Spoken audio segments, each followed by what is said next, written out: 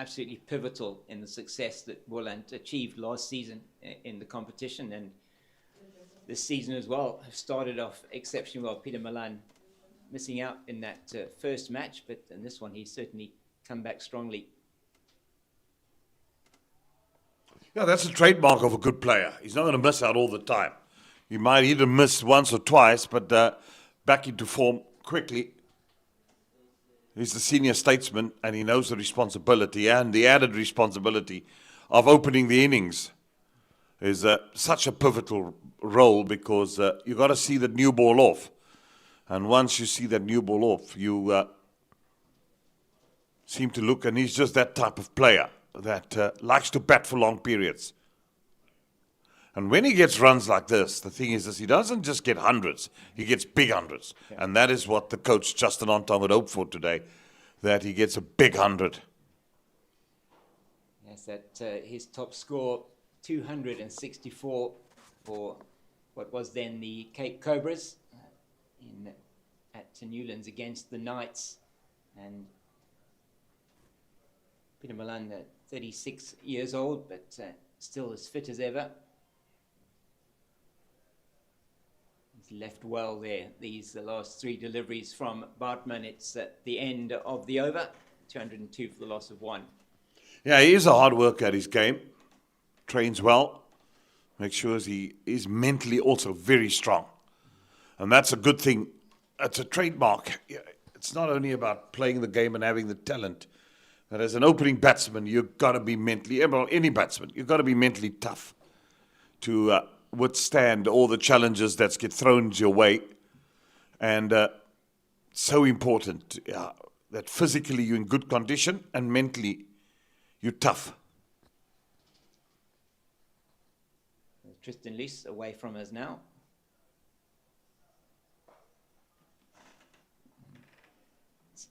Once again down to that man at deep backward point, through for another single, Gavin Kaplan.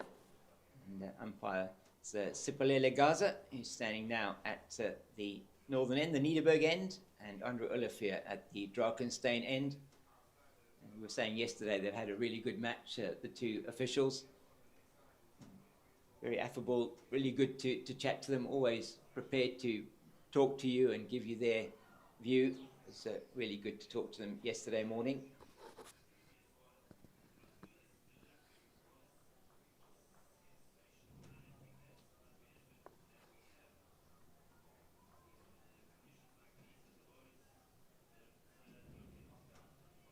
And Jeremy, you had some function yesterday evening, some lovely festivities there with Vernon Philander's mother's 60th birthday. Yeah, it was a good evening. I'm battered. Ryan was wounded this morning.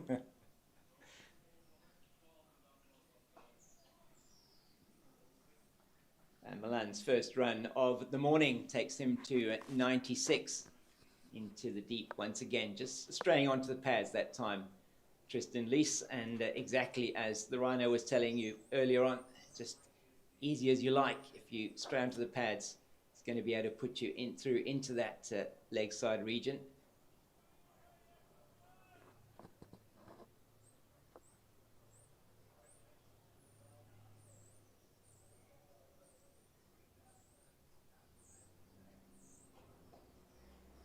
And Milan, Kaplan once again. Just another single for him.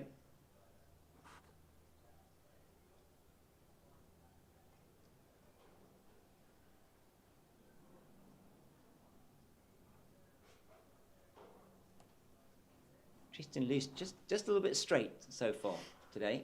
Wants to be a little bit more outside that off stump or top of off stump line.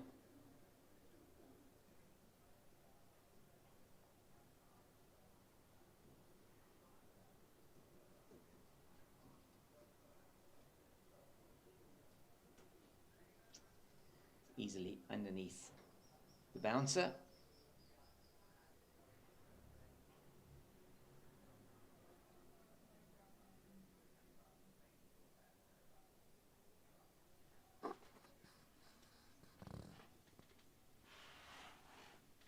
But I do like this Dolphins bowling lineup, though, Jeremy. I think on a more responsive wicket, they're going to give a lot of teams a lot of trouble this season.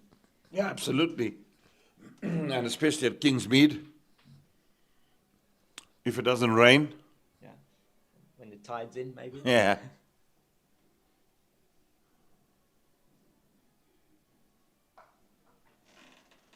Now, they've always produced very good bowlers there at Kingsmead. If you go back even to the days of Vince van der Bijl, Pat Trimborn, Yeah. Mike Proctor, and then the Pollocks, Marshalls, Yeah. Veenstra. He went eventually from Eastern Province to Natal. Peter Rawson. Think Yeah, about a that's- few. Yeah, that's a name I haven't heard for quite some time. Yeah. He also played for Rhodesia, didn't he? Yep, Lawson? yeah. I know. Played for It's, Zimbabwe. Paddy Clift. Yes, Paddy Clift, my goodness. He was also a great servant then of Natal cricket, many, many years. And consistency personified, Paddy Clift. Names from the past. And they've got some good backup here as well. I mean, Andile Similani not playing in this particular match, perhaps more suited to the shorter format, but once again, a good pacer.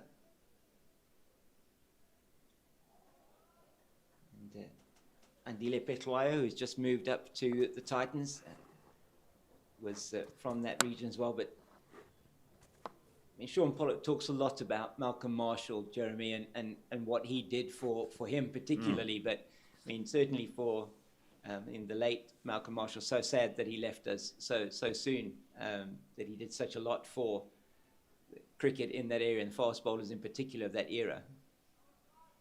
Yeah, what a fantastic fast bowler he was. And helping all those young players. Well, that's the art when you experience is to impart your knowledge onto the younger players that's in the team. And that's why it's so important that you have a good mixture of experience and youth. Because they got to take the baton for the next 10 years and continue on that vein and that trend. That's why I'm just so happy to see in the system that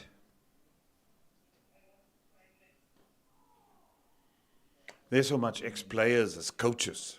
You look at, you got a Quinton Friend, you got Henry Davids. At Western Province, you got Rory Kleinveld, Roger Telemarcus. You go to the Lions, you got Russell Domingo, Jonty Rhodes, Hashim Amla, Alan Donald.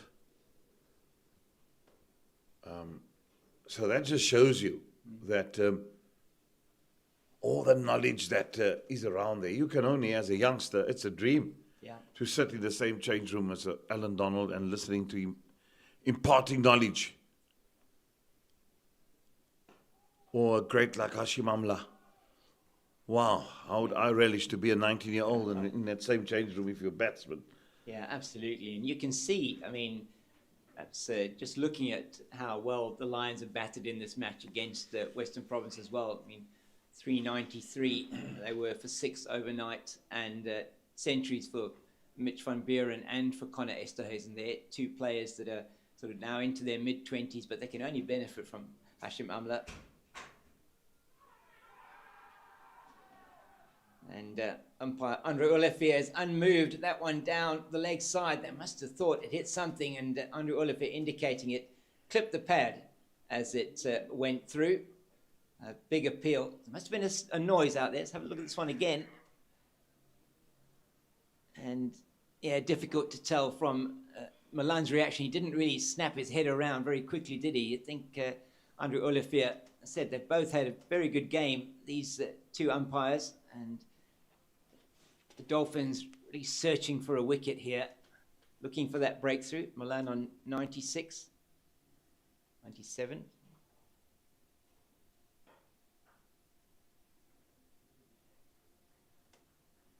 End of another over 206 for the loss of 1 after 53.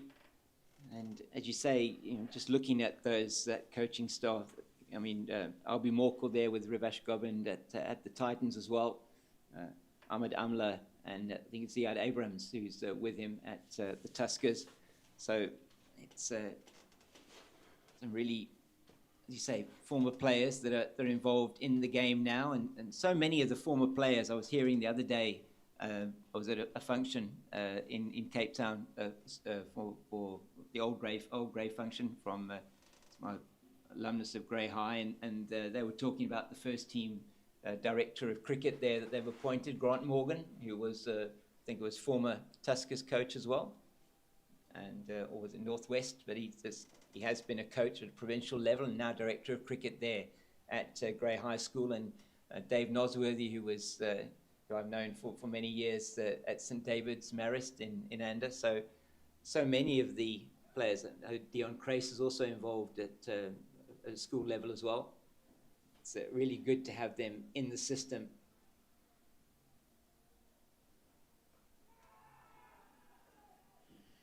Oh, he didn't see that.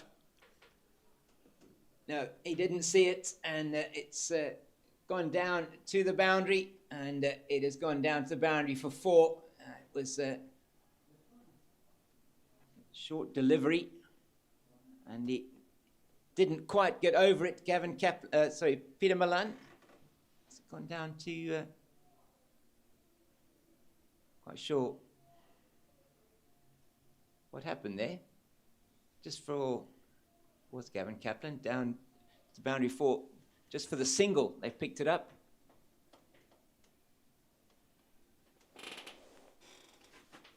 Yeah, chance gone a begging. Anyhow for chance. Milan now on strike on 97. It was in the air for quite some time. The man at fine leg seemed to pick it up very late.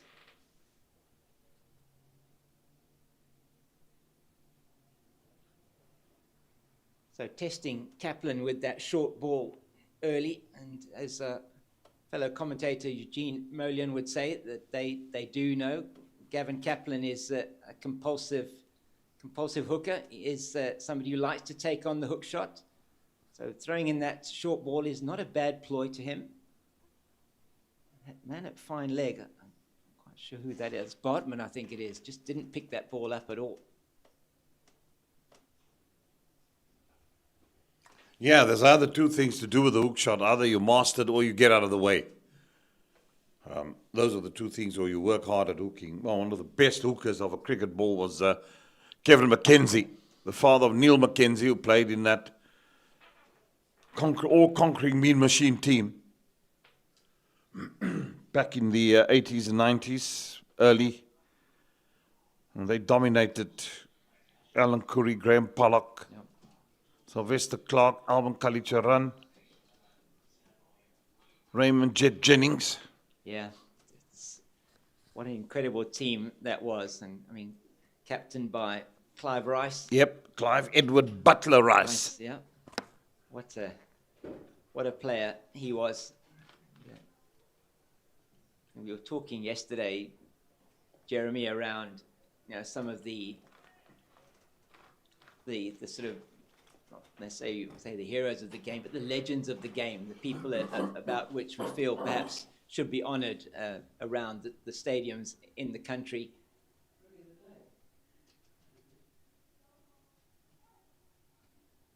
And reminded me of, not a great era in South African cricket, but the rebel tours that took place in the 80s, and Kim Hughes' Australians particularly, that came out here, and was Clive Rice who captained the South African team that played against him in that. And that was, you were talking about Clive Rice, just reminded me of what they called, at that stage, the match was called the Humdinger in St George's Park.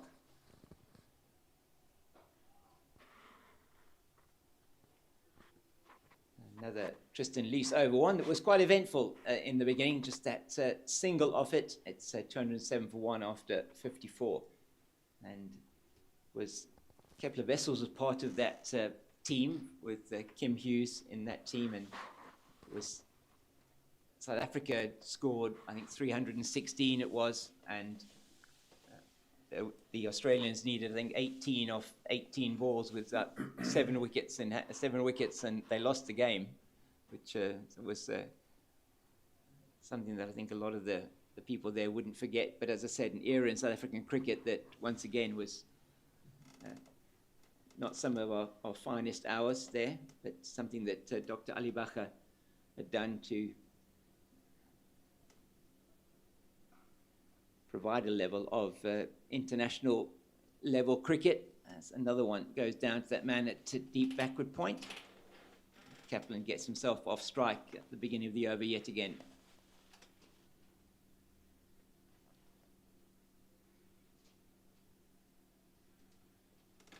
Yeah, they had some good players in that team. John Tyson, Graham Hallop, Steve Rickson, Steve Smith. What a batter. Yeah. Terry Alderman, Yes. Rodney Hogg, Carl Rackerman. Yes, Rackerman. He was a tall, blonde, came steaming in as Alderman, just the absolute epitome of line and length. He was just on the money all the time. Swing bowling. Yeah, brilliant.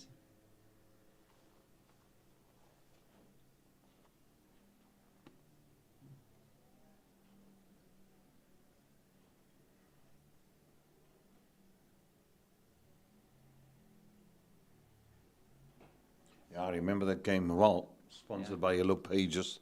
Yeah, The that's Humdinger. right. That's right. It was sponsored by Yellow Pages. I don't think we even have the Yellow Pages anymore now. Oh, yeah, you don't hear of that anymore. But in those days, the Yellow Pages you used to get was probably as you could use it as a doorstop. Would stop any door. That would. It was, they were so thick. Everybody put their adverts in there. So for youngsters that are listening that don't know about the Yellow Pages, almost a printed internet, you would say, probably. Yeah, absolutely. Get the stick book with your telephone directory every year, Yellow Pages. And then the advert, you say, let your fingers do the walking through the Yellow Pages. Yeah, it was very good. And they did, as you say, they were involved in sponsorship of cricket in those days.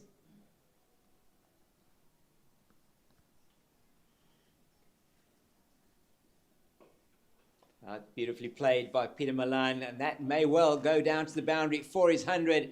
It is going to go to that wide-ish, long-on boundary for 4, and that takes him to his 43rd century in first-class cricket. He goes to 101. He gets the applause of his teammates on the home balcony, and what a great innings that has been from him, Jeremy. Brilliant indeed. He's done the hard work. He's crafted well. He's been patient. And going to your 43rd 100, an average of probably over 45 in first-class cricket, which is very, very good. From any batsman that, and as an opener, if you average 40, I think it's exceptional.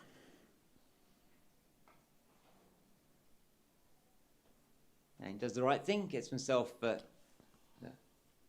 off strike. In fact, he'll retain the strike at the end of the over, 213 for 1. And the partnership here continues to grow, now up to 71 between Kaplan and Milan. It's exactly what Goldrush Boland needed after that first partnership of 141 between Wilofsson and Milan. And they've done a good job so far, but they know the job is not done. The lead just 22 at the moment.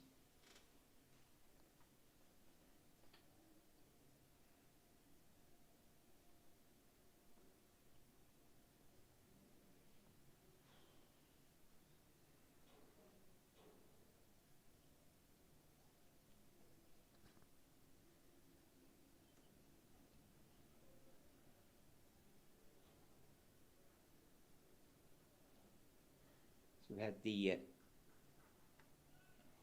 so far the 7 overs this morning. Tristan Lees continues with his 4th over of the morning, and that one is signalled wide by the umpire over the head of the batter. We've seen quite a few of those over the last couple of days, and particularly when Goldrush Boland were using that line, that short bowling line, we didn't. I mean, it's something that, sometimes very difficult to understand. I mean, they were able to prize out the wicket of Bryce Parsons with that kind of attack. Around the wicket now. Just trying probably to tuck in the batsman. Milan equal to that one. Now he's going to go back, I think, over the wicket, is he, to Kaplan.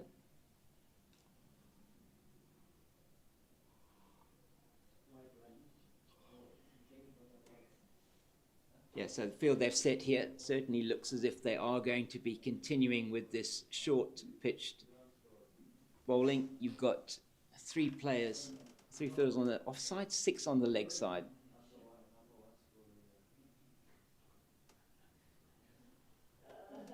Did well to get out of the way there. Just bobbing and weaving. And he knows that he's really important, Gavin Kaplan, for him to stay there. And Peter Milan and him, they'll have to make sure they build as big a lead as possible for Goldrush Boland. The good thing he did there, getting out of the way, the important thing is when you're ducking under bounce or getting out of the way, bob and weaving, make sure you drop the hands and the bat. Takes him on this time and gets it fine down to the man at long leg who misses the ball and it goes through his legs for 4. That is not what Otniel Bartman will want to watch again, I'm sure, on the highlights reel. And another boundary to Gavin Kaplan, which should not have been. Well, he's had a nightmare. His fielding has not been very good on the boundary. He dropped a catch yesterday that was crucial of Rudolfsson and spilt it. Was down his throat, down the boundary here on the leg side when Rudolfsson went on, and he's misfielded quite a few times, and that just takes away all the pressure that you build by bowling dot balls, dot, and then a ball comes straight down to you to fine leg, and you spill it, let it go over the fence for 4.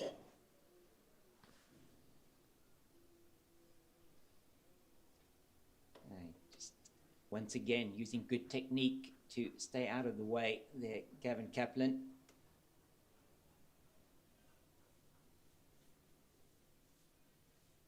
And that innings last week, Jeremy, would have done him the world of good. I mean, his highest score in first-class cricket by some margin.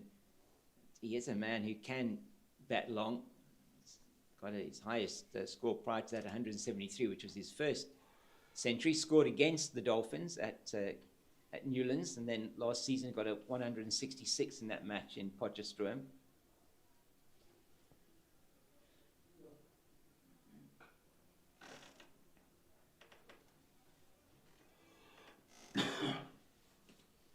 So not necessarily sticking to the plan here, Tristan Lees, with that last delivery outside the line of the off stump. He's only got the 3 fielders on the offside.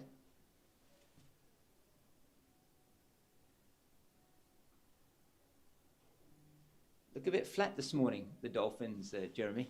Yeah, when you're not picking up wickets, you do look flat.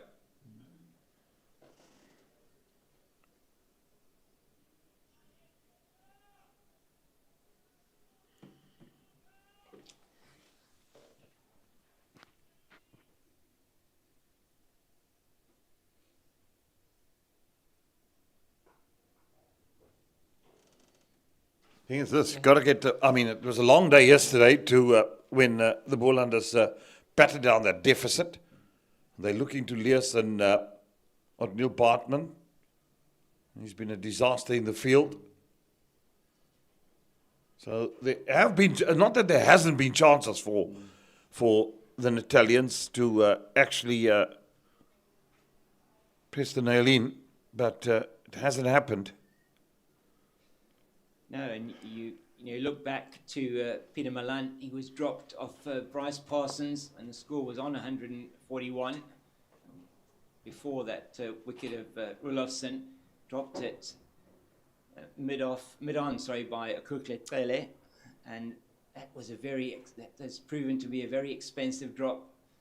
2 drops off Rudolfsson, so the fielding, certainly Quinton Friend will not be happy with what he's seen from his team out there in the field. Somewhere they need a spark from somewhere. As Bartman now into his 5th over of the morning.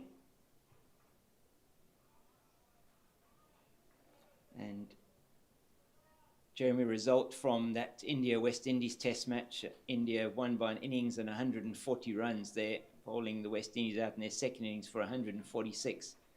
They declared overnight on 448 for 5, so another terrible result for the West Indies. And in Pietermaritzburg, the Tuskers have lost their 7th wicket. They're only 8 runs ahead of the Warriors on the first innings. They're in a match that has been so far spoiled really from a bad weather point of view, just into the third day, and there's only busy still with their first innings there, the Tuskers, in a very low scoring affair.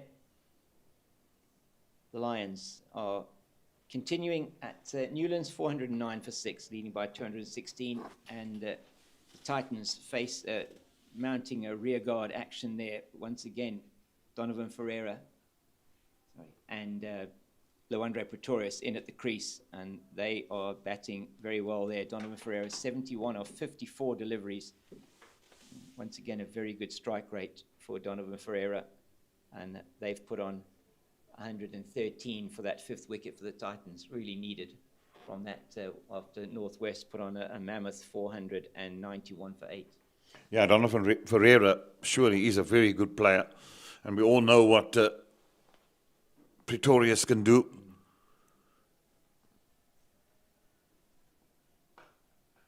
Does stump the ball hard, doesn't he, Donovan Ferreira? Oh my word! And picks length so well. Yeah, I played golf with him in a golf day up in Johannesburg 2 years ago or something. My goodness, I've never seen a guy. I mean, I've played with a few of these cricketers that does hit the golf ball, but sure, he hits it miles. Yeah, I can believe that. I mean, he's really strong character.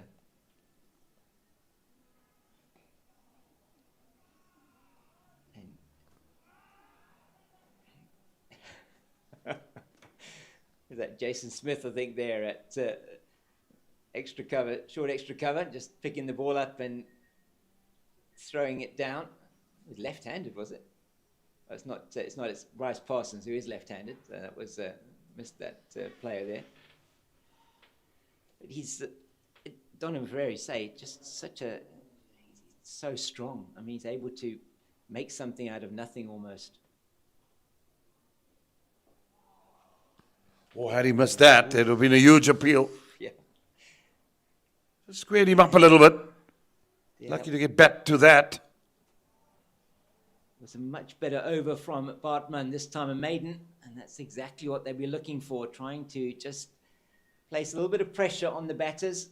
And they are 31 runs ahead at the moment. Goldrush, Boland, 9 wickets still in hand. And Bartman has been the pick of the bowlers, these two this morning. Lease has been a little bit both sides of the wicket, not quite got his lines and his angles right yet.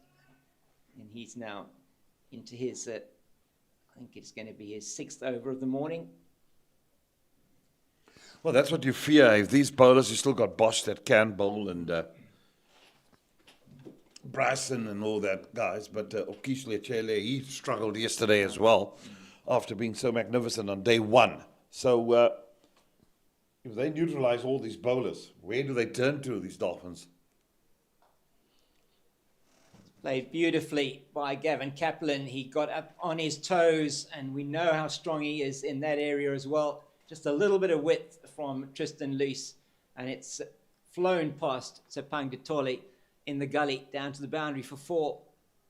Just plays that so wristily, Gavin Kaplan. That's an excellent shot. Remember those blissful... I think you were talking about with Eugene yesterday about Pomi Mbangwa, and I was watching the highlights reel of the match, the Women's World Cup match between Bangladesh and Pakistan, and he has that when he's commentating, whereas almost a trademark of his is when it's a good shot, he says "shot." You know, I was just thinking of that and how that. Whereas I can't quite get it right, but it's say commentators have their trademarks, don't they? They have the things that the little sayings that they have or the way that they describe the play. Yeah, they do indeed.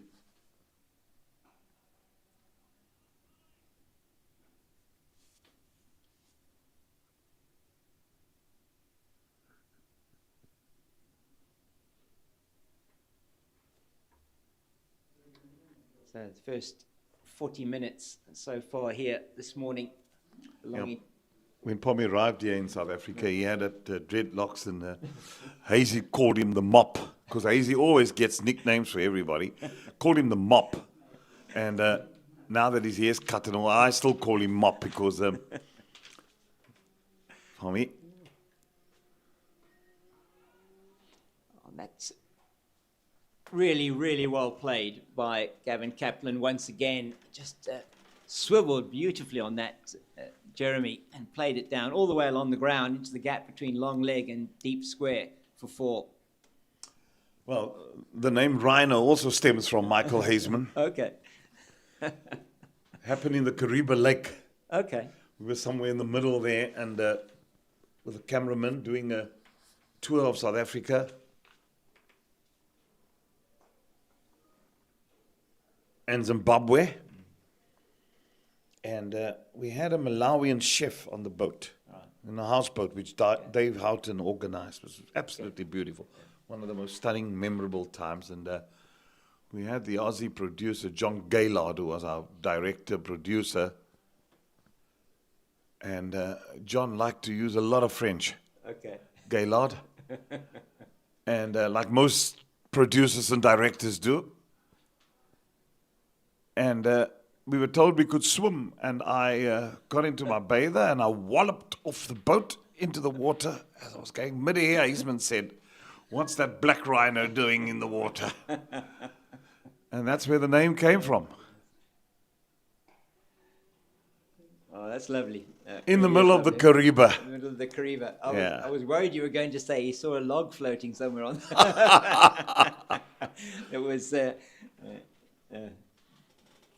That is really wonderful. As it's Henry David's doing his regular walk around the perimeter of the field.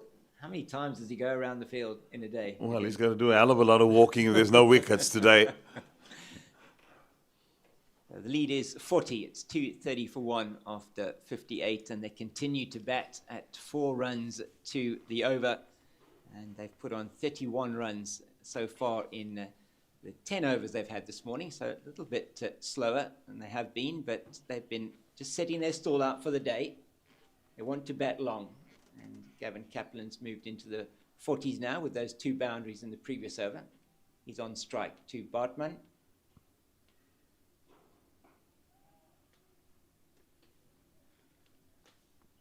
Hazeman had those long hair when he came here, also with that Australian team. You talked Yes, he did, with yeah. Hallop and all Yeah. that, and we used to call him Goldilocks. Okay. The name still sticks. Yeah, everybody had their names. Can't call him Goldilocks anymore. It's No. grey now. Yeah. So.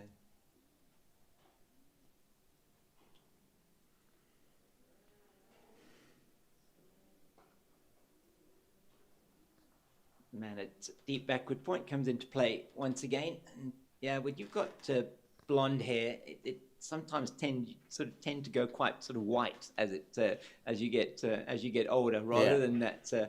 You don't have those sort of distinguished looking grey. It's more that it goes a very whitish colour. Looked a bit like is that Christopher Lloyd, the actor in Back to the Future. Yeah.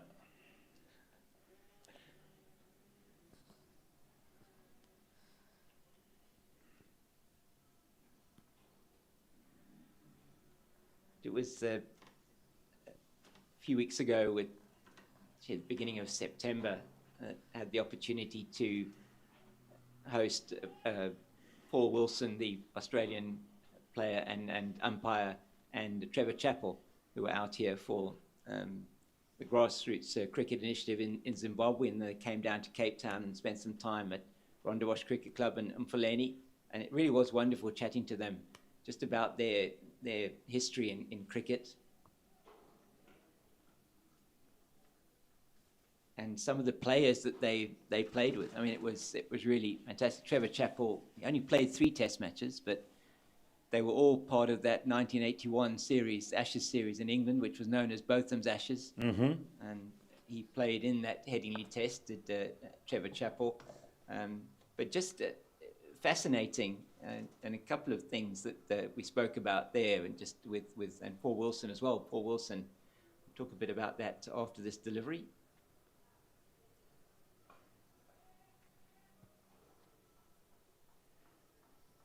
Kaplan moves on to 47, 48 now. And Paul Wilson telling me that he was part of the first official tour of South Africa after unification. So he was part of an Australian under-23 team that toured here. Had a couple of cricketers in that team who names you might recognise, Ricky Ponting, Adam Gilchrist, amongst others. So they played in Bloemfontein, and Yes. And the coach was Rodney Marsh. Yes, that's right. Very much, and I had to look after them as a liaison, so that's why I remember that very, very well. Yeah. And he was saying, so you remember that it was a Saturday, he said, in Bloemfontein that they were there. And he said that they wanted to go out in the evening, but it was at the time when South Africa, the white population of South Africa, were having the referendum as to whether we should move to a multiracial society, open voting up to all races. And that evening, he said he believed that I think it was the AWB were in town. There was a gentleman on the back of a bakkie going around with a loud hailer telling people to vote no, and he said it was quite a time that they were here in the country. So you would remember that very well, Jeremy. Yeah. Do indeed. Oh, it's certain Glenn McGrath also was on that tour, he said to me. So the future, what a team that was, Australia, that they developed into. Yeah, they were called an Australian Academy side. Yes, that's right. Which was under the tutorship of Rodney Marsh.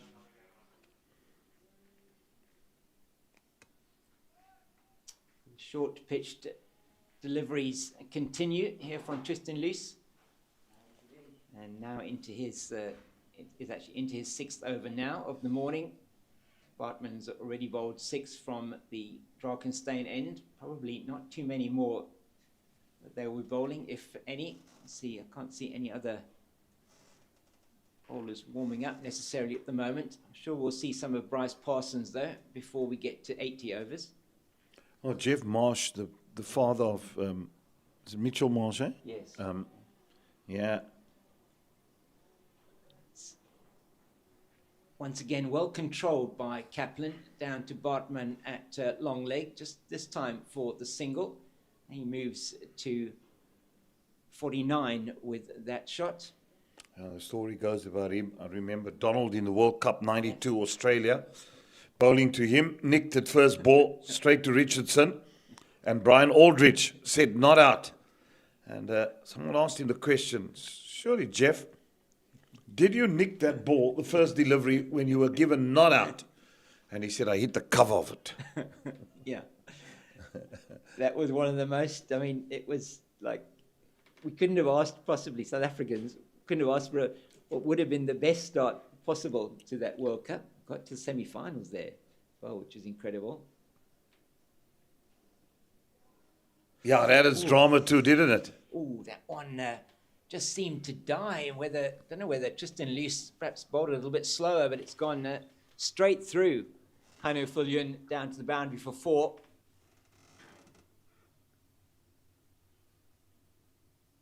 And 238 for 1 now it is. Yeah, that was quite a World Cup. That semi-final in the rain was it in Sydney? Yeah. It was Sydney. Against England, was it? Yeah, England. Yeah, and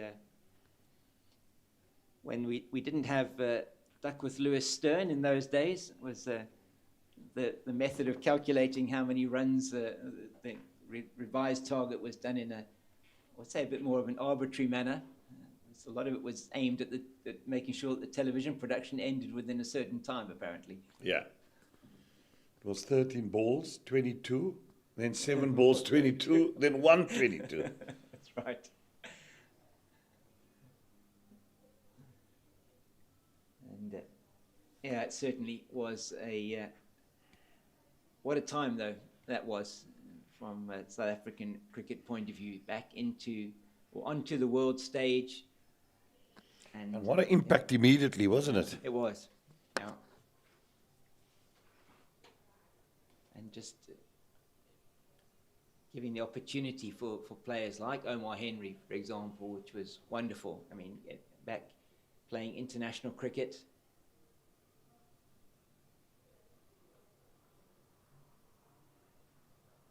Once again, played very nicely down to that man at long leg by Gavin Kaplan, and that will take him to yet another first-class 50, and that for Kaplan is his fourth first-class 50 to go with 4 hundreds, and he scored that off just 64 balls. So it's been a very fast-scoring 50 by Gavin Kaplan. Good. It's been a polished knock there, hasn't it? Yeah. Really played well, Gavin Kaplan, and really making his mark on this first-class scene.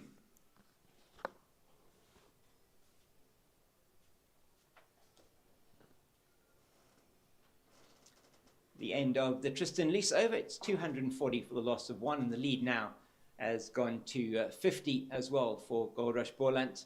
50, effectively 50 for the loss of 1, and was turning out to be a one innings shootout here over the last 2 days of this 4-day series match.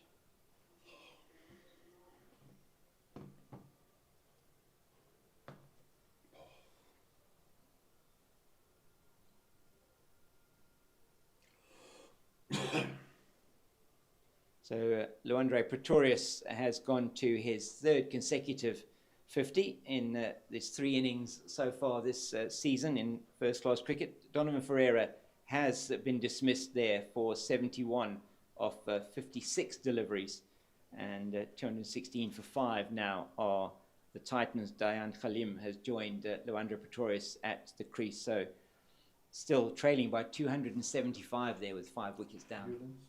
And at Newlands, get that score for you now. It is the Lions that are continuing with their domination there of Western Province. Oops, hold on a second. Get that for you now. They are, sorry, that's gone back to the close of play score. They're 423 now for 6, leading by 230. Still got 4 wickets in hand. Connor Esterhazen is still at the crease, 126 not out, and Evan Jones 31 not out. Yeah, they'd be looking to bat deep because they wouldn't want to bat again on the last day, and probably try and bat most of today and give themselves that last period, probably after tea in an hour or what, tonight to have a bowl at Western Province. If they're not bowled out earlier. Yeah, they're giving certainly putting on a huge first innings total there at Newlands.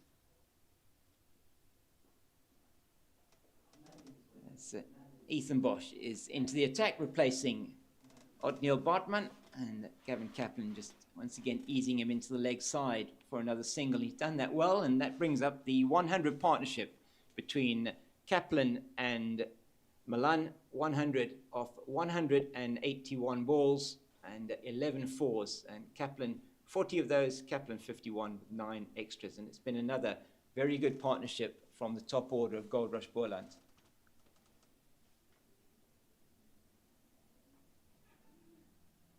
That one just pops up off the bat onto the pitch. No danger for Milan, but another very good partnership, Jeremy, to go with that 141 between Rulofson and Milan. No, it has been good. They have done the hard yards. I mean, good opening bat partnership of 141.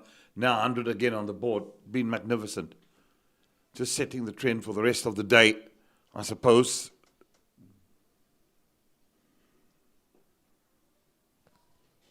Still a little bit too straight from Ethan Bosch. He's got the field set for him to be bowling outside the off stump. We saw him last night bowling that wide line outside the off stump, and I think they've set the field once again for that. They've got two men catching in short. They've got a shortish extra cover and almost a short cover. They've got a slip, got a man, or almost a gully really, and they've got a man at just a wideish gully, and then a man at deep point on the boundary. And he's straight once again to Kaplan. So it's a 6-3 offside, leg side field.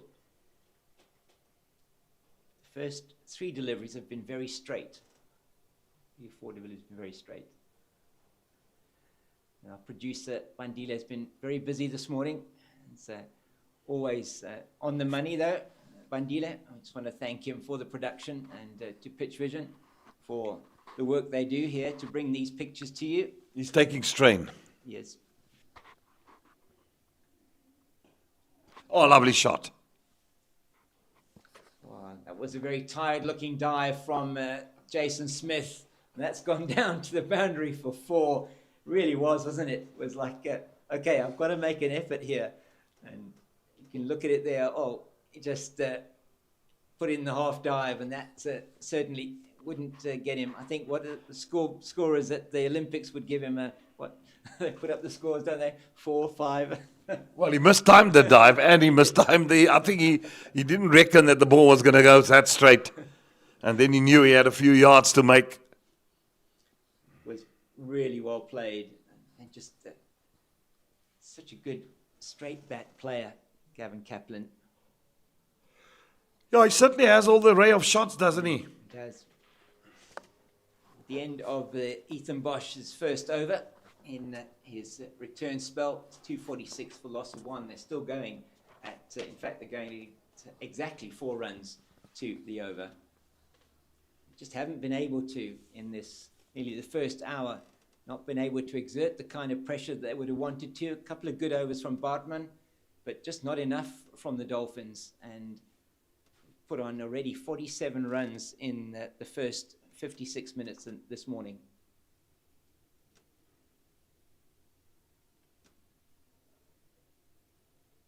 So we're going to see a change from the Niederberg end. It's going to be a Kuchler-Trele who's going to be coming into bowl, replacing Tristan Lees. He got tapped around a little bit yesterday. He was on the button on day 1. Struggled a bit yesterday. 5 balls. Yes, and his figures in this second innings, 10 overs, 2 maidens, 0 for 46 so far, Jeremy. So as you say, going at that 4.6 to the over, and with just too many 4 balls on offer from him yesterday. Let's see if he can tighten it up today. Just 2 straight once again from Dolphins bowlers, and it's an easy single for Peter Milan. He moves to 108 with that shot.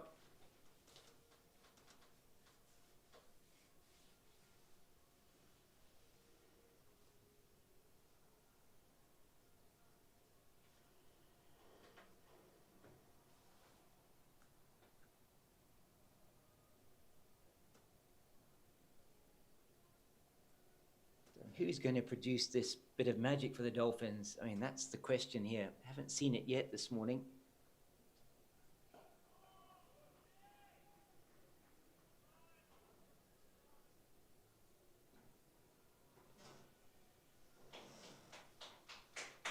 Well, at the rate they're going, the Dolphins, you wonder where's this wicket going to come from. It's been Goldrush Boland all the way this morning in this first hour. The batting performance so much more disciplined in this second innings. That's gone through the man, catching at a shortish cover down to the boundary for 4. It's in the air for a little while, but no chance for the man diving to his left. in the cover position. I'm trying to see who that is, as that brings up the Goldrush Boland 250. And that means the lead now is up to 61. It's a substitute fielder on the field there. And we'll try and pick that up for you now. It's Andile Similani on the field.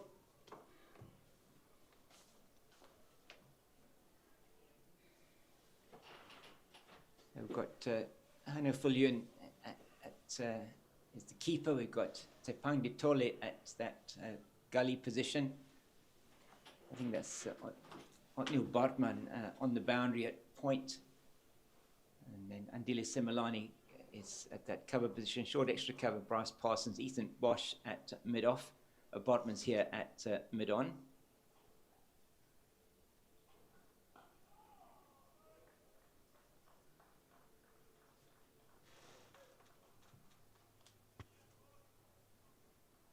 As the captain's in at a short mid-wicket position, catching. Got more of a, what's that, more conventional mid-wicket. That's Kaya Zondo.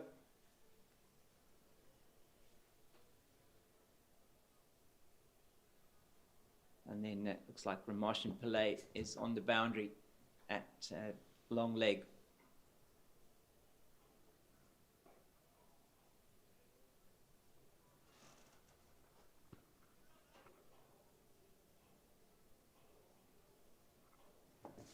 The end of the over, 251 for 1 after 62. And we're a few minutes away from the first drinks break of this, the third day. Probably after this over. And Ethan Bosch hands his floppy hat to umpire Andre Olivier. And it is going to be Gavin Kaplan on strike. No, sorry, it's not. It's going to be Peter Milan on strike.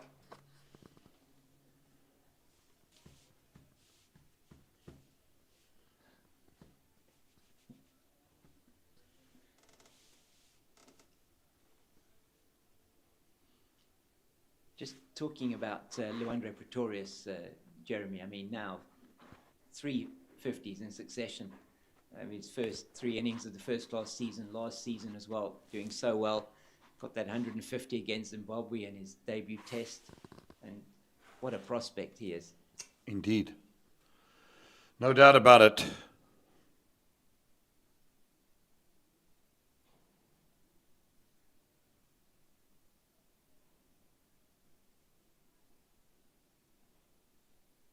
Ethan Bosch just continuing with that line outside the off stump. He's got those 2 fielders in catching, short on the offside. One of them's the captain, short extra cover. There's almost a shortish cover. He's on that new patch of square. I think they've put, that might be the substitute fielder, Aryan Gopalan, who's in that position. It's wide-ish again. We saw last night 3 successive wides from Ethan Bosch in that sort of channel, that sort of line. Just shows you then the attitude and the mindset now of the Dolphins is now to say, all right, we're going to bowl it wide out, so it's off some. No intent to want to take wickets. And that to me is very negative cricket. I reckon make the batsman play and try and get them out. That's what you got to try and do. Because Peter Milan is, you know, he's going to leave it all day. He's not worried. He knows the important thing. He's going to protect his wicket. So they're trying to see here who's going to crack first. Is the batsman going to crack and play it a wide one? I'd be very surprised if he does.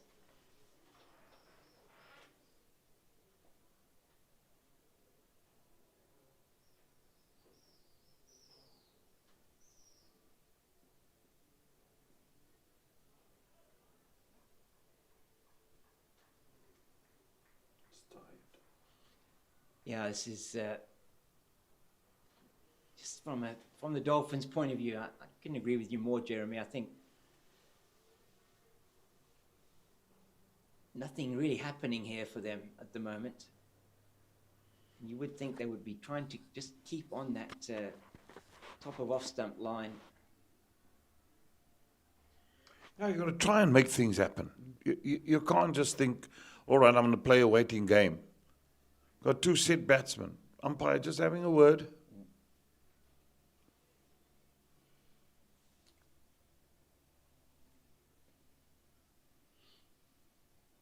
Yeah, discussion happening there between Andre Olivier and Ethan Bosch. He was talking to him, I think, was sort of, we can only surmise what he was talking about, but probably around that line. Now he's chatting with Marcus Ackerman.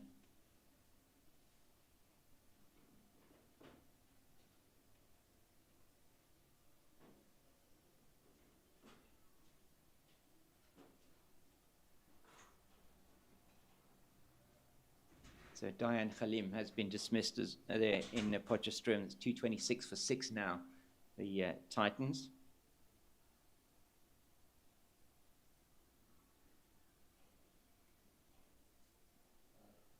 And unsurprisingly, that has been signalled wide by umpire Andre Olivier.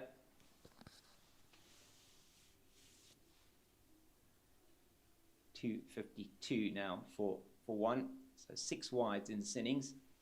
And at least 4 of those that I can recall have been from Ethan Bosch on that outside that off stump.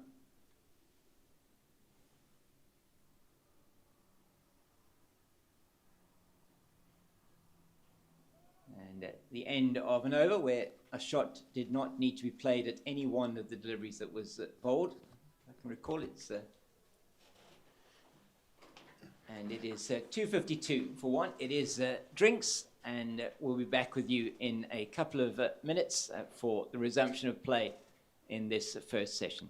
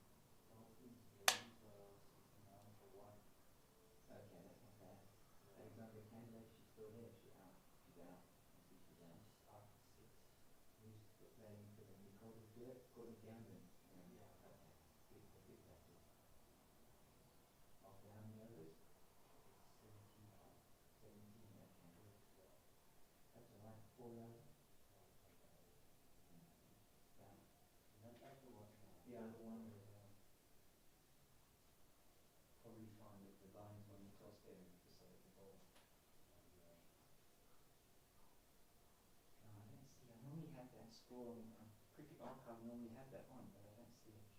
I'm not sure either. It probably is. Yeah, probably is. But cricket BBC has.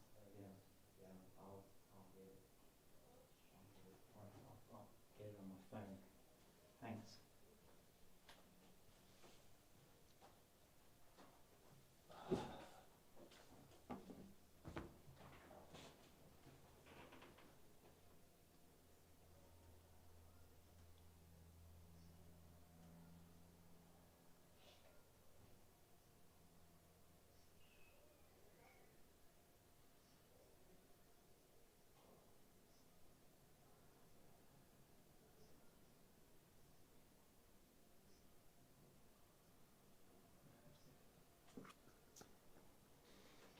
The players are making their way back onto the, well, they've been on the playing field all the time. They're making their way back to their positions as Kuklekele is going to be bowling once again from the Nederburg end. And just to let you know that in that match at Newlands, Connor Esterhuizen has gone to his highest first-class score. He's still there at the crease, 130 not out, and with Evan Jones, it's just gone to a 50, 54 not out, Evan Jones. And the Hollywoodbets Pro 50 is underway. The first match of the season between two of the teams who were vying for the title last year. The current title holders, the DP World Lions women, are playing against the Hollywoodbets women at the Wanderers in Johannesburg. And news there is that Hollywoodbets Dolphins women are 69 for 1 after 17 overs.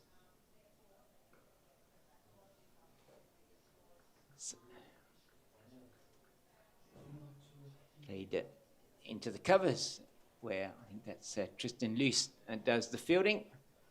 We've got Jason Smith out on the deep cover boundary. That's as a gully, a deep backward point, a cover, a short extra cover, mid-off, mid-on, mid-wicket, short mid-wicket as a more conventional mid-wicket, and then a man on the long leg boundary. So 5-4 offside, leg side field, ring field for Kuklekele. That's too much down the leg side and well taken behind by Hanno Fullion.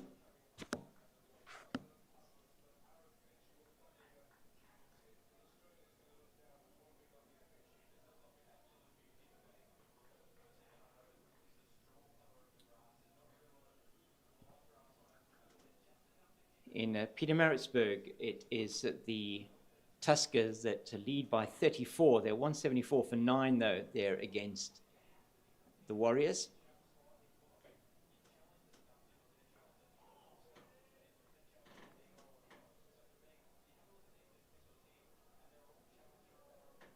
And the final Division 1 game that is underway at the moment is that one in the Northwest between Northwest Dragons and the Momentum Multiply Titans, and is there the Momentum Multiply Titans in their first innings. They're currently 230 for 6, chasing 491 to wipe off a first innings deficit. Game is they're very interestingly poised. Going to need a good innings there from Luandre Pretorius. He's still there on 64. He's been joined by Andile Petlwaya. And so that game very evenly poised. The Northwest getting a good haul of points from their win over the Tuskers last week.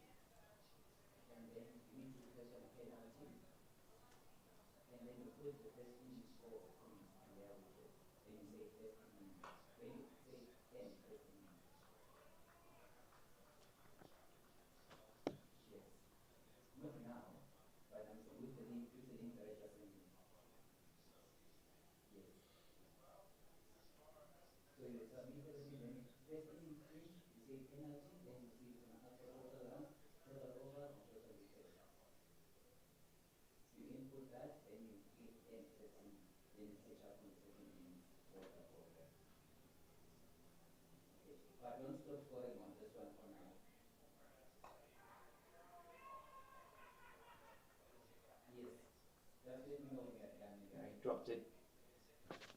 So that is, once again, catch has not been taken there. That one went very quickly to Pang Ditole at that gully position, and Ditole has not been able to hold on to that catch. So another catch, another chance goes a-begging for the men from the Dolphins at the end of that over. Kutletele, very unluckily, having another catch dropped off his bowling. It was Milan who was dropped. In fact, he dropped Milan off Parsons' bowling. But Rulifson was dropped by Ditole yesterday with his score on 38 and went on to score that 67. It is now Kaplan that's been dropped, flashing at a wide one outside the off stump. And he's been dropped by Ditole at that gully position.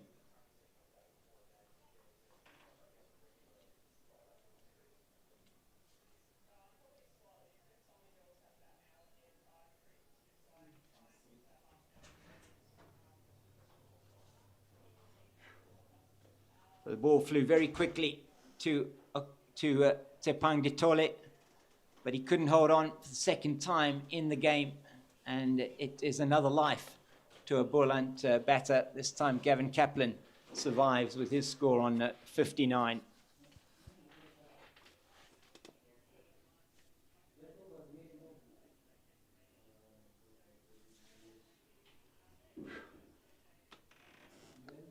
So, welcome back, Jeremy. A little bit of excitement in that over. With, was there? Yeah. I've just been to the bathroom. Yeah.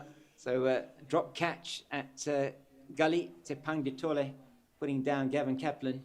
Another tough chance for him, but it went down again into the chest and bounced down. And a bit of excitement for the Dolphins, but unfortunately nothing for them on offer. And that's the fourth catch that they've dropped in this innings. Yeah, it has been indeed. So that just shows you the morning. So when you have a negative mindset, that happens. Wide outside the off stump. He has. I'm sure Kaplan went at one wide outside the off stump. He did indeed. Went at it really hard. Hit it with pace, but Ditole in the gully just could not hold on. Almost a carbon copy of the one that he dropped yesterday off Tristan Lees when Rulifson was batting. It's a better line from Ethan Bosch. I far prefer him to be bowling in that fourth stump line. Just this wide line that he has been bowling. Peter Milan's going to be leaving those all day.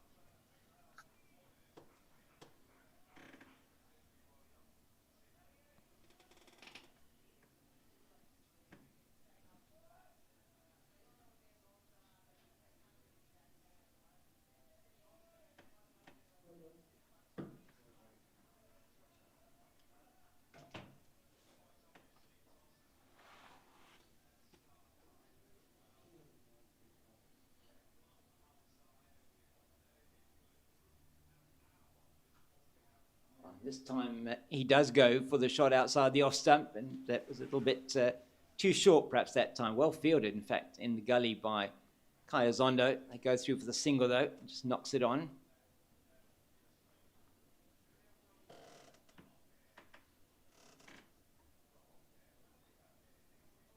Trying to get most of that sweat now off. Yep.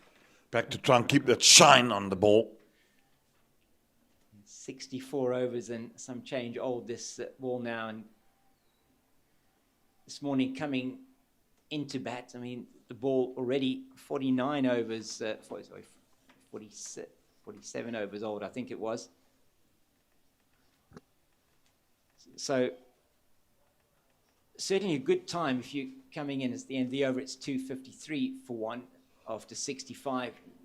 Coming into bat this morning with the 48 overs bowled on the ball already, it does mean, and we did see it's not moving around at all. It's not hard. It's not got the bounce that you have with a new ball. So a good opportunity was for these two to come in and to just get themselves in and start to just build this lead. And it's currently now sitting at 63.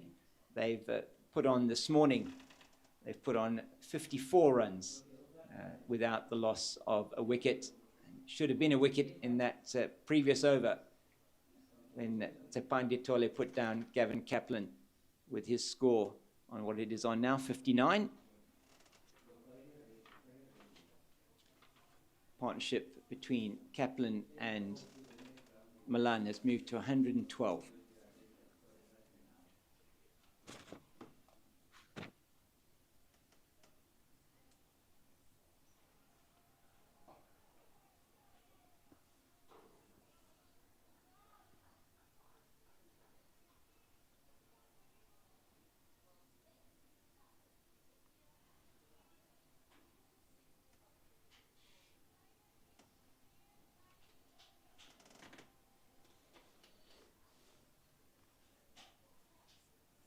As the Lions continue to pile on the misery for Western Province, 480 for 6 now. Oh. Connor Esterhuizen's gone to his highest first-class score. That will run away for 4. Yeah. It's the loose delivery outside leg stump and just flicked away with absolute disdain. So the runs are also piling here as far as the Boland, Goldrush Boland is concerned against the Hollywoodbets Dolphins. I'd just be wondering, where is this wicket going to come from?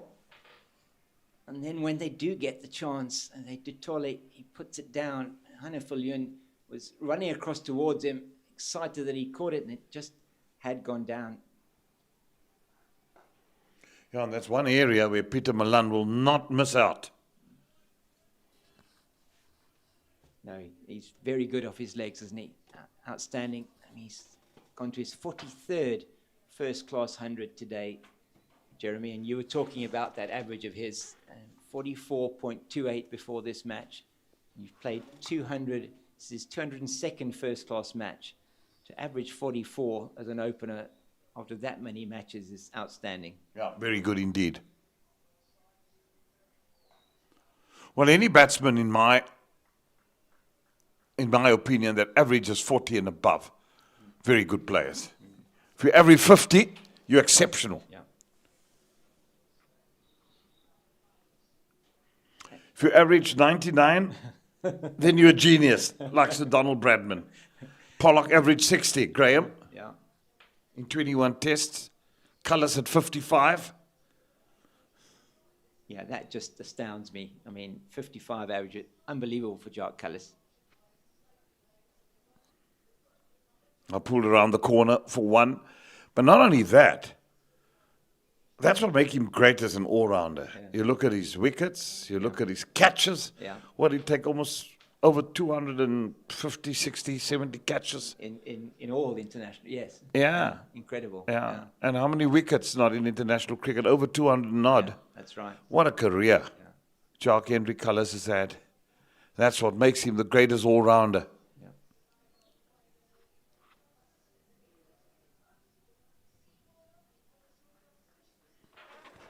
Well, would it be after Sobers or Sober? Yeah, they always, it's very difficult to compare.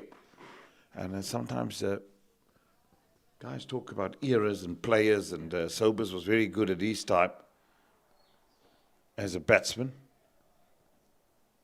What's happening here? Oh, Mahima? Yeah. Showing the disco moves of last night, I suppose. DJ Sia. Yeah. DJ Sia. Yes, he's certainly is a character. Is the man from Sherwood Forest, as Eugene calls him, does his celebration with the bow and arrow.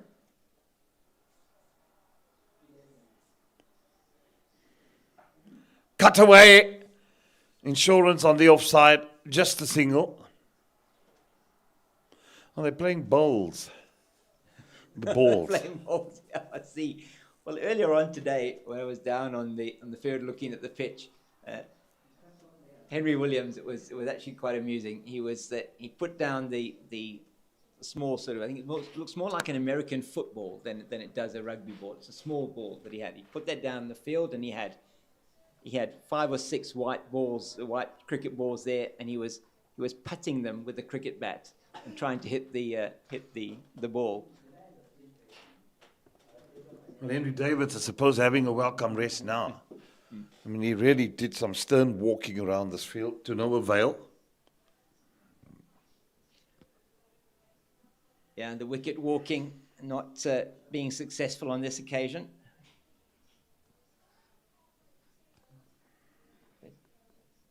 Cricketers do have so many superstitions, don't they? I mean, it's Too much for my liking. You walk around it this way, you walk around the other way, clockwise, anti-clockwise. No ball called.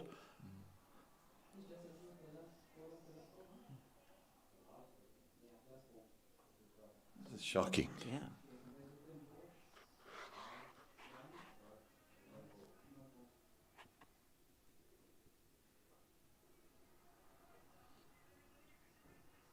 Yeah, I wonder if he must have overstepped there. Bowling it so wide of the off stump.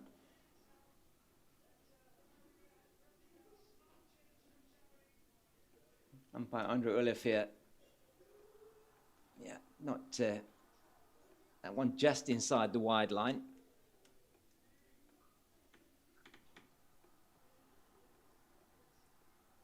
But I'm with you, Jeremy. I don't understand this tactic. It's not doesn't seem to be achieving anything. And we spoke about this with the short pitch bowling as well, but just waiting for the batter to actually make a mistake. And they don't need to be chasing the game here, Goldrush, Boland.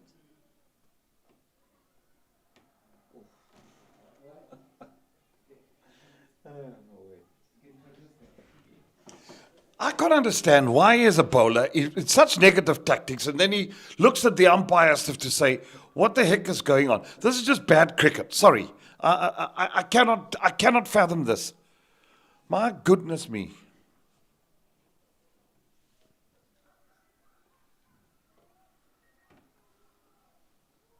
It's negative. It's actually pathetic what I'm witnessing out here.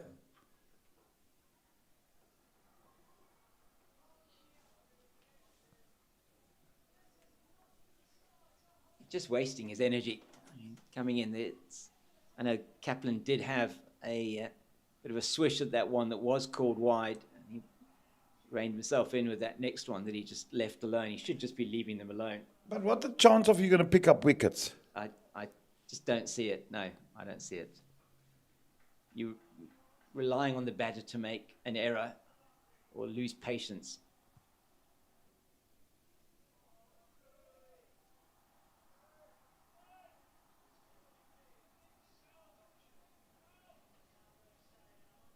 And they can be patient. Yeah. The Dolphins now in a situation where Goldrush Boland leading by 71. They've got a big score on the board. 2 batters are set. Put on 120 for this wicket. They don't have to chase the game. Well, they haven't nearly looked as a team that want to pick up wickets. And just using these tactics, they're probably trying to draw the game out longer by not letting the batsman play. You bowl there all day, I'll leave you all day.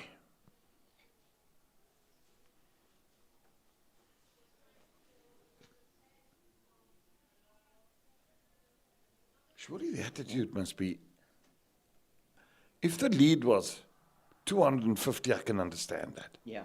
But 71, you can still bowl them out. You can still chase a total. If you get them out cheaply, you just never know what a wicket. So to me, the intent would be wanting to take wickets. Yeah. And you're going to be bowling in the channel. I mean, just bowl in that channel outside the off stump. you know,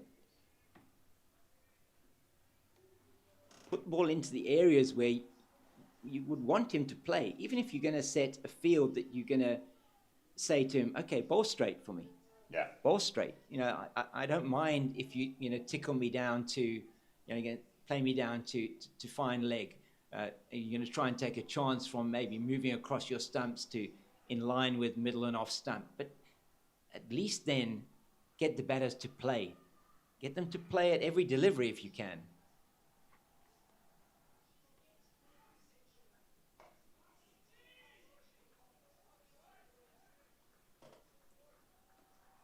I mean, to me, that's a better line from Kukla Kele. I mean, just make sure the guy's going to put bat on ball. Make sure that he's playing every delivery. And then if you want to go a bit wider, then take it wider. Try and make it go a bit wider. Then he's going to think, okay, I need to keep getting my bat on ball here. And then you have the chance potentially to get the wicket. But that line almost on the wide line just isn't working.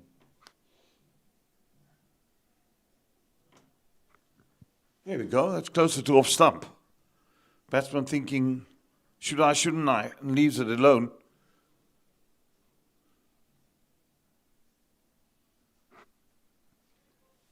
So in Pietermaritzburg, Jeremy, the Tuskers are all out. 185 all out in 73 overs. So not a big haul of batting bonus points there for them. Full haul of bowling bonus points for the Warriors. And the Warriors just trail by 45. So that game is wide open if they do manage to get play there.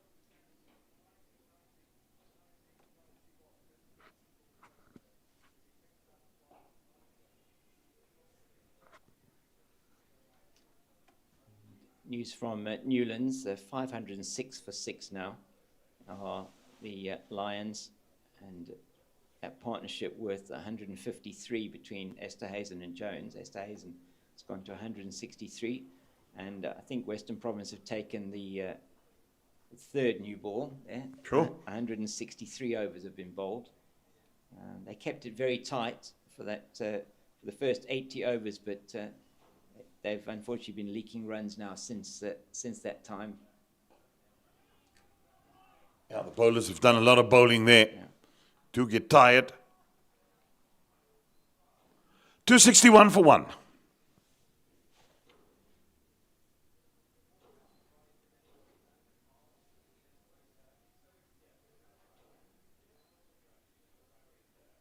And at the Women's World Cup, it's Sri Lanka are playing Australia today. That the start of that match has been delayed by rain, it looks like.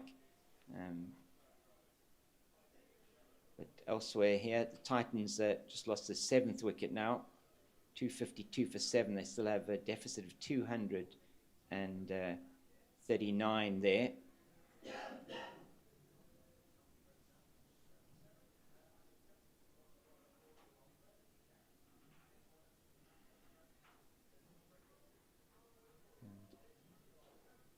Luandre Pretorius is the wicket to fall. Scored 70 off 96 deliveries, bowled by Onka and Yaku.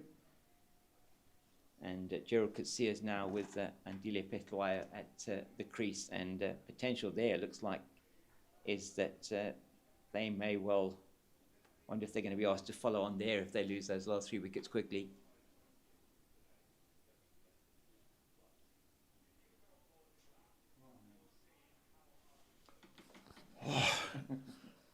In cricket, man.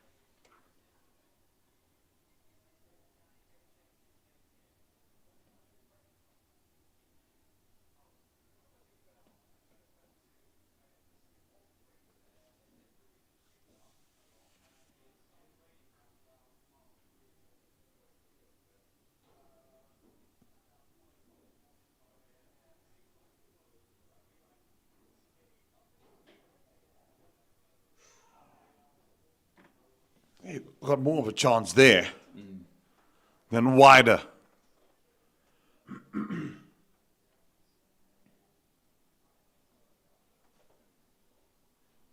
As we know, Gavin Kaplan likes to feel bat on ball.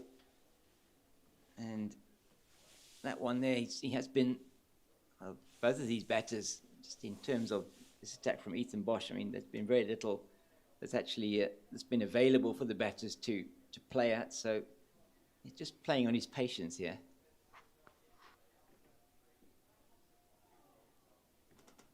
See, there you're going to have the batsman in trouble, looking to play oohs and ahs. So why don't you attack that and try and get wickets? That would be the order of the day. Should be, though.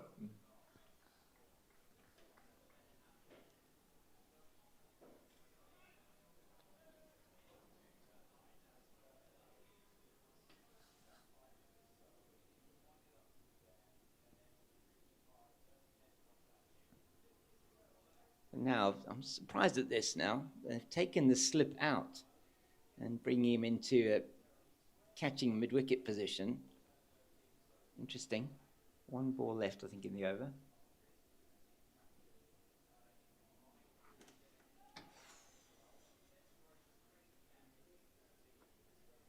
End of the over, 261 for 1. And in the Hollywoodbets Pro 50 series, the first match of the season, Jeremy, it's the Lions women, DP World Lions women up against the Hollywoodbets Dolphins ladies who are playing up at the Wanderers. It is the Dolphins batting first there, and they're 109 for the loss of 1 after 25 overs. Courtney Gowden on 45, Nicole de Klerk on 53, Alexandra Candler,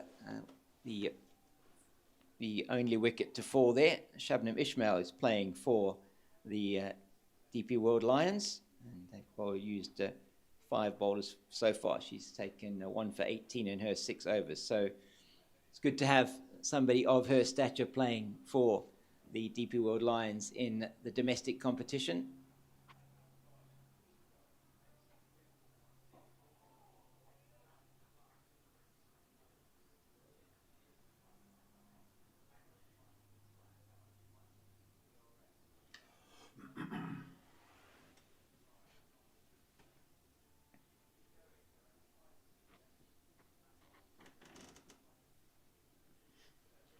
What they have done with this line of attack from Ethan Bosch and with the Kuklet Pele now, he's bowling a lot straighter. They've dried up the runs quite a bit. Oh dear.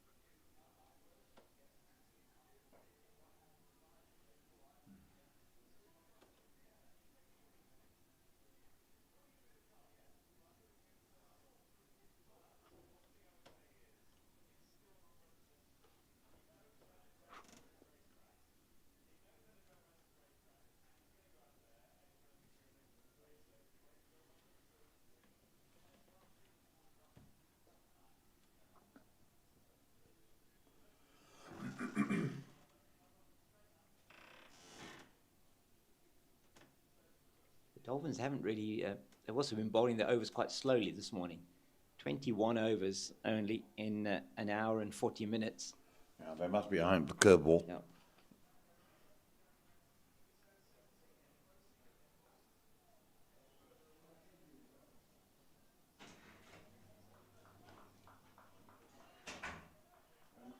Just had they been able to at least push it along a bit, they probably wouldn't have got the new ball before lunchtime, but well, maybe they would. We've got half an hour before lunch.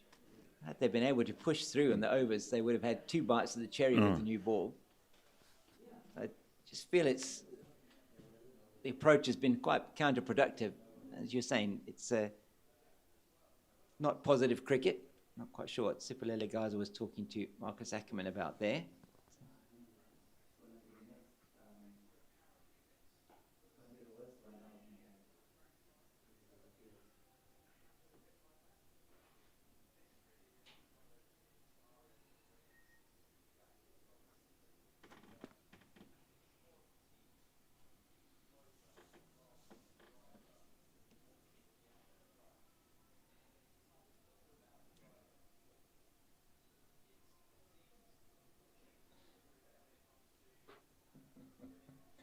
The bowls tournament around the ground is is reaching its conclusion, I think.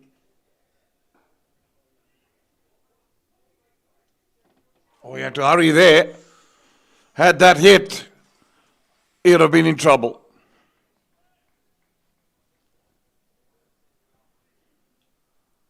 Yes, hopefully we can see this again, Jeremy. It was really quick work from Ethan Bosch. Picked it up, turned and threw in one motion. Yeah, Peter Milan, I think, would have been short of his ground had that one hit the stumps.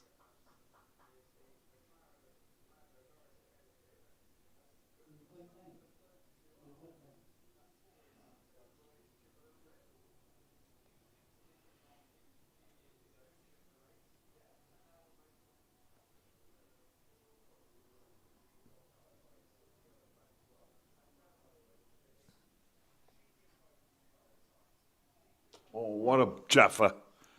Good delivery to end the over. 263 for one. Now it's the third time in the last couple of overs that Gavin Kaplan's been beaten outside the off stump. This is much better from the Dolphins. Yeah, and if you pick there, you might just nick one and get out, and then suddenly you're in business.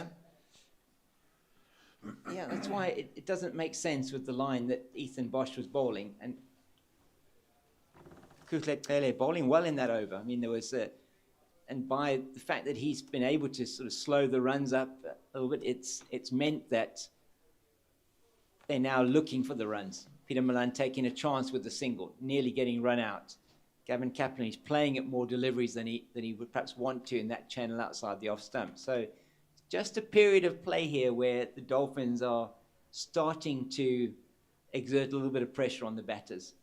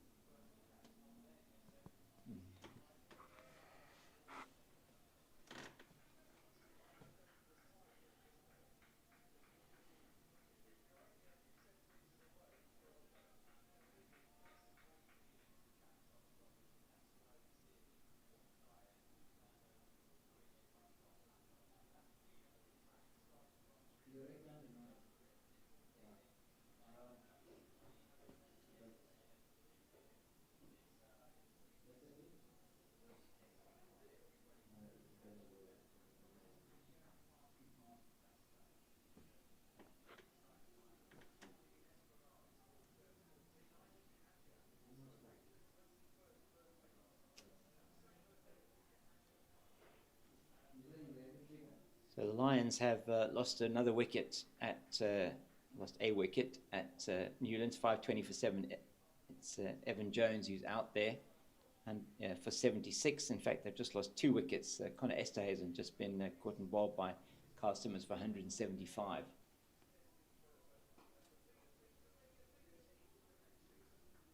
So 520 for 8 they are. That's a massive lead of 327. And news there as well from Newlands. Eddie Moore has suffered an injury. Not sure what injury it is, but he's not going to be batting in the second innings. He's been replaced by Joshua van Heerden.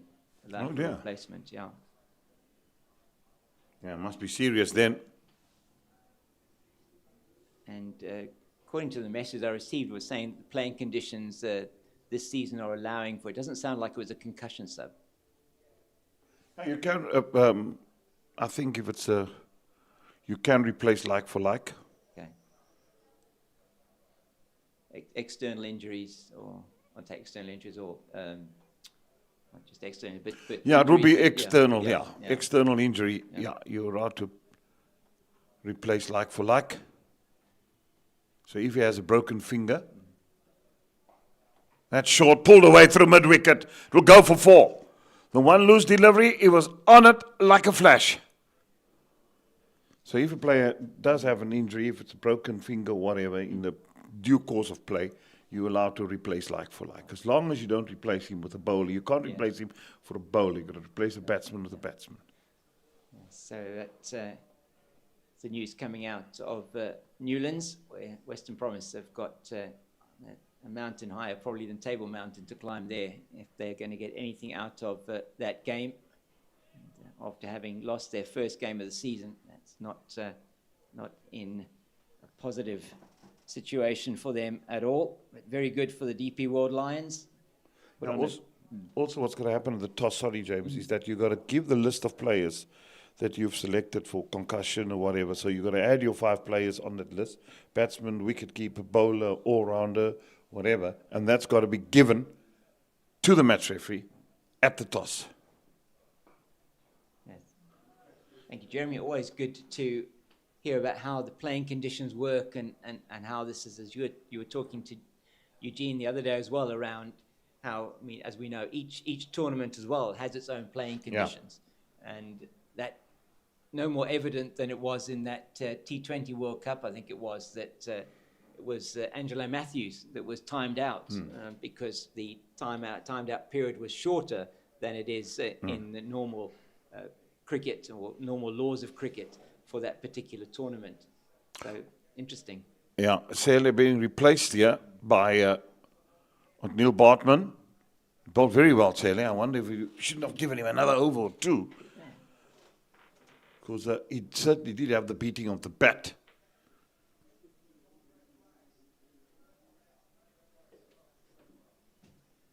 He's still on the field, Kuklek Pele. We've got Aryan Gopalan, the substitute fielder at mid-wicket, conventional wood-wicket.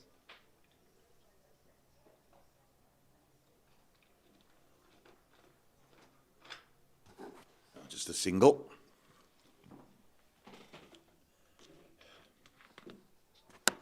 So 9 overs till the new ball is due, which I'm sure they will take.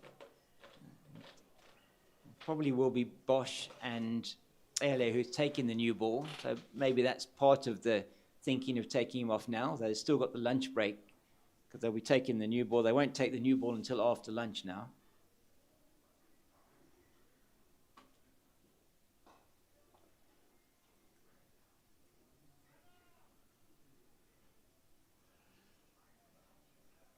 Two easy runs.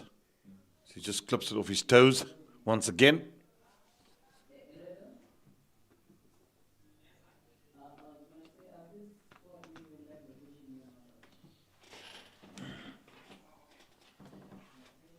So that lead is now 18. After having a deficit of 190 on the first innings, done well in the second knock. Goldrush Boland, very well, in fact. Yeah, they've redeemed themselves. Yeah, they would have been disappointed with the first innings, knowing also bonus points. So much better performance here in the second innings to try and take control of this match.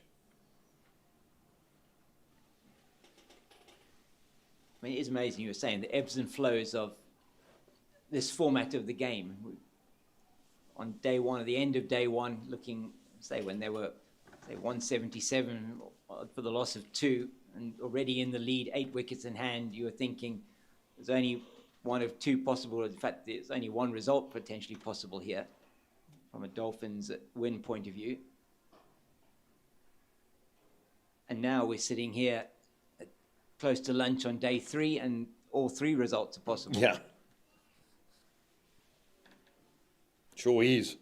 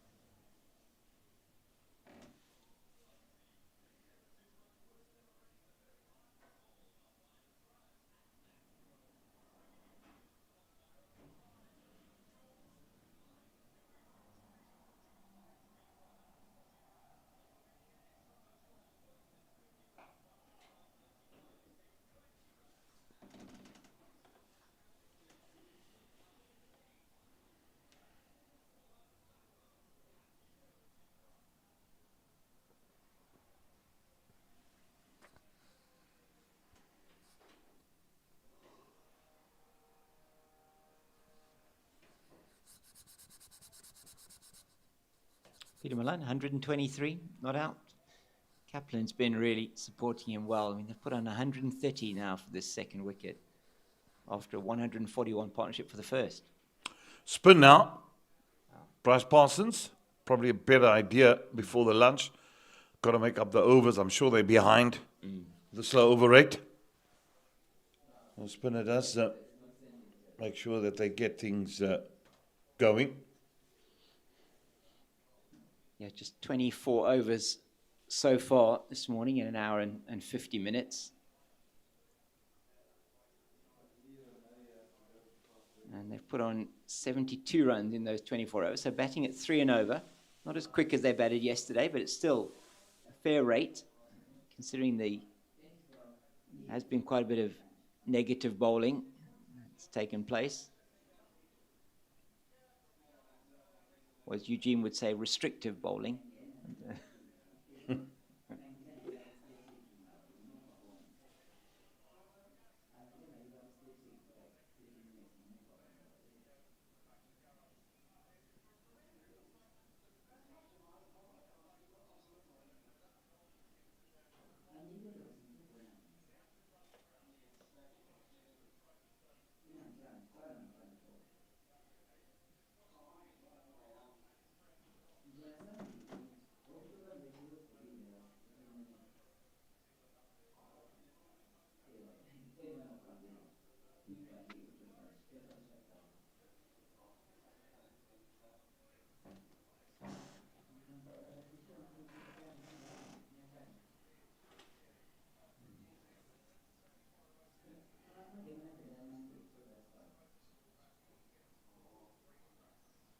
I'm looking forward to this contest, Jeremy, because yesterday Peter Milan he was quite keen to sweep against the spin, or whatever spin there might be, of Bryce Parsons.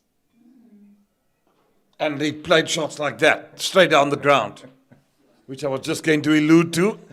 And he's done it. It's another beauty, isn't it? Just straight as a die. And it's exactly what he was doing yesterday. Down to that newly being prepared drop-in pitch. Just retrieve the ball. He's looked in imperious form this morning. He's left well.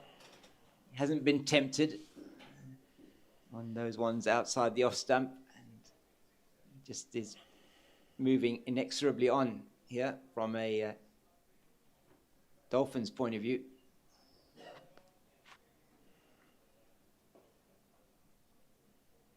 The man out, he just pushes it for 1. Good batting.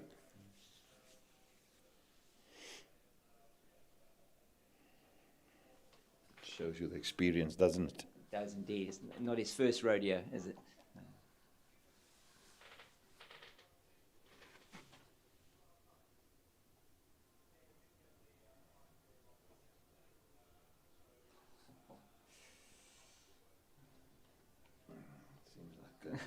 Just a comedy of errors. Misfield won again. Sepangitole is not having a good day in the field. Having a mare. Yeah.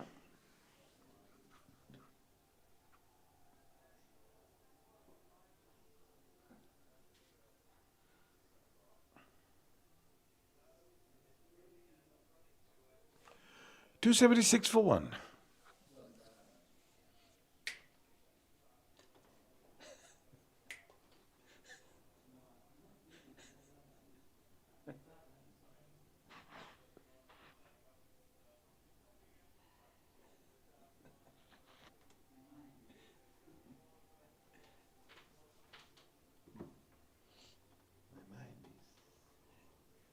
Bartman will continue. That's over from Bryce Parsons. Just released a bit of pressure there. What was that? As you said, it was that shot from Peter Milan down the ground, forced the fielding change, and were able to get 6 off the over.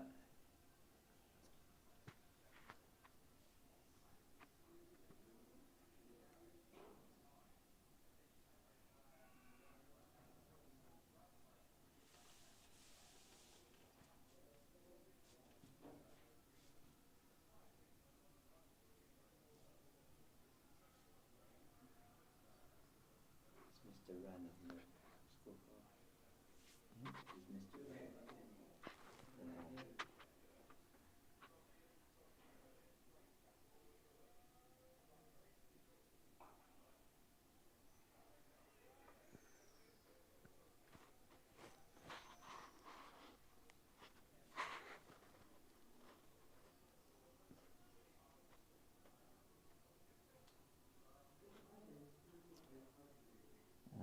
They went to lunch at Maritzburg with that total of 100, the Tuskers being bowled out for 185. They'll be back, I'm sure, reasonably soon.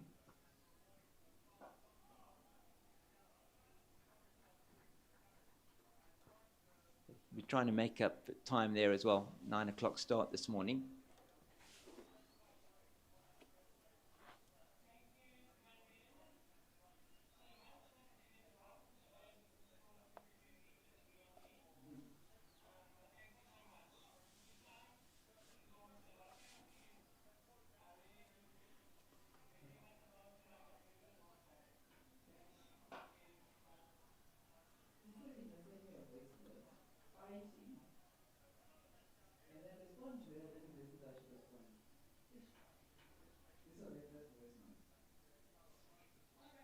And the Titans have lost another 2 wickets quite quickly. Andile Petlwaya out for 23, and then Junior Dala out first ball after that. So 262 for 9 now. And they still trail by 229 with only 1 wicket in hand against Northwest in Potch. So another tough day at the office for them.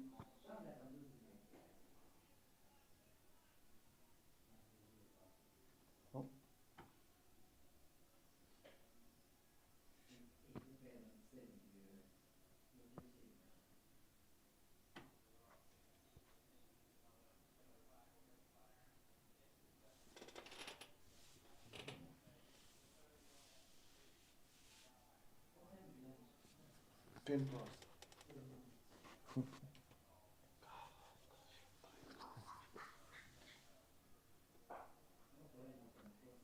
He runs.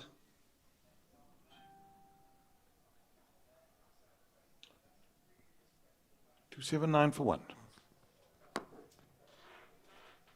Yeah, 12 minutes to the lunch break. I think it's going to be a welcome lunch for the men from the Dolphins. Time to regroup. They'll be looking, if they can, to at least eke out 1 wicket before that break. Goldrush, Boland, they will not want to give anything away in these next 11 minutes. Likely to be a minimum of 3 overs. Bryce Parsons bowling from the Drakenstein end.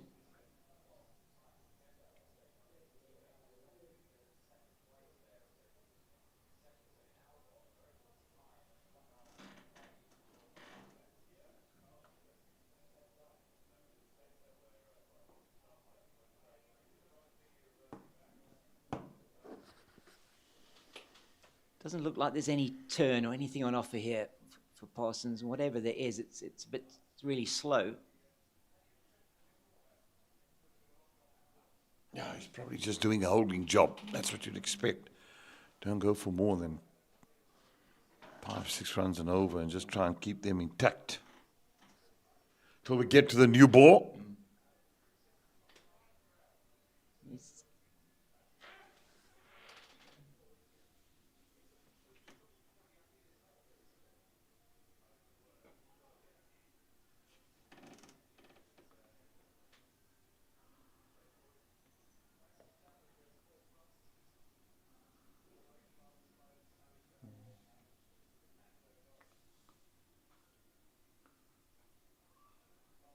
And that's got away. Probably going to haul it in, but she does. 2 for 3.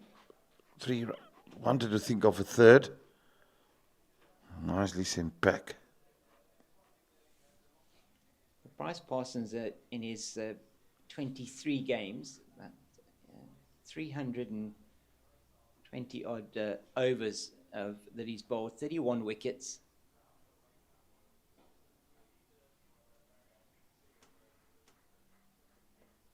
Yeah, it's just good cricket there from Gavin Kaplan.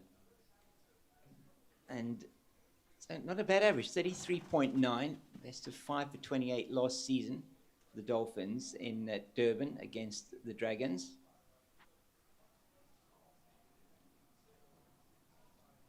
But that surface in Durban, a much more spinner-friendly one, well, not much more than, well, definitely than this surface we've got here in Paarl. Normally a very good surface for spinners here in Paarl. This has been an excellent cricket wicket, very much like the one we had last week, that game. Yeah, it has been an excellent wicket. We've seen over 2 weekends, 2 magnificent cricket wickets being prepared, very sporty.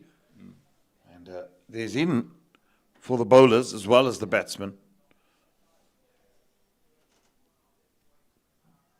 Yeah, most definitely. And today, and probably through the second half of yesterday, the best of the conditions for batting. So the bowlers have not covered themselves in glory. Marcus Ackerman, he just pulled up a little bit earlier on. He seems like he's struggling a little bit out there. He's limping a bit when he picked up that one as well. Hope it's nothing serious. It'll be disaster from a Dolphins point of view. They're going to need him to bat.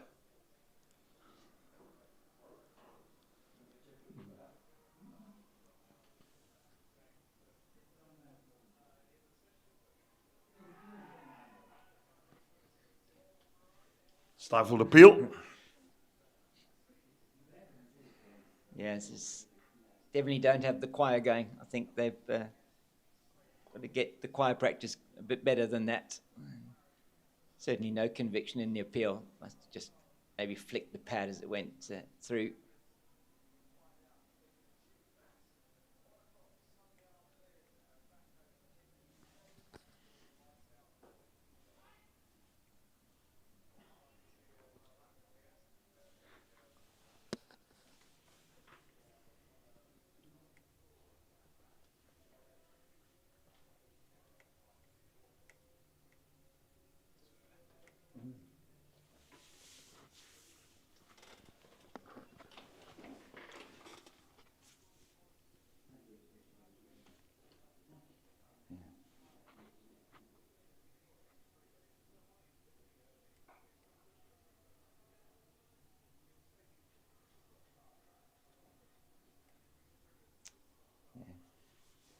One easy single there to Tristan Loose, just going off to his left, and 284 now for one. So partnership 143.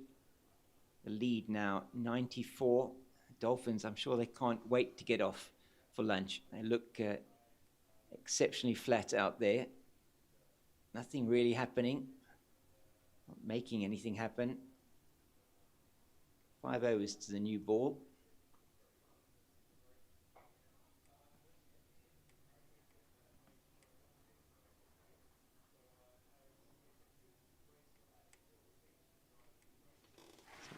How many overs are we going to? So if the Boland batters are being aware or clever, then they're probably going to be trying to eke out this. Well, there's only one ball left in this over, but the Bryce Parsons over. I think we might get 2 more overs after this.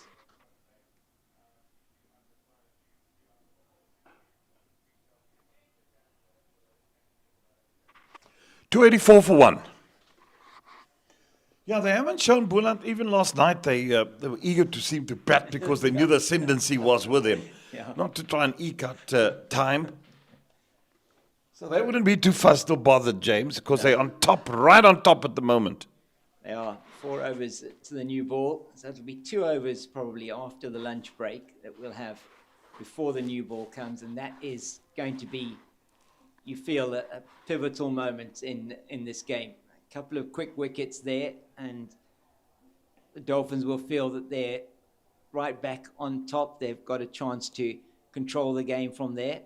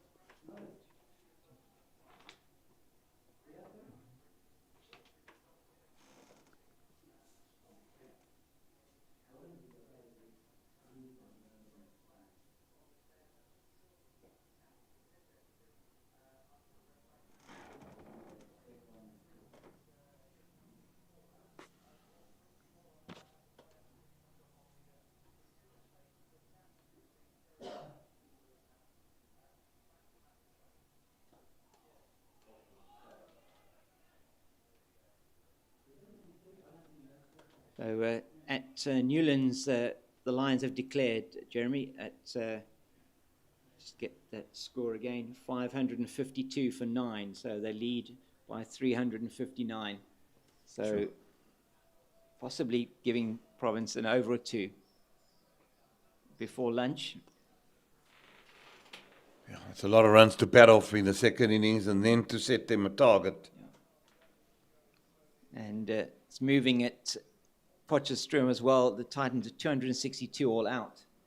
And the Dragons now have got a lead of 229. They've gone to lunch there with the loss of that final wicket.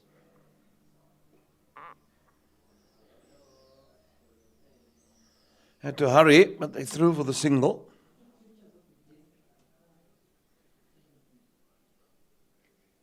Probably be one more over before lunch, definitely. Yeah. So there it's the Dragons who were just behind Goldrush Boland at the top of the log after one of the first round of matches, right on top there in Potch, and the Lions are right on top at Newlands.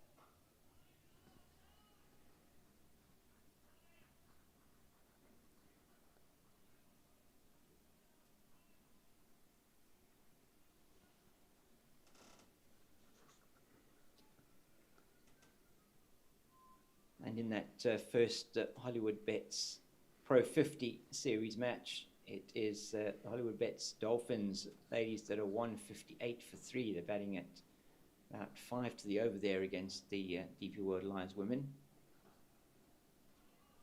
That match being played at the Wanderers. They have lost Courtney Gounden and Nicole de Klerk. Gounden for 45, Nicole de Klerk continuing her good form from last season, 80 there for her off just 73 deliveries. So 7 4s and 3 6s. And Yasmin Khan, the Namibian player and batter, is at the crease. And one of the players that's joined them, Masaka Nyuvani, who's joined them from the Garden Route Badgers, is in there as well, the SA emerging player.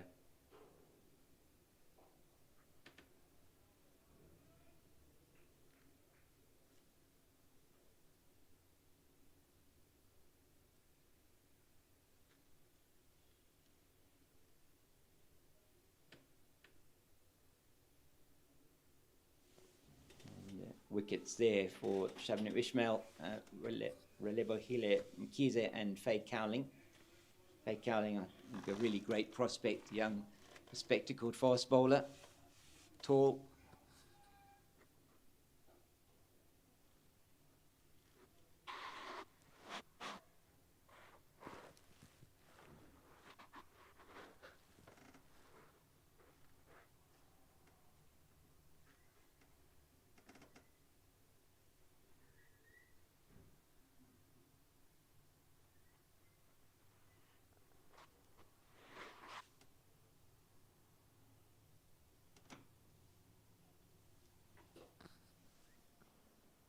Two more balls until the luncheon interval.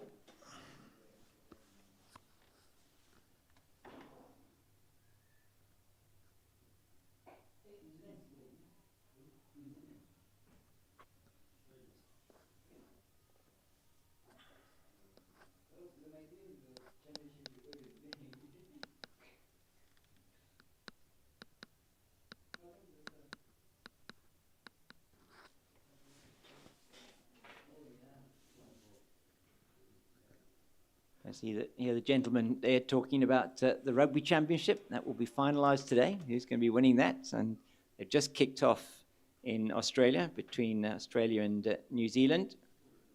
First half, 5 minutes in, it's 0-0 there. Lunch on day 3 with the Goldrush Boland, lead of 97 runs. They've been wicketless this morning, so with the Dolphins, and all good signs for Goldrush Boland in this position that they are. 287 for one. Peter Milan is certainly getting a handshake there from Hano for Leon, saying congratulations on well-played innings. 66 to Kaplan, unbeaten at the moment. And it's a very, very handy lead to have at this stage of the game. So, situation. Milan 133 not out, and with him Kaplan on 60 not out. We're going to go to lunch, and we trust you enjoy yours as well. Until later.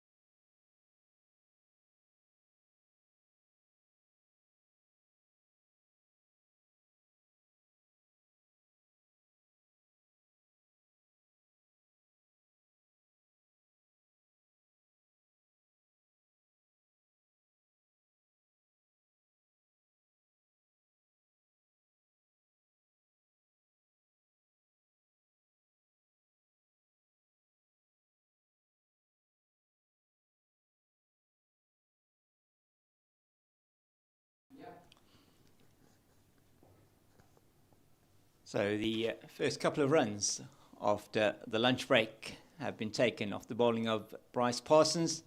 It is 289 for the loss of 1. They lead now by 99 to Goldrush Boland. It's Milan on strike.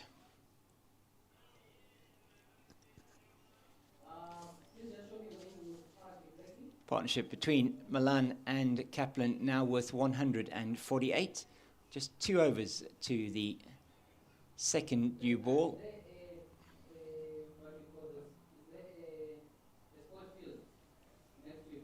You just feel that is going to be key in this match, as the lead now does stretch to 100, 290 for the loss of 1, and has been an excellent batting performance in the second innings by Goldrush Boland after having been dismissed for 156 in the first.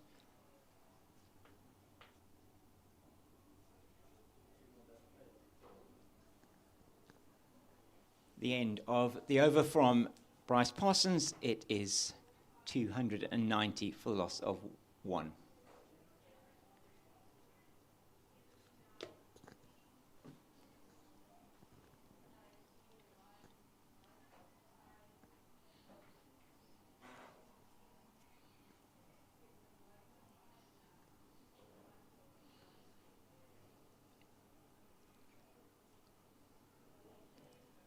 So we're going to see an over now from Tristan Luce from the northern end of the ground, the Niederberg end, before that new ball becomes due. So he may well take the new ball. I'm sure that they will take the new ball after the end of this over,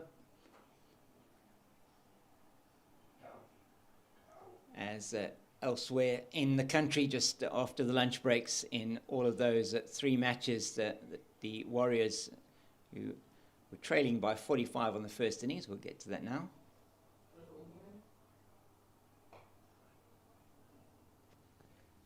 They are 17 for 1 in the second innings. Maduri take on the man out there, so just trail by 28.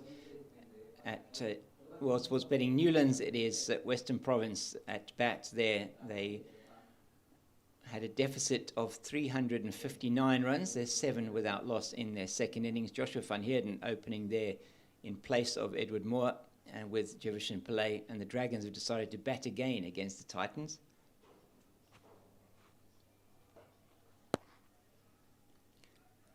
And they are 25 without loss, leading by 254. And they will no doubt be looking to set an insurmountable total for the Titans, who for the second week in a row have struggled in their first innings, 262 all out. And once again, the main contributions coming from Donovan Ferreira and from Luandre Pretorius, both getting half centuries.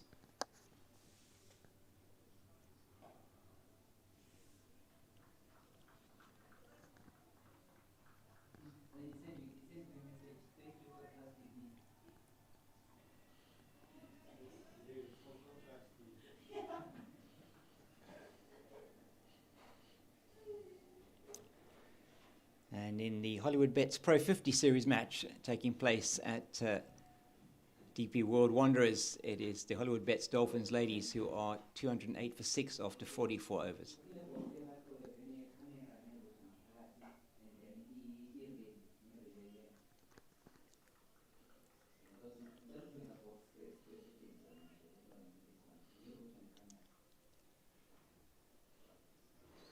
So the DP World Lions ladies are making a good comeback there after a very good partnership from Courtney Gounden and Nicole de Klerk.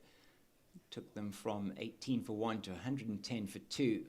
And batting at a very good rate. Nicole de Klerk batting at about a run a ball. And they were, after 30 overs, batting at over 5 and over. Must look like a slower ball there from Tristan Luce, cleverly bowled. Slightly early on the shot, but Peter Milan just checked his shot and wasn't able to pop it up, which was probably the intention. But it was clever from the youngster, 19-year-old Tristan Luce, in just his 4th first-class match.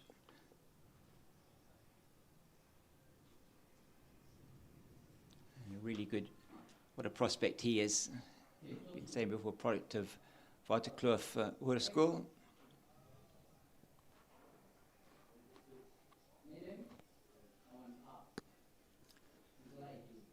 And it's a maiden over from Tristan Luce. It's the end of 80. It's 290 for the loss of 1. And we're just waiting now to see if umpire Andre Olafia signals that they will have taken the new ball. And actually not going to do that, it looks like. It is going to be Bryce Parsons to continue.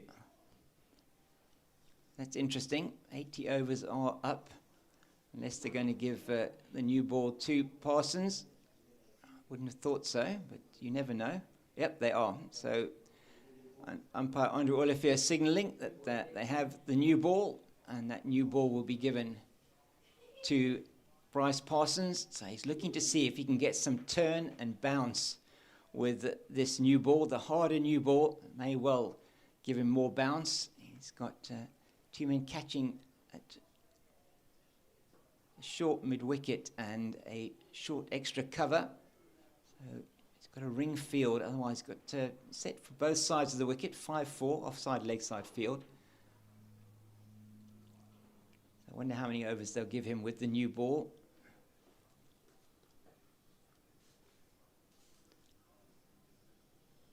New ball taken at 80 overs.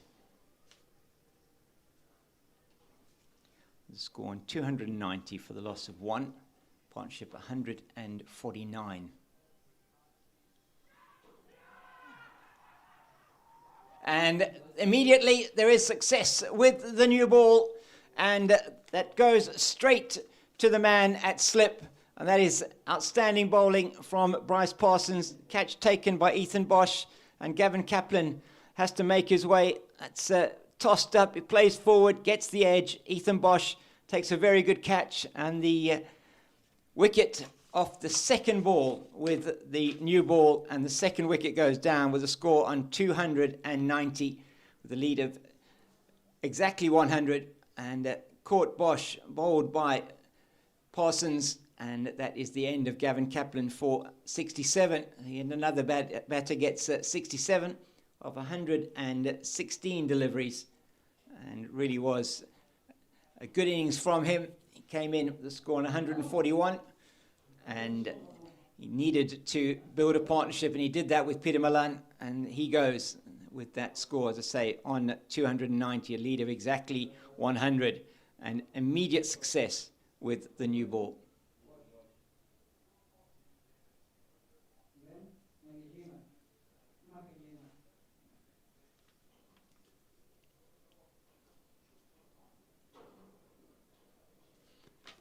Tossed it up. He made sure that Kaplan had to come forward and play at that extra bounce with the new ball. Just kissing the outside edge and going to slip.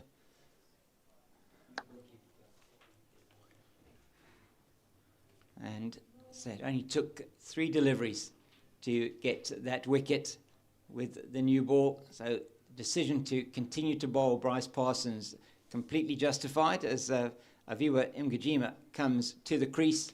So now Goldrush Boland need to reset again. Mgijima coming in now against the new ball. And Parsons will feel vindicated with his captain giving him the ball and asking him to bowl with this new harder ball, and often does just bounce a little bit more for the spinner. That was exactly what happened there. Excellent decision to keep him on. Very good bowling from Parsons.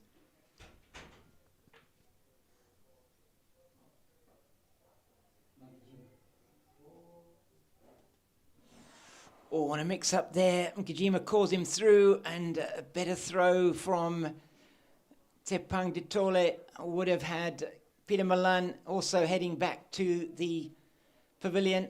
And so chances being created here with the new ball, whether they be with the ball or that one just in the field. But lucky to get away with that, Milan. End of a successful over for the men from Durban. It is the second wicket that's fallen. Another batter falls with a score on 67. It is at 290 for the loss of 2.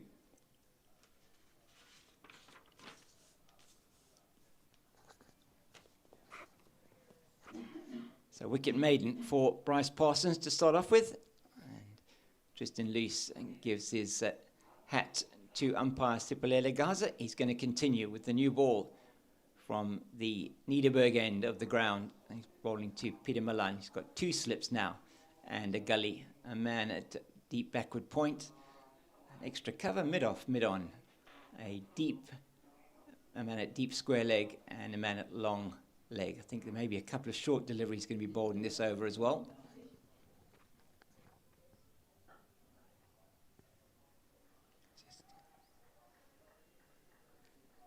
Just the one to Zondo at square leg.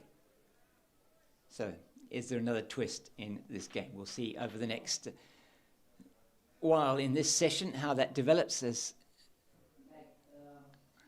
Aviwa Mgijima takes a Midland leg stump guard.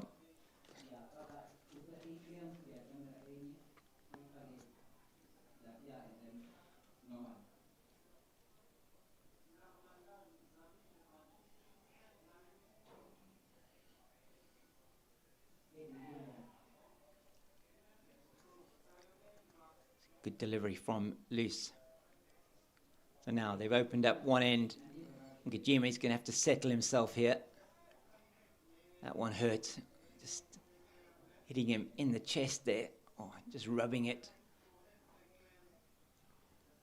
No doubt he'll have a smile on his face. Aviwa Ngajima normally does Avi. That hurt though.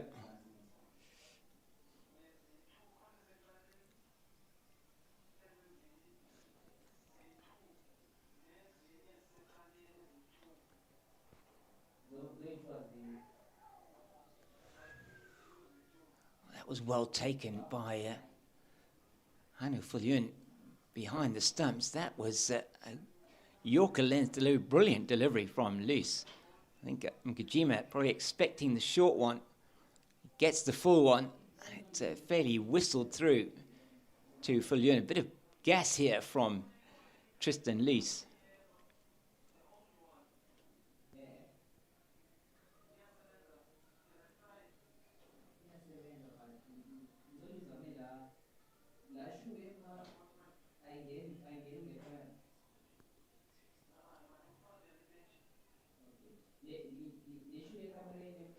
My word, he's asking questions with this new ball. It's cut him in half with that one as well. So Peter Milan just comes down to have a word with him. You can see that it's moving around all over the place.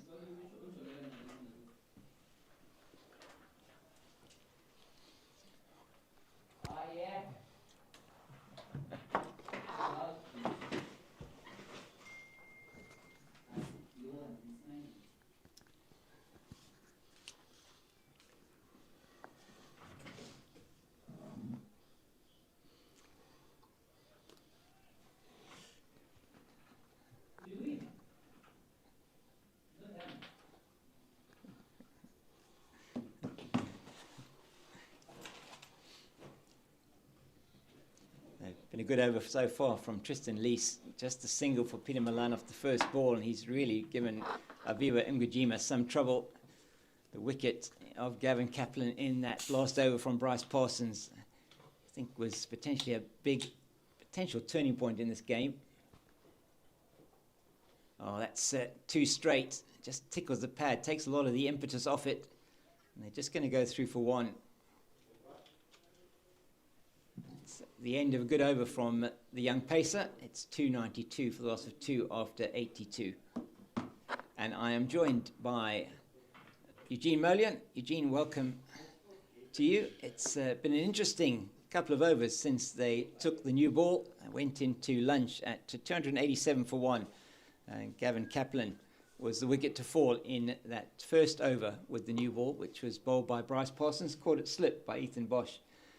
Going forward to a ball that bounced on him and took the outside edge. Bosch taking a good low catch at first slip after the Dolphins have spilled 4 catches in this innings so far. Good afternoon, James King. Good afternoon, viewers. He can't spill chances at a telling blow. But, I mean, what a fight back this has been. And now into a lead, and certainly they can sort of dictate how they want to go about the rest of the second innings. Goldrush Boland. It was Gavin Kaplan just going forward to one outside the line of off stump. He felt that he had to play it, and just that new ball, giving it a little bit of extra balance for Bryce Parsons. Good decision to keep him on. Just tossed it up, and Kaplan played very well for his 67. Well, as you say, the second new ball, even with the spinners, seemed to be assisting the left-arm spinner.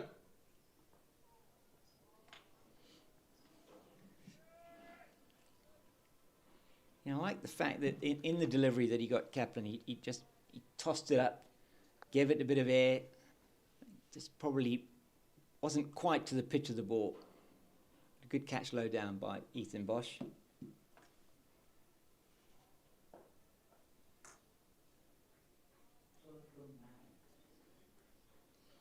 And Mr. Experience is continuing on where he left off yesterday, 136. What an innings by Milan so far. His 43rd century in first-class cricket. And could not have come at a better time for Goldrush Boland. It needed that. Partnerships of 141 with Grant Rulofson, and partnership of 149 with Gavin Kaplan. And that's exactly what you want from your top order.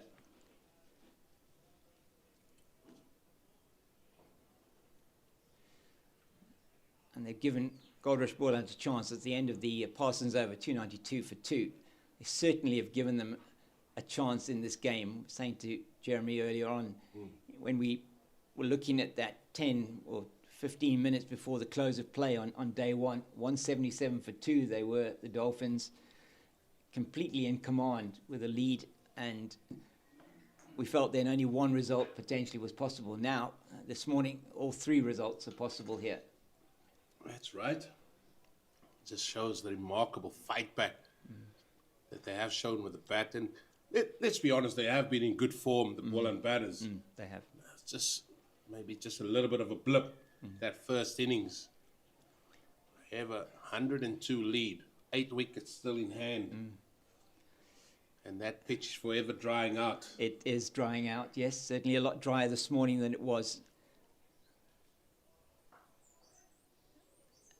yesterday, and seemed to be some sort of indentations on the pitch as well. It is drying. Has still got a covering of grass, but on a length it still looked very good. Okay. I think that it is going to get drier, and I think it's going to start to take turn. Then we look at later on today, early in tomorrow, so Boland will feel that they've got a good chance here if they can get a big enough lead.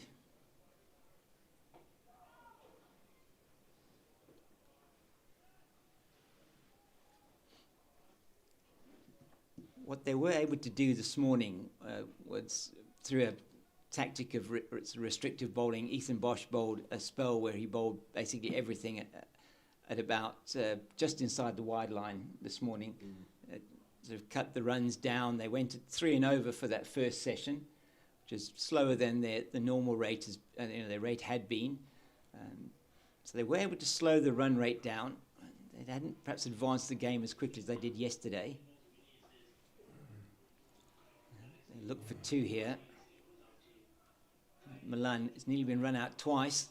Had there been direct hits, certainly even in the previous over from Parsons, it was Ditoli missed the stumps when Milan would have been at least a couple of yards short.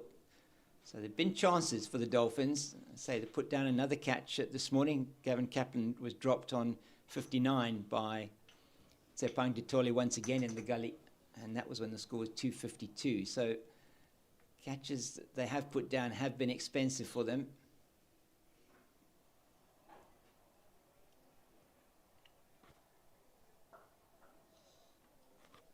Yeah, this is a situation that Aviva Makajima will love. Comes in, knows he just needs to nudge it around. His gaps are plenty. It's sort of different now. Because I remember at the time when he came in, and I said, he would want to get bat on ball. But it was a first innings, day one pitch where the ball was nipping around off the seam. Now it's dried out. Now you can't just drop and run it because there's hardly any catches about. Well, there's 2 catches and a gully, but points on the boundary. Yeah, anything straight into the leg side, there's definitely runs on offer.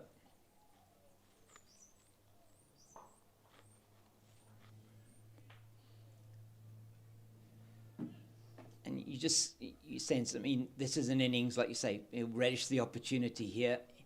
Did well with Gavin Kaplan in that first innings, that mammoth 616 for 9. He got an 80 last week in that innings. His only was that innings and then the one in the first innings that he played. So just the 1 innings last week. So he'll be wanting to just make sure that he stays there with Peter Milan.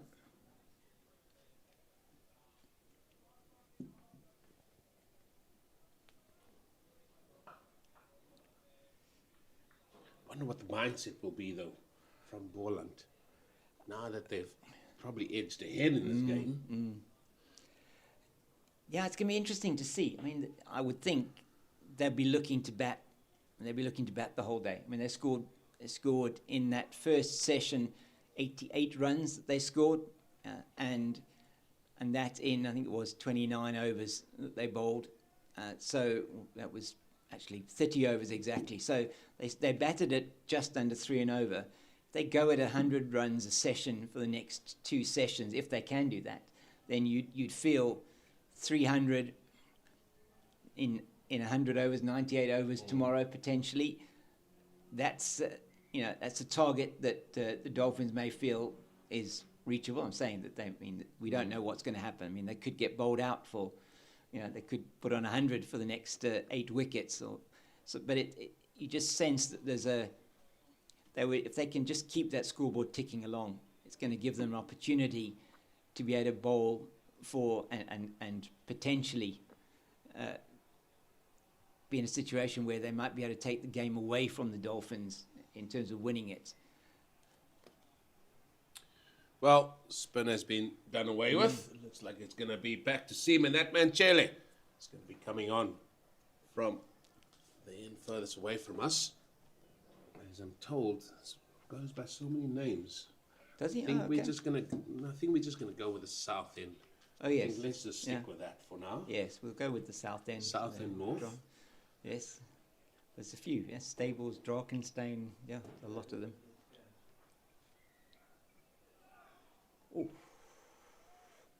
Oh, now Peter Milan's worn one on the chest. It's Aviwa Ngajima who did earlier on. I think that just reared up and hit him. Wow. Pretty much in the heart region there on the chest. Just going to be asking for Physio and Pumi to come out and have a look. He's running there to get her bag of tricks. He's made of stone. He's made of sterner things. He's Peter Milan. There we go. And if that is hit the indentations there, well, what do you know?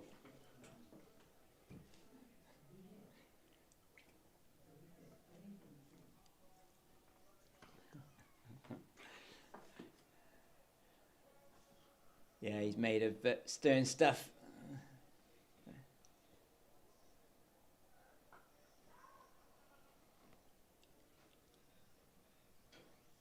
Was in the air for a very long time, wasn't it, Eugene? My goodness.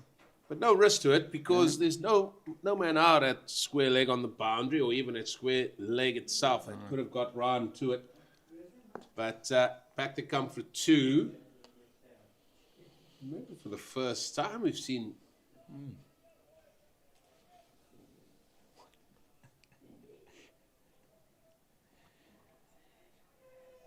In again. That's nicely played. And it's that substitute fielder, Aryan Gopalan, who's on the field. I'm not sure who's on the field for. We've got 2 substitute fielders on the field at the moment. Andile Similani is in at gully.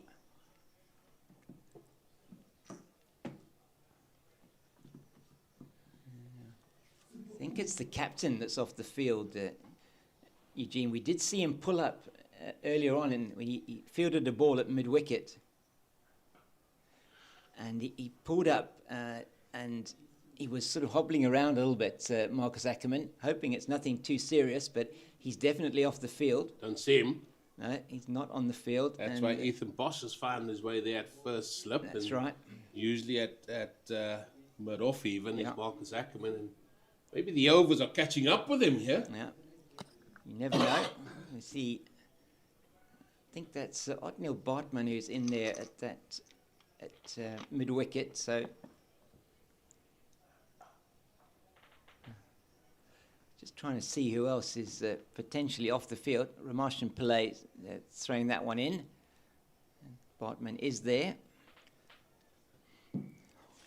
So we'll have to, following a process of elimination here. It's looks like it's Kaya Zondo that is off the field. So Ackerman and Zondo off the field as Bryce Parsons comes into first slip. Bosch at second.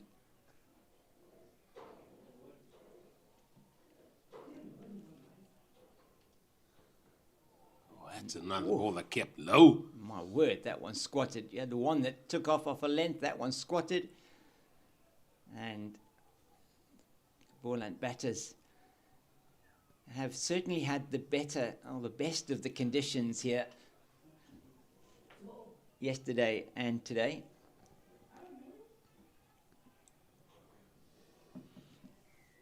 So, as the news from down the road at World Sports Betting Newlands is that Western Province, who were 359 runs behind on after the Lions declared at 552 for 9, 18 for 1 there. Joshua van Heerden on as a substitute batter for Eddie Moore is out for 15. And the Warriors haven't yet knocked off the deficit in Maritzburg. They're 33 for 2. They still trail by 12. And it is the Northwest who decided to bat against the Titans.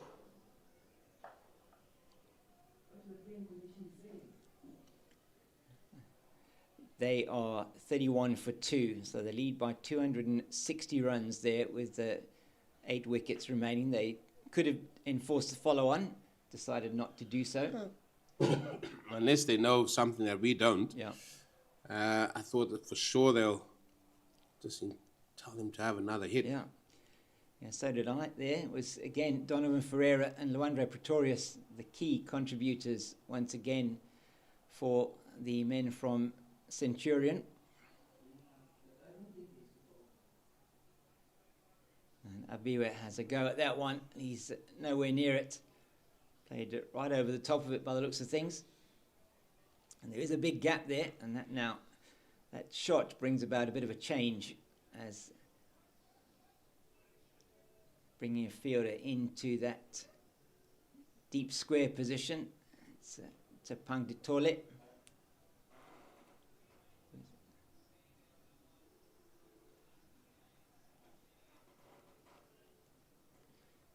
And no play in that Women's World Cup match today.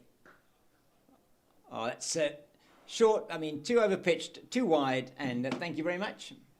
It's down to the boundary for the first boundary for Abiwa Mgajima, and that brings up the 300 for Goldrush Boland. 303 for the loss of 2. Well, I said this is a perfect opportunity for Abiwa Mgajima to come in. Look, feet nowhere near that, just getting the hands through the ball. And he's hit that through the offside. Gaps are plenty there. Yeah, they have to get wickets, don't they, the Dolphins here? That's the important thing for them.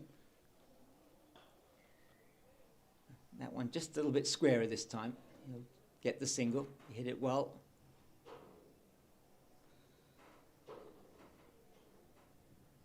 Because the Dolphins will have their eye on that scoreboard, Eugene. 114 the lead is now.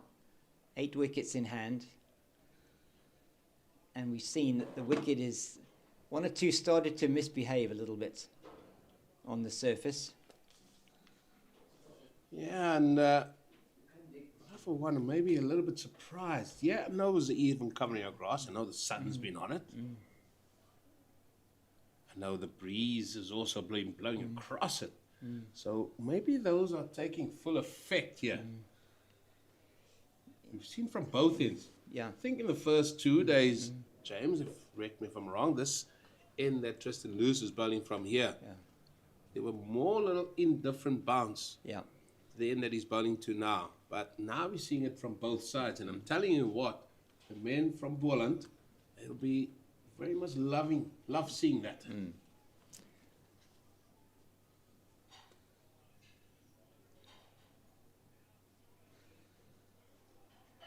Peter Milan's been leaving well in this innings. He does so again there. He's on 141 of 279, 280 deliveries now. It's 304 for 2.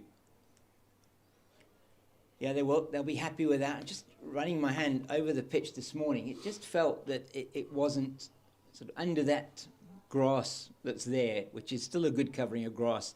It just felt that there were areas that were a little bit pitted underneath there. So, again, some of it may not necessarily be on a length, so that's okay. But you know, it just has the potential that things are going to start happening.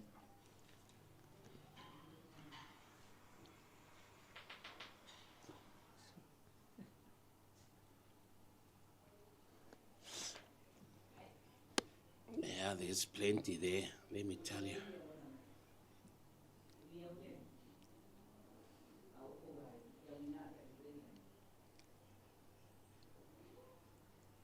Yeah, so very interesting games happening, say, around the country. That game between the Tuskers and the Warriors, you would think there, potential there as well for a result with what we've seen. 2 wickets down already for the Warriors in that second innings. And Maduri Teko was run out early on, but it's Jordan Hanneman who's not really having a great 4-day season yet. He's out, bowled by Sean Gilson for 15. So it's Mo Manak and now Matthew Britsky at the crease. Britsky really needs a good innings here. He's ahead of that ODI tour in Pakistan, where he's going to be captaining the South African team. Well, they've gone back to spin here. I'm not sure. I'm not sure either it worked in that first over. Hard new ball, just a bit of extra bounce. But Milan has shown that he's been able to move his feet, get in line with the delivery. And when he's played defensive, been able to smother it. Not sure who's in charge on the field. Maybe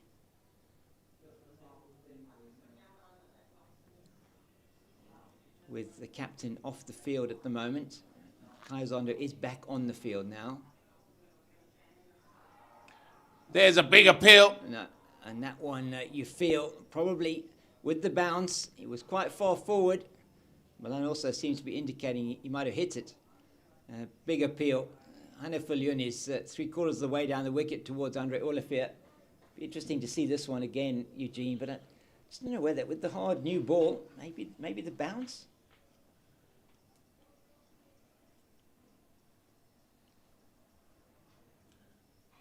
Umpire may be thinking that he's not turning. Yeah, maybe. Because you've got to take in consideration the first point of release from Parsons. Yeah, it stays with Milan not out on 141, I think it is.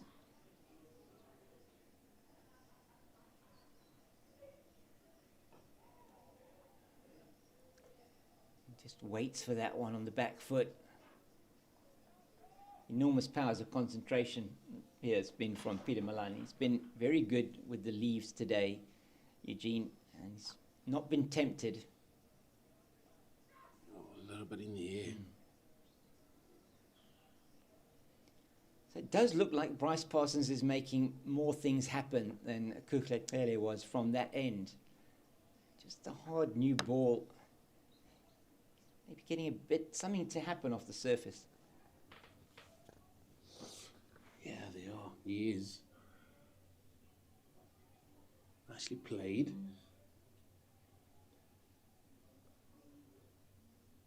3.5 to the over. The men from Boland. Another over comes to an end. This partnership now with 14.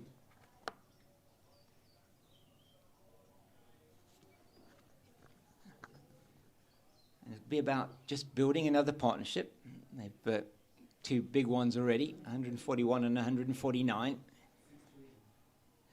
It's all about those partnerships, and it's a change of ends for Kuklekele. Looks like he's going to be replacing Tristan Luce from this end. Luce had a spell of 4 overs. He started off in the 79th over, so he had one before the new ball was taken.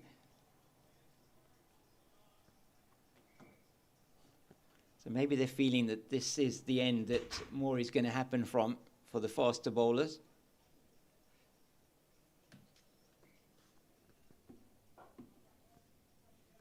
And it's not going to happen if you're bowling that short outside the off stump. Peter Milan on 141, he's not going to miss out. And just hasn't looked comfortable bowling from this end, has he, Tere? I'm a little bit at a loss here because he's bowled 1 over from the top end. Yeah. That has been his preferred end. You say that because he's always looked a lot more comfortable from there. They've switched him over to the northern end yet again, and first ball gets hit for 4 by a man that's on 141. And he's struggled to keep the control as Lele. That's a good leave again. He bowled 10 overs, 0 for 46 in that before the close of play last evening. He's back on now. He did bowl a better spell from this end earlier on in the day, where he was with the old ball just keeping it in a channel on or about off stump, but he did stray down the leg side a bit too often. So he's still been going for about 4 and over. And that's as easy as you like because he strays again. So just looking at his numbers there, so yes, a spell of 5 overs that he bowled, which he probably went for maybe 3 and over, which was better from a run rate point of view. But still, he's still going at 4 and over across the match, which is not what you want from a Dolphins point of view. When you're now looking at it and every run added is a run you've got to get in that potentially in that chase in the 4th innings.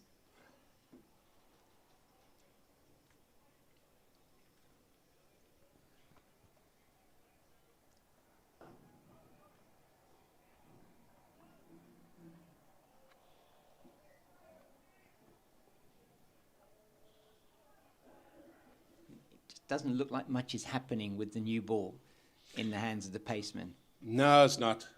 But they haven't been patient. No. And yeah, now the ascendancy has been given. 121 run lead to Goldrush Boland.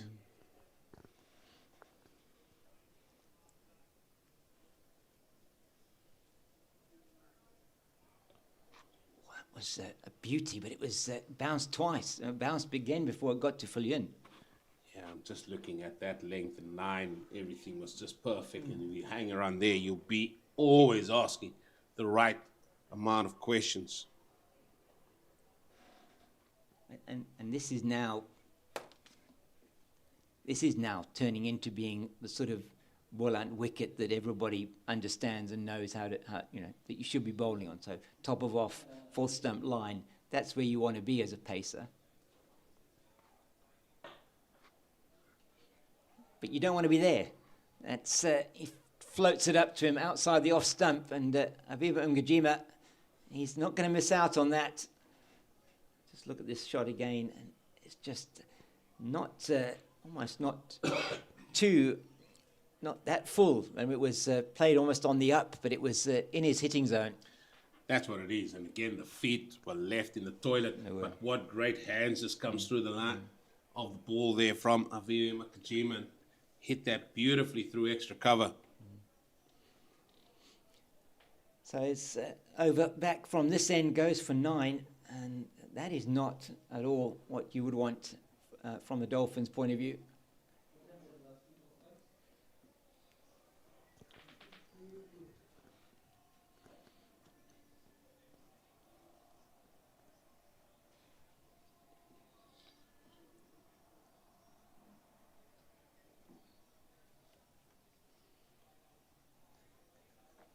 Parsons will continue.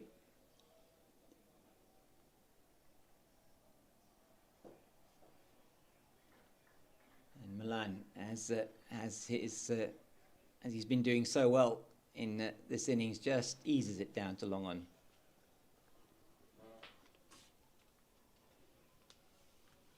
He's got some way to go to his highest score. Yes, he does. 256, I think. I Yeah, make it. 264 it was. 264. There we go. Yeah, 264. And he's, before this match, 13,683 runs in first-class cricket. 13,000. Yeah, that is quite something. 202nd match. I like this from the Dolphins. Kai Zondo in under the lid at short leg. Just give Avi something else to think about. Don't know if he is going to pop it up that side though.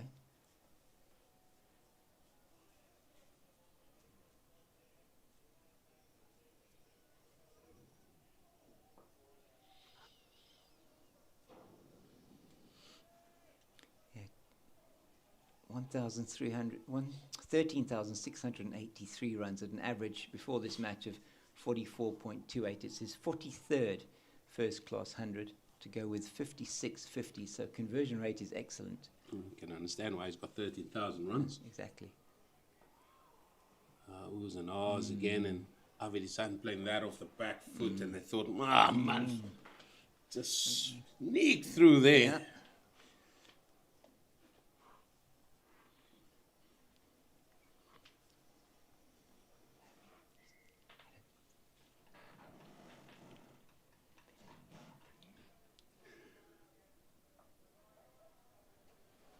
Some work to do for Tepang Ditole. Is it? No, sorry, Ramashan Pillay on the boundary. And 3 for 2, and 318 for 2 it is. Partnership now with 28.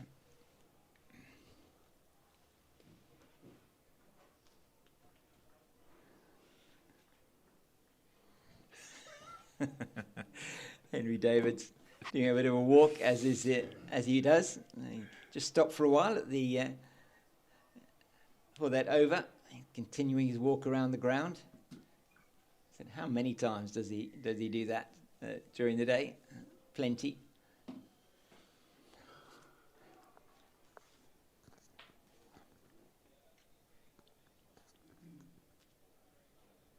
He gives it some beef.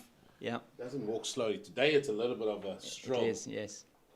Maybe he thinks it's Sunday. Sundays it's the day Maybe. for a stroll. There not we a go. Saturday. It is, yeah.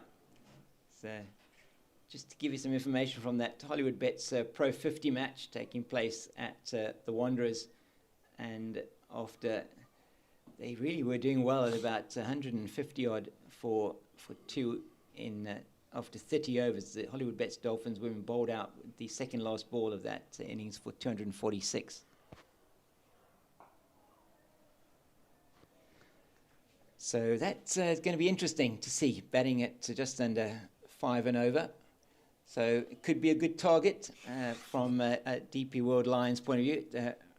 Ntozaki Rasibe, the off-spinner, getting wickets there. So it looks like it's a turning service. Madison Lantzman as well with 3 wickets with her leg spin. So yeah, up front the Pacers, Shabnam Ishmael took a wicket, and 2 for Faye Cowling. Oh, he's got hit again. Ow. And that's where there isn't very much padding. That's a bit of a dead leg. So no, it says to Avi, I'll be fine. Don't worry. Been hit there a few times, I'm sure, in his 13,000 800 odd runs that he scored.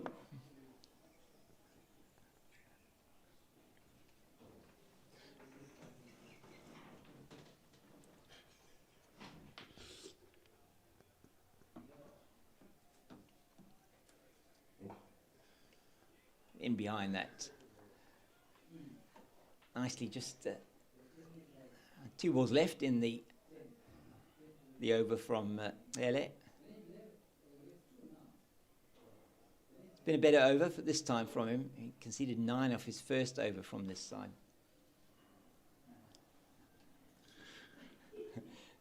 Keeping an eye on the club cricket there, Eugene. Tough. I can tough. see that. It's tough being a coach. Oh, it's tough. It's gone to a super over. Oh, my word.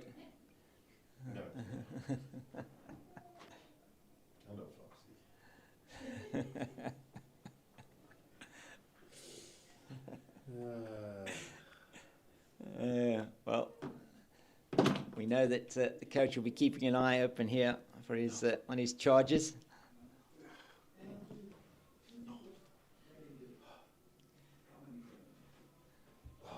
Western Province still trailing by 329. They're 30 for 1 there at World Sports Betting Newlands. Who's the man out? It's Joshua van Heerden replacing Edward Moore.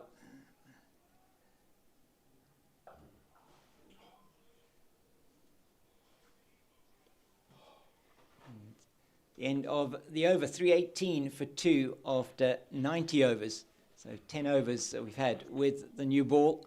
And just the one success of the first in that first over from Bryce Parsons, the wicket of Gavin Kaplan for 67. Partnership of 149 with Peter Milan, and went for 67. Grant Rulofsson also going for 67 earlier yesterday. Went through the entire morning session today, did the men from Goldrush Boland without losing a wicket, and just that second new ball getting the wicket caught by Bosch at slip where he still is on the field. Off the field is the captain, Marcus Ackerman, pulled up after he fielded a ball at mid-wicket in that first session. That's in the air, but he gets it down to wide-ish mid-on. Tristan Luce comes in quickly and does the fielding. Luce it was in that first innings that came around from long leg and picked up, threw in almost in one motion to effect the run out of Sean von Berg.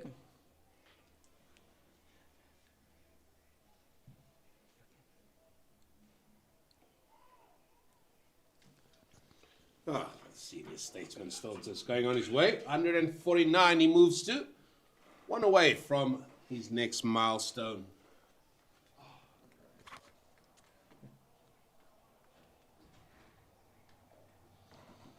It's not your normal Saturday here in Boland Park today. No, certainly not. It's been an interesting day all round here. And we're not even talking about the cricket.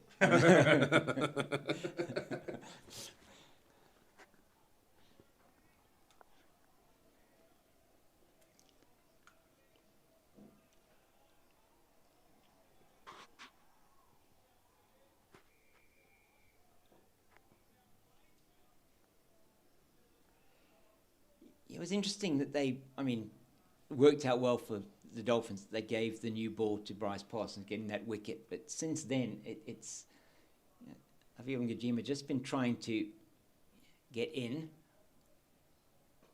Oh.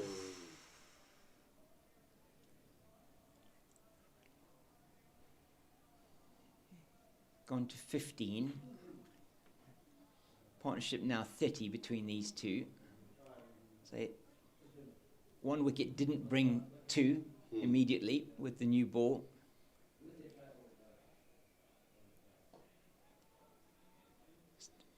Haven't seen Ethan Bosch yet either with the new ball, and that surprised me in some way.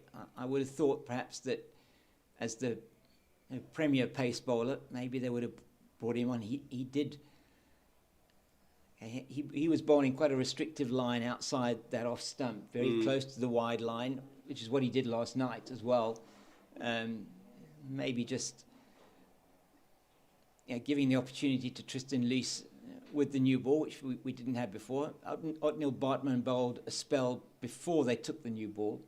Without any luck, he was pretty accurate, and one or two that squatted. He beat Gavin Kaplan outside the off stump a couple of times with the old ball. So maybe we might see him after Ele here from this end, because it seems like they're continuing with Parsons at the moment. Well, what can Chela give us?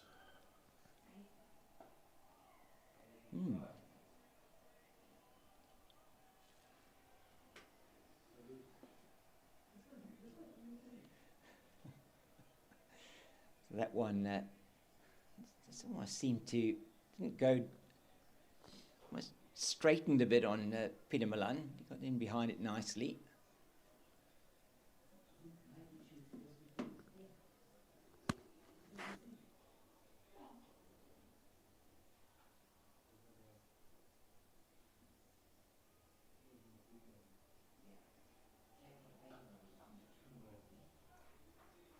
Well, that will bring up Peter Milan's 150.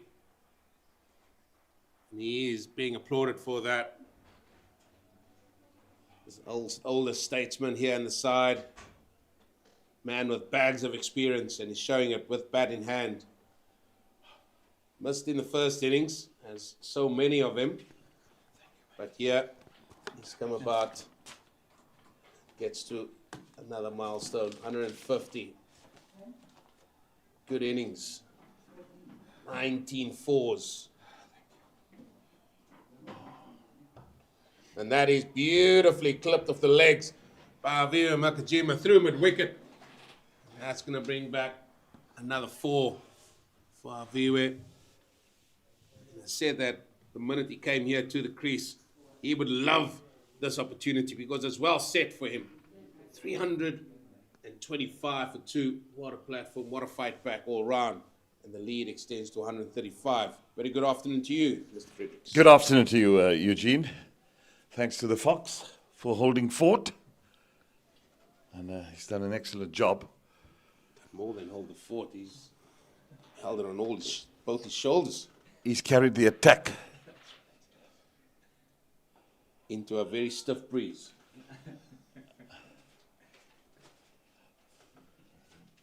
Well, it's a handsome lead this, isn't it? And as you said, the fight back has been phenomenal from Boland. They're really putting these Dolphins bowlers to the sword here. Now we're seeing the Boland Park wicket playing like it should. Few balls keeping a little bit low.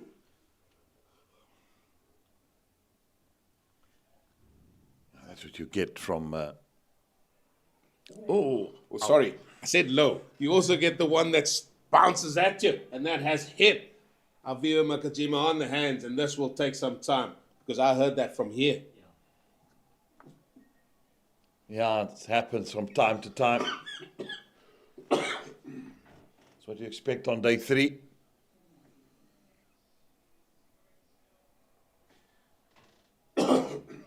Isn't this what you also get sometimes, Jeremy, from a pitch that's well covered with grass, that this one is? But as the grass hasn't been rolled into, that's what Rupert Bailey didn't want. And then all of a sudden, sometimes where the ball has been pitched before, it leaves a little bit of an indentation. And no roller can sort of iron that out. And maybe that has hit one of those indentations that just leapt up at Makajima here. The physio on the field to give attention.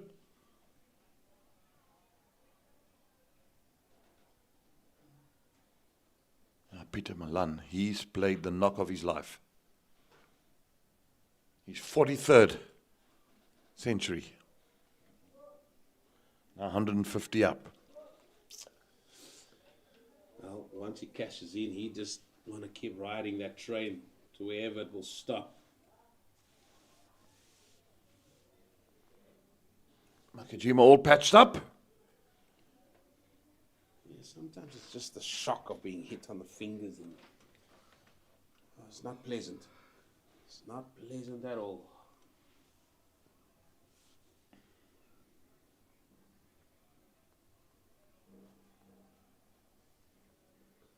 see. 135 the lead now. Now we probably never thought we'll be talking about this today, Mr. Fredericks. 55 overs left in the day.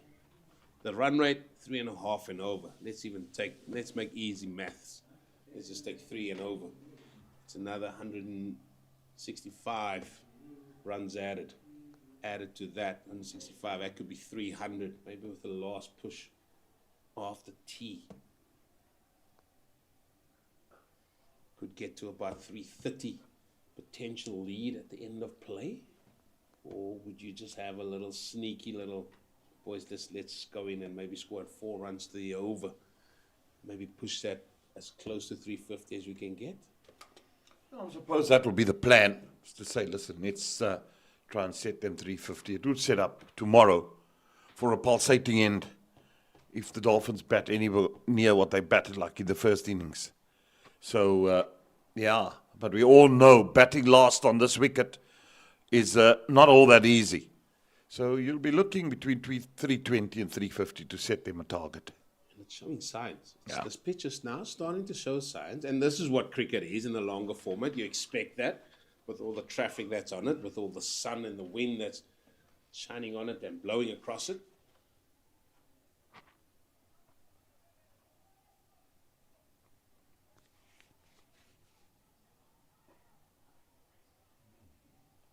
That's been the pattern of the day from ball 1 this morning, caressing it through that covers for a single and running hard, making sure they keep the scoreboard ticking. Yeah, they've done that well, but I mean, it's a different feeling in the change room now, surely. Confidence levels are up through the roof.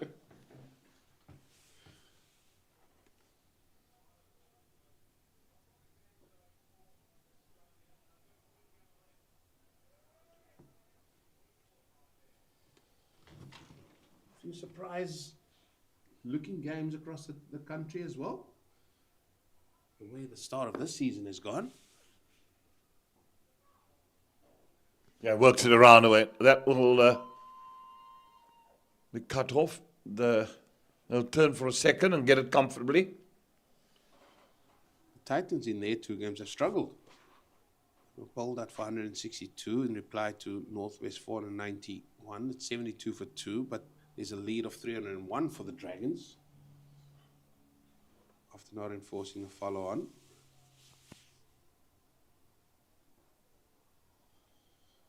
Neighbours down the road, Western Province, 57 for 1. Van Heerden out.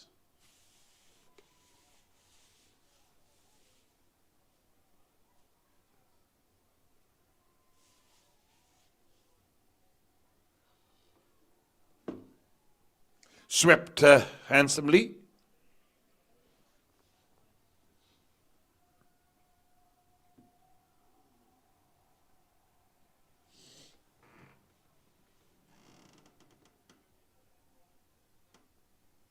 Still no Marcus Ackerman on the field. That will be some concern. Got a hand to it. Good stop there. Is that Kaya Zondo?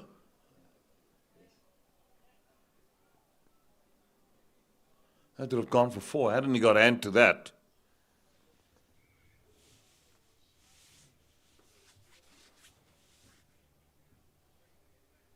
Just watching Zondo there walking back, and yeah, you do walk normally, but when the head is down, you are just grimacing. Oh, he's been around for a long time, Zondo. 35, 36 years old now. Yeah, 35. This cricket field has seen many of those legs.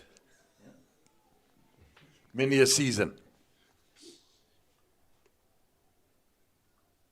Well, Bartman back into the attack.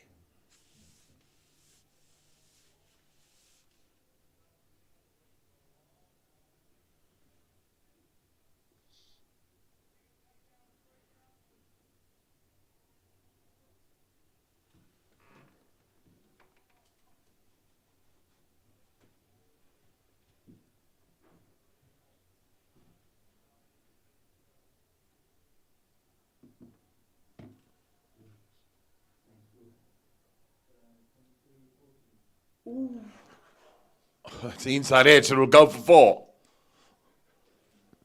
Yeah, fortune favors the brave. I'm not sure how Aviwe Makajima got to the middle of the pitch because he seems to have left his feet behind in the dressing room. No feet whatsoever. Left in the toilet, as they say. There's a trigger. No feet to swing at it. Fortune favors the brave, as dear Mr. Fredericks has said. If you swing, swing hard.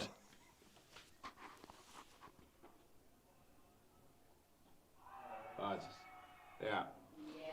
Yeah, he's gone. Right in front. Avive Makajima now trapped in front. 3rd wicket down. Well, he got a sniff of what Paarl was going to do there, just nipping this back off the seam. And that trapped him right in front, LBW. And he's going to go for 26. And again, I'm not sure that those bowlers sitting in there by Goldrush Boland will be too unhappy about seeing that, because it also kept a little bit low the way Aviva Makajima was playing. But they're also going to take a little bit of drinks as well. As Cliffy Isaacs walks on. A couple of drinks in hand. Followed by Clive Rees-Fontaine, the captain of Goldrush Boland. So we'll have a little bit of a break as well. Join you in a couple of minutes. The 2nd wicket for the total.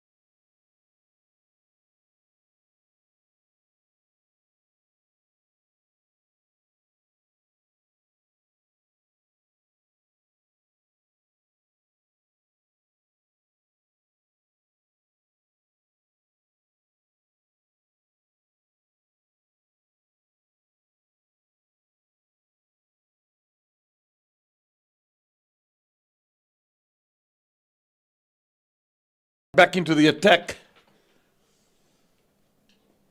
to finish his over.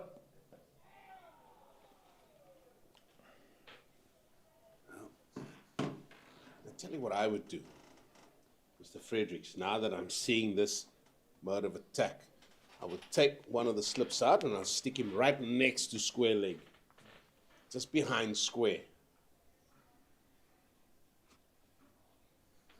Because he's just targeting those stumps, he's targeting the pads. He's had him trapped LBW in the first innings.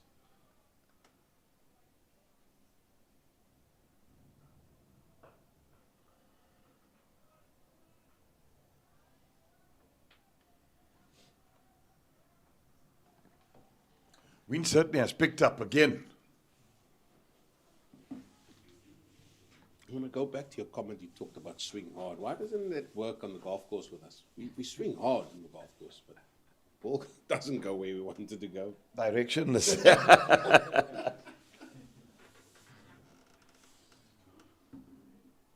I've tried this slow it down option, but it's too boring, that.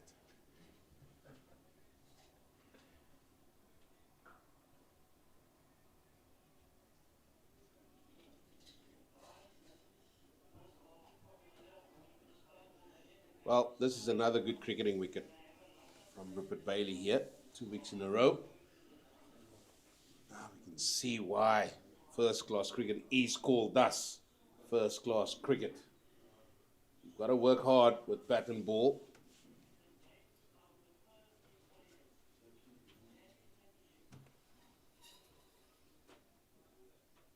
What happened there? End of the over. 3-3-5 for 3. But a zip there? Yeah, there was a bit of zip. Now the umpire is just having a look and see where Clive Reeves-Fontaine was getting to. I noticed he had a word with him just as that over was finished, because you never see the square leg umpire walk so quickly to get behind the stumps. But this time he wanted to have a word with Clive Reeves-Fontaine just about where he's standing and where he's walking to. Still the conversation continues.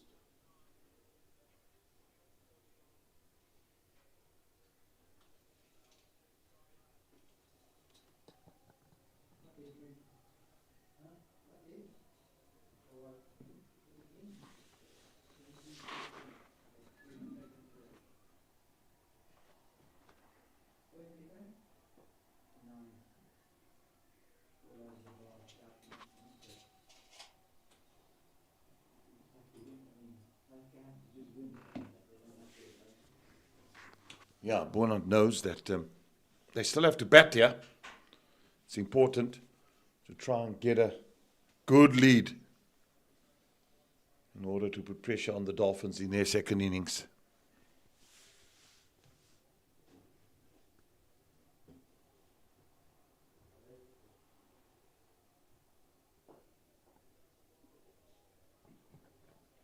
Well, they've got to watch out for the remainder of this session, because if they don't get another wicket here, you add even backs of 30, even 40 runs onto that lead that they have, I think they might be feeling a little bit of pressure just by what we're seeing this pitch can offer.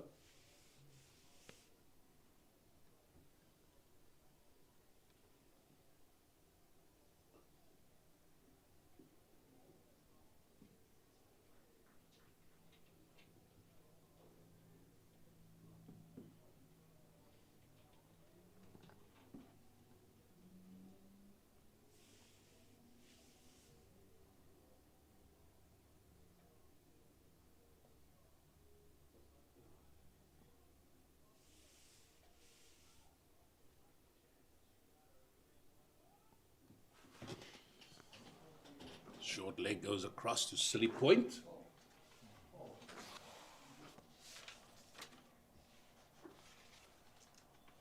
We'll go to 2:30.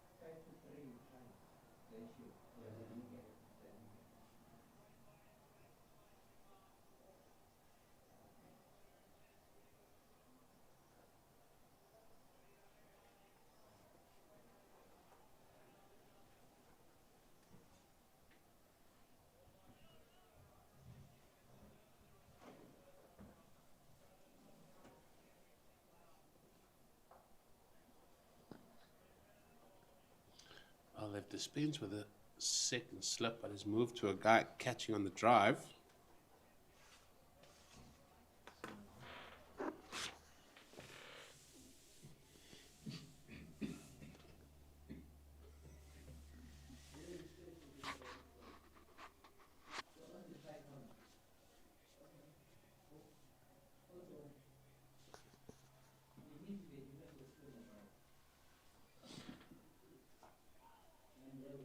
Who's an arse, but they'll get a single.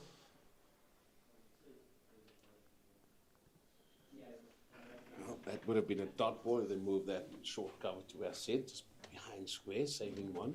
It's the umpire, because that's more than likely where the ball's going to go.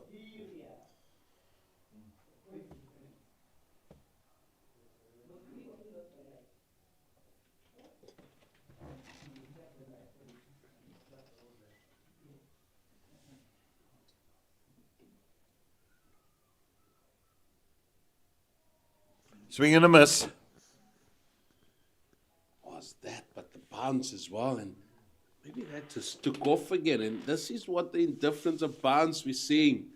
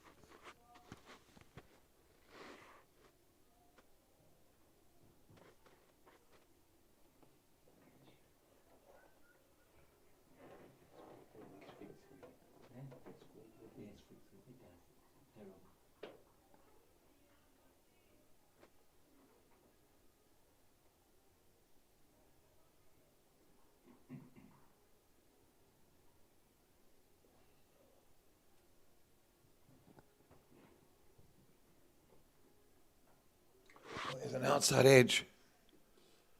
Just short of the keeper. Bounce is lower there. Call that a gazunder. Yeah, and more words now. Here the umpires come in.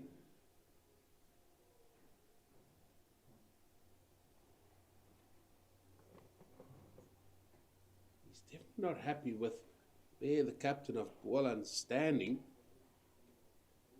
And I take it, Jeremy, it's got to be behind that danger mark. Yeah. Try and pick it up from this angle here. Looks like he's just about the crease line.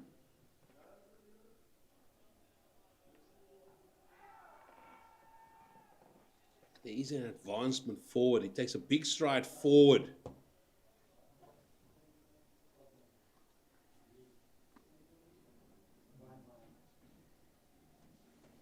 Oh, these players are going to be on it all the time now.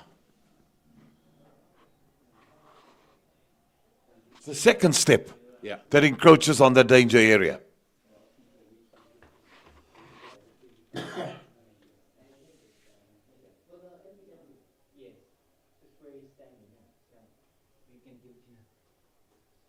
So it's not, he's okay there. Now look at the encroachment. There it goes. And it's maybe just where that front foot lands. They're still fine, I think. Yeah.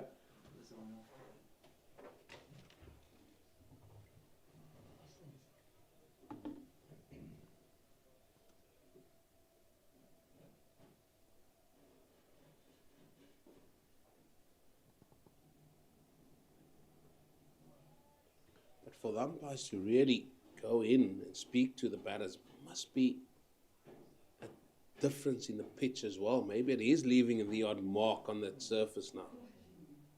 We expected day 3 after lunch.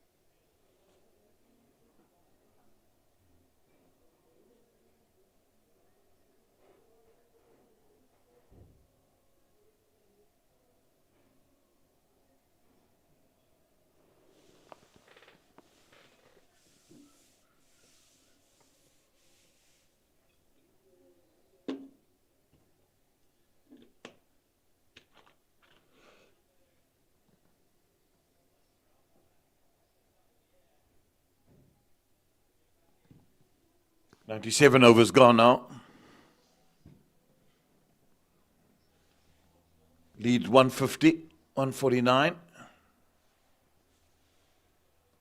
I think your first instinct was right there. Just need to change the score. Yeah, on our screen. On our screen, 343.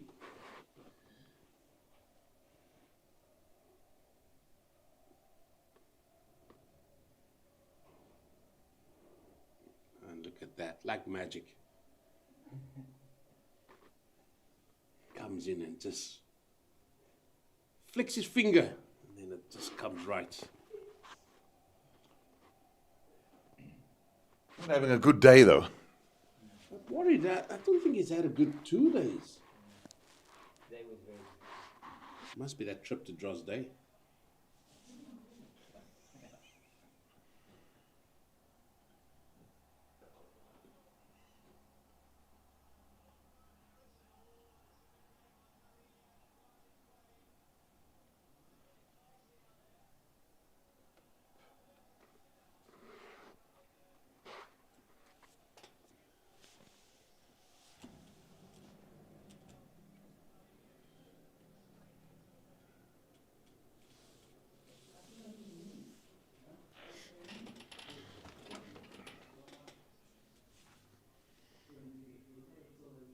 What a delivery.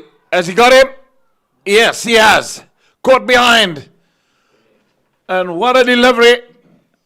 And this innings comes to an end. Peter Milan, an outstanding 157 of 306 balls. Well, Bartman hits a good line, hits a good length, and gets the edge of a man that's on 157. Oh, what a delivery that is. But we won't take anything away from Peter Milan's innings there. 157. Much needed for his team, giving them the platform, giving them the lead into this match now. But that has come to an end.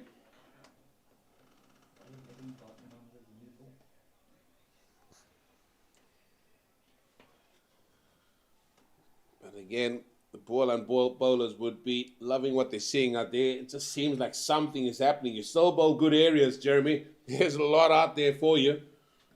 No, there is plenty. That's why I couldn't understand the tactics this morning. Even in the ball was older, to go wide off stump, wide off stump, and try and work wickets. I thought the minute they beat the bat also this morning, which happened on a few occasions, they looked threatening. What's that saying? It's a new day, it's a new dawn, it's a new day. Look at this. That is just magnificent delivery.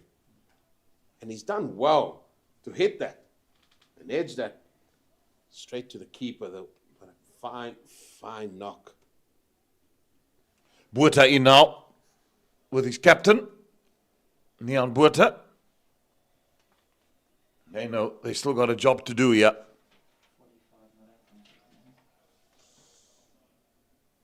45 not out in the first innings. Botha, he'd like to follow up on that.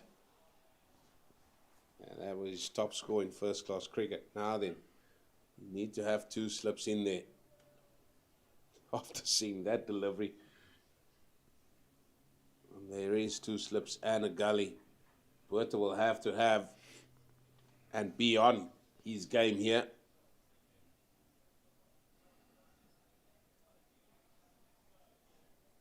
Suddenly there's a little bit of a zip here.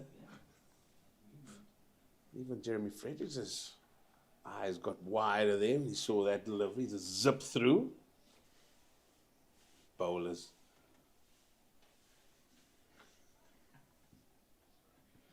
What machines they are.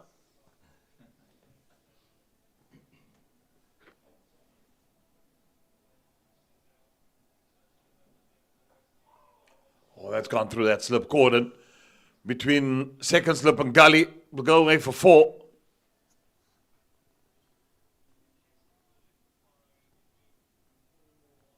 Hitting his areas yet again. And yeah, he did open him up. Botha did find an edge, but that found the gap for 4. I wonder what percentage in world cricket, in the longer format of the game, third man boundary percentage will bring about. Yeah, it will be very high indeed. We can understand why. They want to carry that extra slip, the extra catcher. Through again, this time on the ground.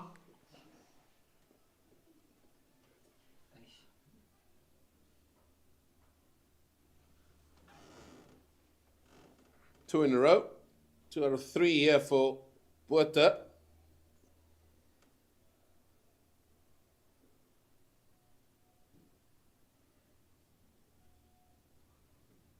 So do the dispense with the gully and just move point to third man and just have an orthodox feel that we see, or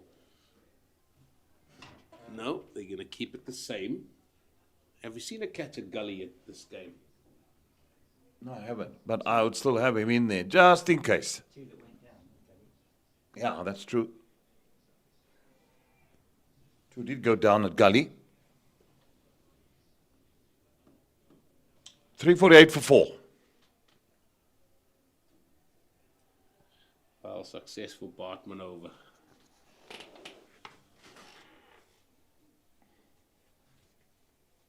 Two for 67. 2 out of the 4 wickets to fall.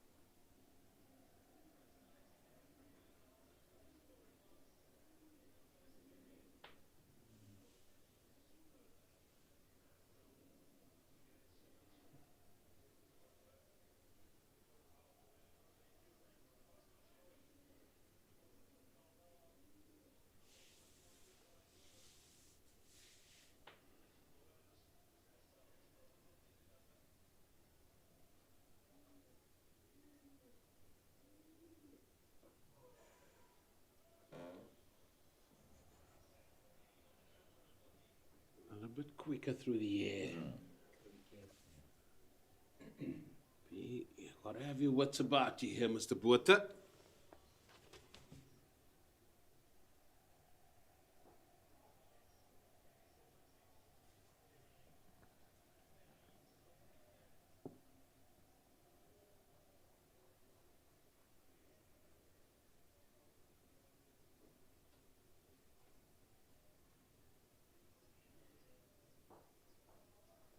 Strikes him as a nice little swivel there, isn't it? A bit of a curve.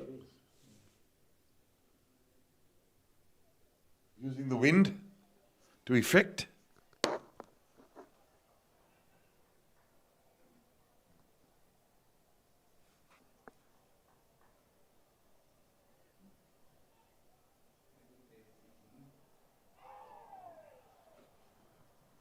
think that's he would have missed fourth stump, maybe even fifth stump. They will always go up. What's worse, a wind or a breeze? What has more volume? Wind. I gather.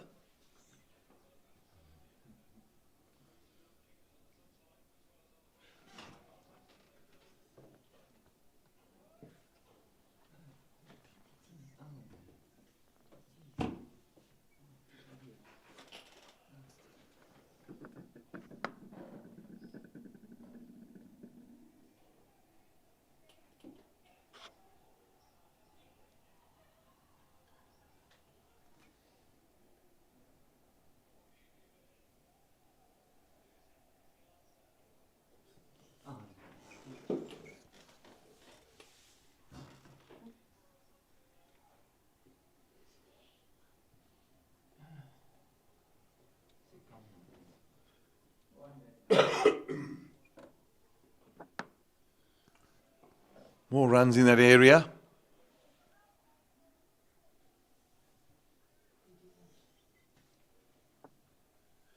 Told you, third man. That's a solid scoring area.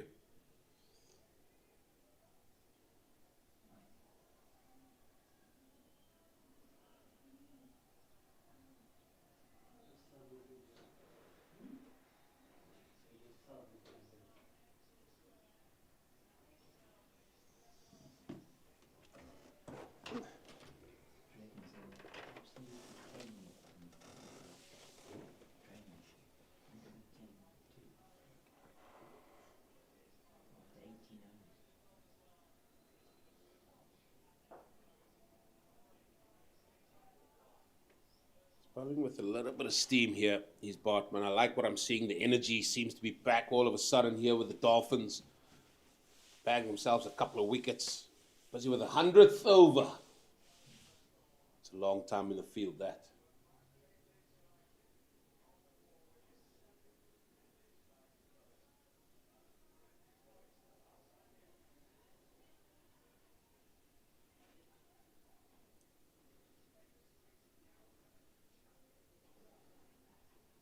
That should be wide. One of the easiest decisions ever. But just when it's Dolphins' turn to bat, Jeremy, we've seen how the ball do a little bit of stuff, kept low, bounce, leap up at batters. How much does that actually play on your mind as a batter? Does cast doubt, for sure. You look at it and you think, oh, invariable bounce. And that's what batsmen don't like.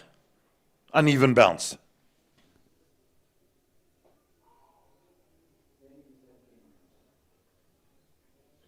He just can't just lunge forward because you think he's going to leap up. But you also don't want to just stay back because you know the ball's going to keep low. Keep low. Then throw into the equation a very good and experienced leg spin bowler, Sean van Berg. Dolphins got it all to do here. They've got to keep looking at that lead column. 162 now.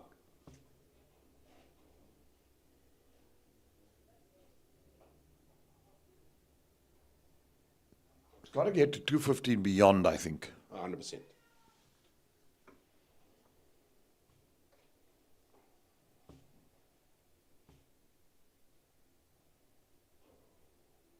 And so I'm curious to find out the mindset of that man out there in the middle, the captain of Goldrush, Boland. What is his mindset?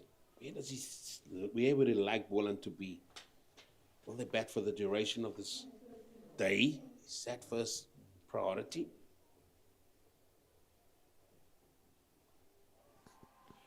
Catch it. Just one bounce to the fielder. Fine leg boundary.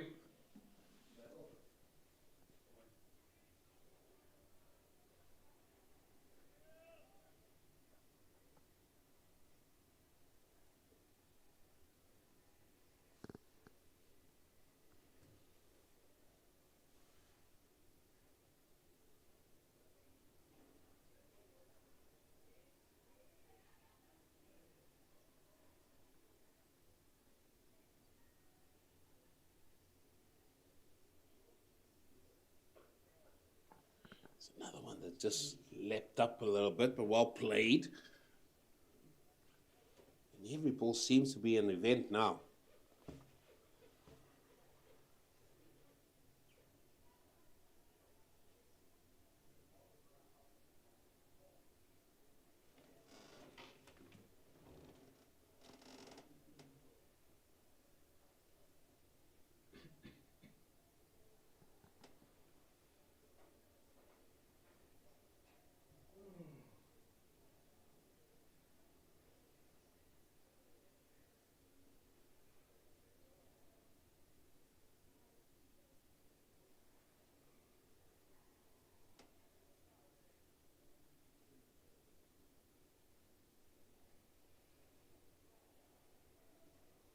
Passes to continue.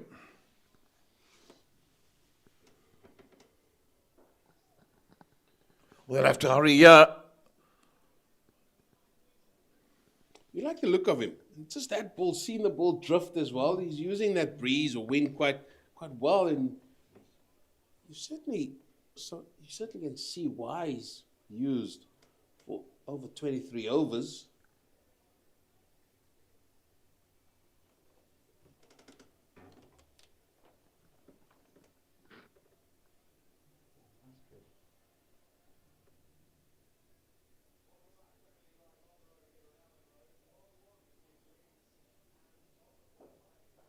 Good use of the feet. Just lofted it over his head. 4 more. Beautiful, beautiful shot. I love it when they present the full face of the bat onto the ball. Was played aerial, but it was safe as ours.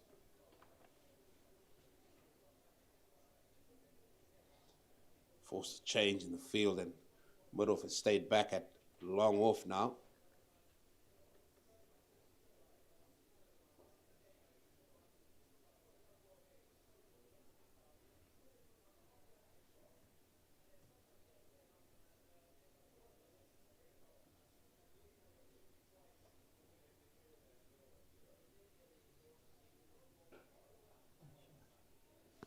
Another good shot. Back to back, not back to back, but I mean 2 forcing this over. Well, and what can we read with this? Decides to go onside this time. Maybe he's decided to put Bryce Parsons under some pressure here. Just make sure you pick the right ball, and he's done that.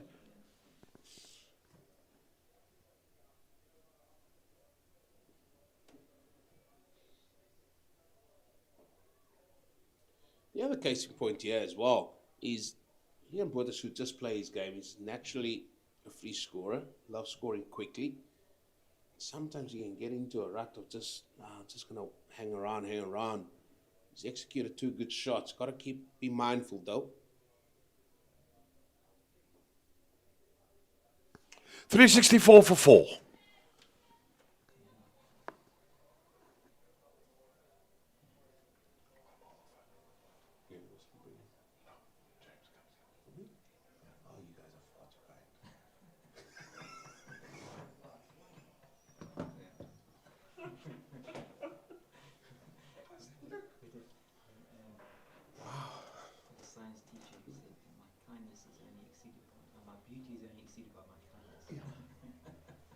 Let me tell you, I'm working with 2 of the best on the mic and off the mic, let me tell you.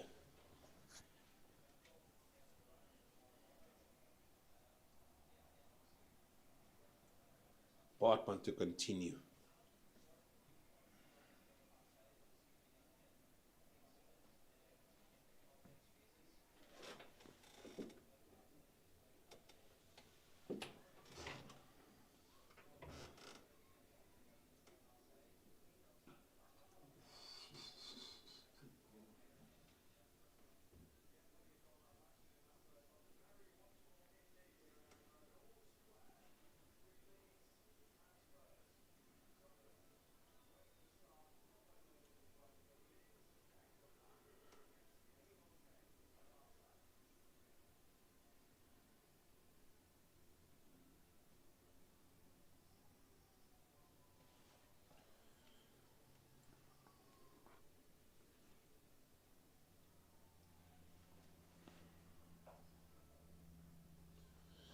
Well, Jeremy, all South Africa or the Springboks need to do is just win.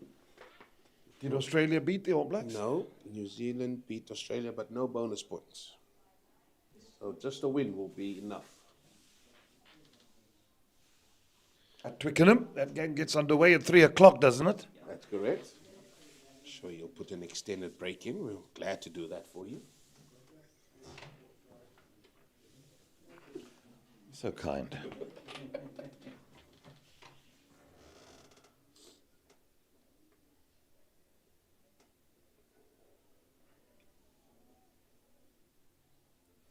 think there'll be more South Africans in Twickenham than Argentinians. There's a heck of a lot of South Africans that live in London and work there.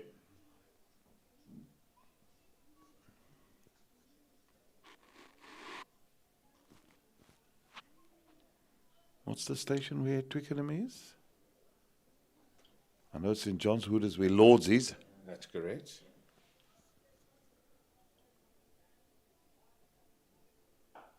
Can't get to the name now. The train I'll goes. get it for you. Been there once. What a stadium.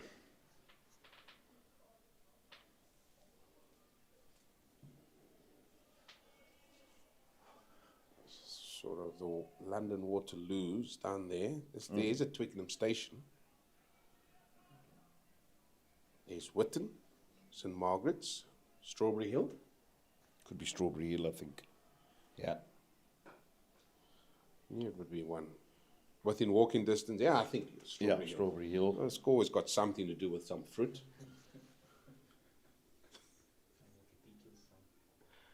Some lovely pubs along the way. I'm sure there is.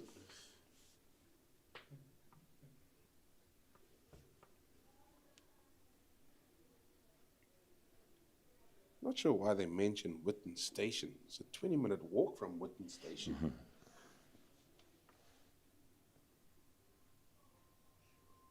If you've got time, you can do it.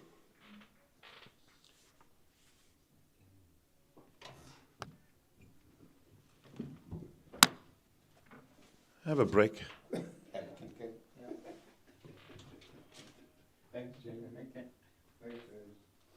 James walks in next to me to take over.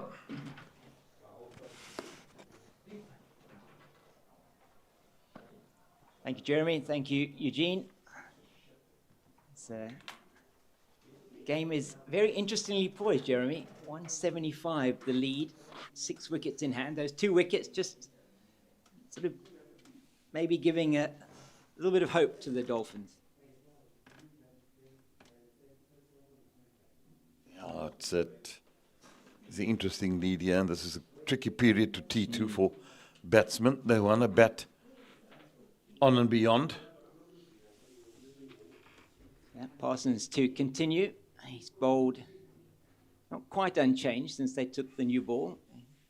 Had 1 over from that end from Paarl, but he's been bowled unchanged since then.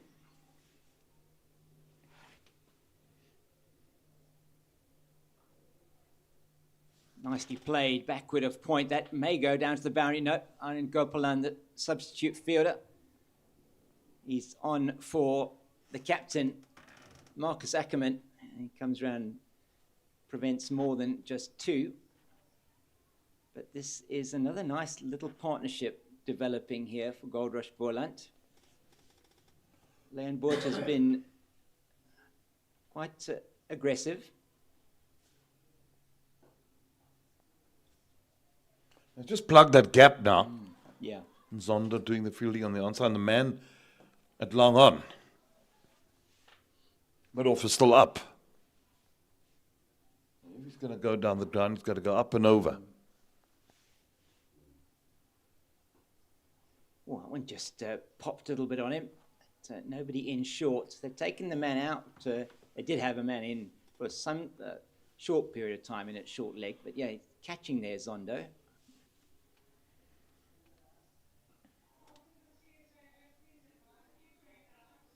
Kaplan field once again. And You were talking a bit. I had the binoculars on Bryce Parsons, Jeremy, and as you say, he's getting some beautiful drift through the air. It really is. You know, he seems to, just as you get with left arm spinners and with off break bowlers, the right arm off break bowlers, he's got a nice pivot around that front leg.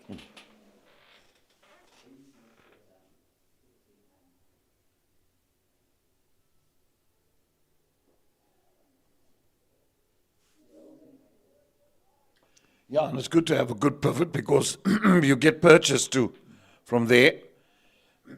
Once you pivot around that foot, delivering the ball.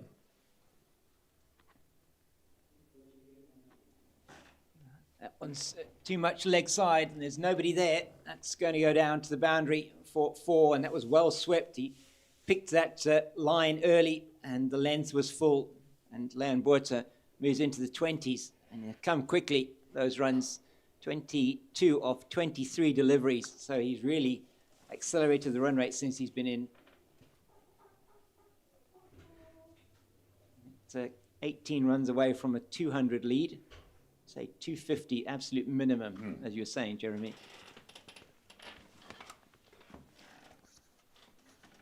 And just to give you some information on that, Hollywoodbets Pro 50 game, and it is the DP World Lions women in reply to the 246 all out for the Hollywoodbets Dolphins. They're 40 for 1 after 11.3 overs. So that game could be quite interesting there. That's the title holders, the DP World Lions against the Hollywoodbets Dolphins. Ladies, the Hollywoodbets Dolphins last season were well ahead, and then just the last 3 or 4 games had a number of defeats, which meant they ended up 3rd on the table. So change of bowling from this end, the Niederberg end. It's going to be Kuchlet Pele, going to replace Odnil Bartman. Wasn't that a good spell from Bartman, though? Very good. Very good indeed.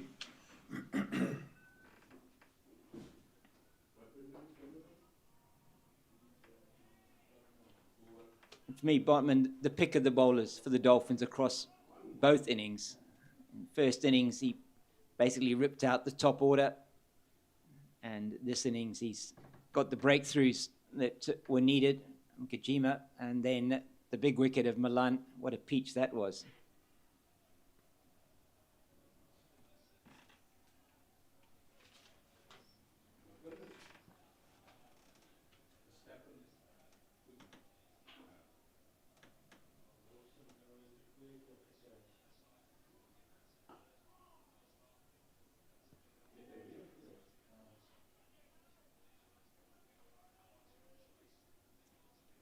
And news on women's cricket elsewhere, Jeremy, is that the match between Sri Lanka women and Australian women has been abandoned without a ball being bowled there in India. So that is quite a blow, you feel, from an Australian point of view. Potentially, they would have expected to have won that game. Rained out games, just delivering the 1 point per team. So that one, Australia getting just the 1 point.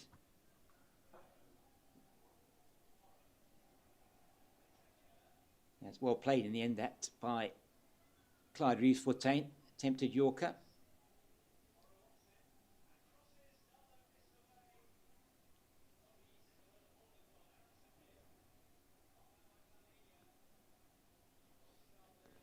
And the Dragons in that game against the Titans are putting the Titans bowlers to the sword there. Got 137 for 2 off 23 overs. Sure.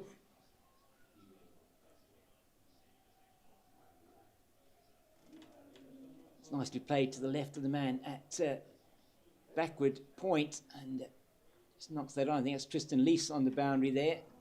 Go through for 2. Nicely played by Clyde Reeves-Fontaine. Starting to find his range a bit now. He looked a bit scratchy early on.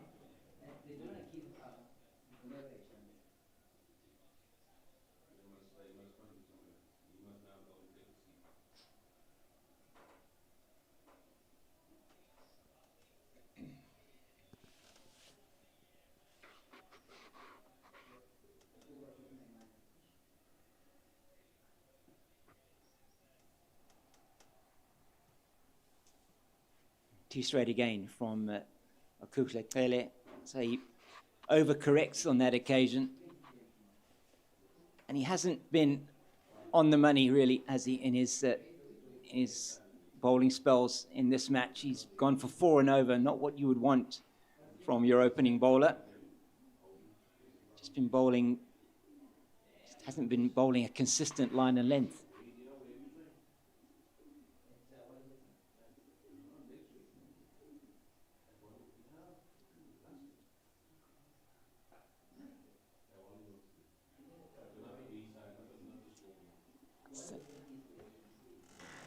The end of 104 overs. That's 375 for the loss of 4.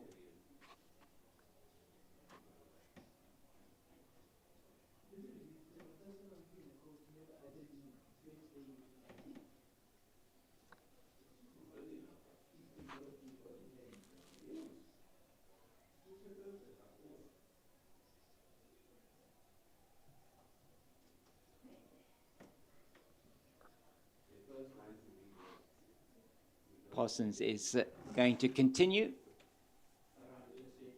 Looks to me like it's probably Ethan Bosch that's captaining the team on the field at the moment. Marcus Ackerman off the field.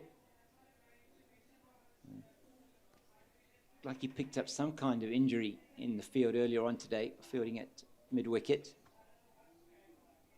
That's down the leg side, just tickled. I think that probably did come off the bat. We'll wait and see. It was off the bat or the pad, just the 2. It is off the pad. 2 leg buys. Just straying down the leg side on that occasion, Parsons.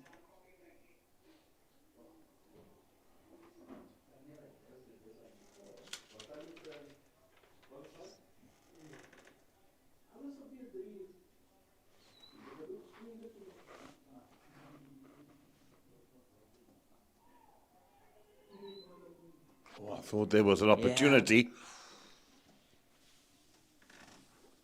Yeah, had he picked that up cleanly, Jason Smith? Looked like there was a risky run. In the end, easily taken. Now, for Leon Botha, they've got a change now on that with that sweep in the previous over. They're now plugging that gap. Man at short at 45 on the leg side. Bring in the mid-off up again. Still got that man catching at a short mid-on position. And the man on the deep backward point boundary. So trying to protect this over.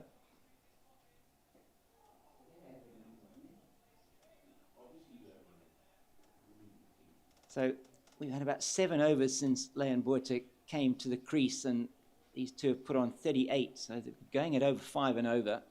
He certainly pushed the run rate up. And that's to the left of the man catching in there. So that's Kaya Zondo at that short catching position. I could be wrong. I think that might be Tsepan Gitole. It is indeed, because Zondo is at that short position at mid-on.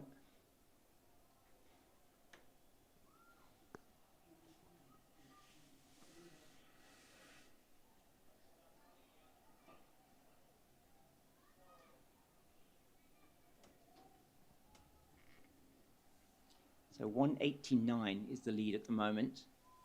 And we got, just over 18 minutes to the tea break. Probably be over 200 by tea.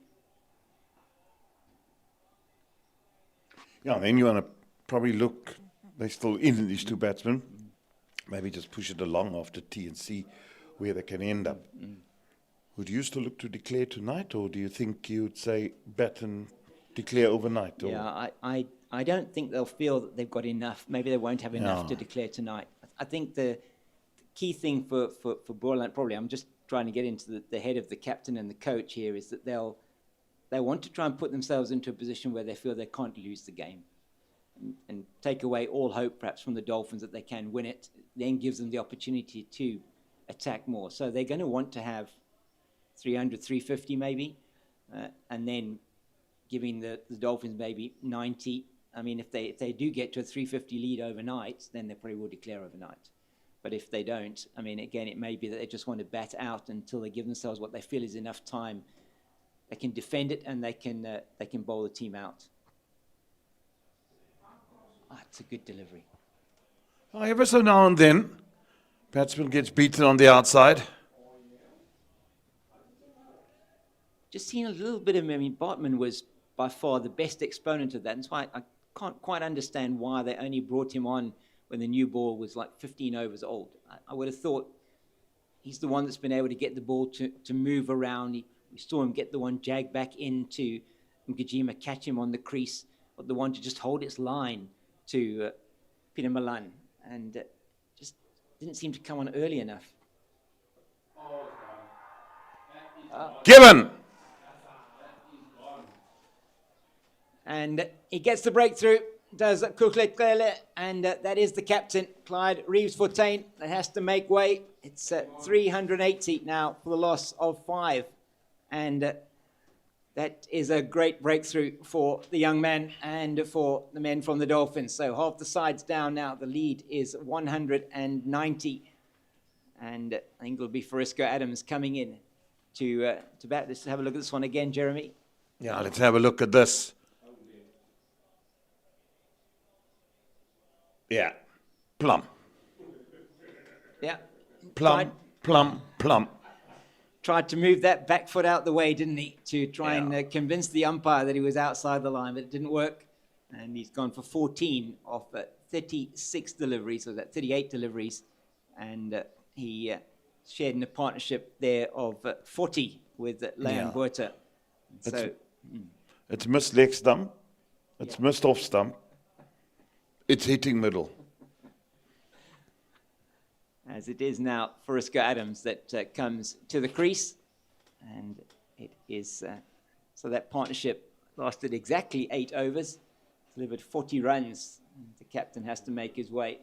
So Adams has got a job to do here. He's didn't bowl too much in that first innings.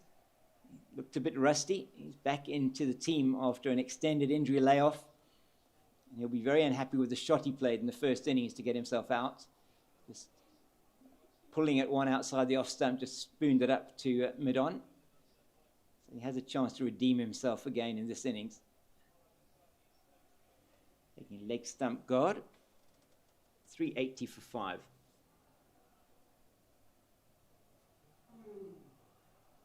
Yeah, he's no slouch with the bat. He's played some handy innings for Boland in time gone by. Indeed, he's got 6 first-class hundreds and 9 first-class 50s. There we go. Averages 31 with the bat nearly, so he certainly can. He's a good man to have coming in at number 7. Experienced campaigner, nearly 2,400 runs and in first-class cricket. So a lot of experience there. He's with the young Leon Buerta at the other end. We've shown that he is keen to get on with it, Buerta.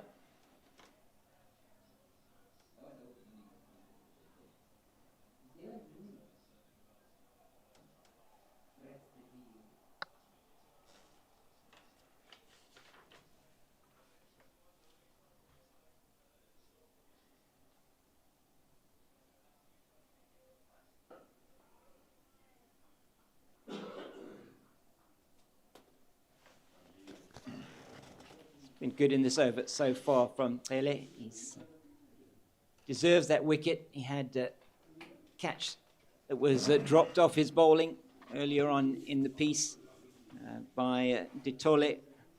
Was Milan?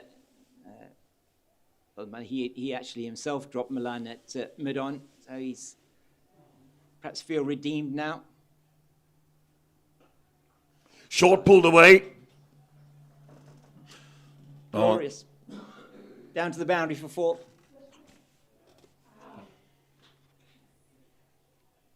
Too short. Yeah, I got into a good position. And he was early on the shot, which made it so attractive. Let's have a look at this. Get into position, bang.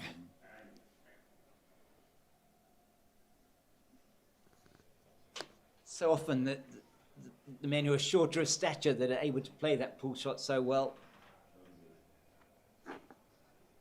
Yeah, it was well controlled as well, because the minute it left the bat, it kept downward.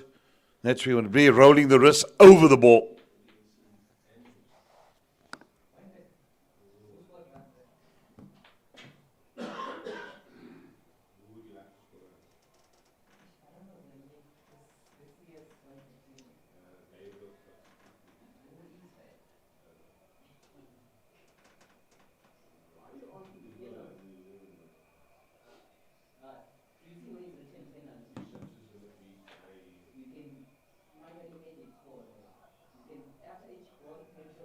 Oh, it's good work in the gully. And that's from Jason, is that Jason Smith in the gully? And it is no run. So 384 for 5. So despite the loss of those few wickets, in fact, there's 4 wickets gone down in this session. Between lunch and tea, we've had just shy of 100 runs once again. So Goldrush Boland, from that point of view, will be happy. Not happy that they've lost the 4 wickets. The Dolphins, since they've taken the new ball, have been able to get some breakthroughs. But this has been a good riposte from the men from Goldrush Boland after that disappointing first innings. Indeed, it has been. Can't fault them for the way they went about their business thus far in the second innings.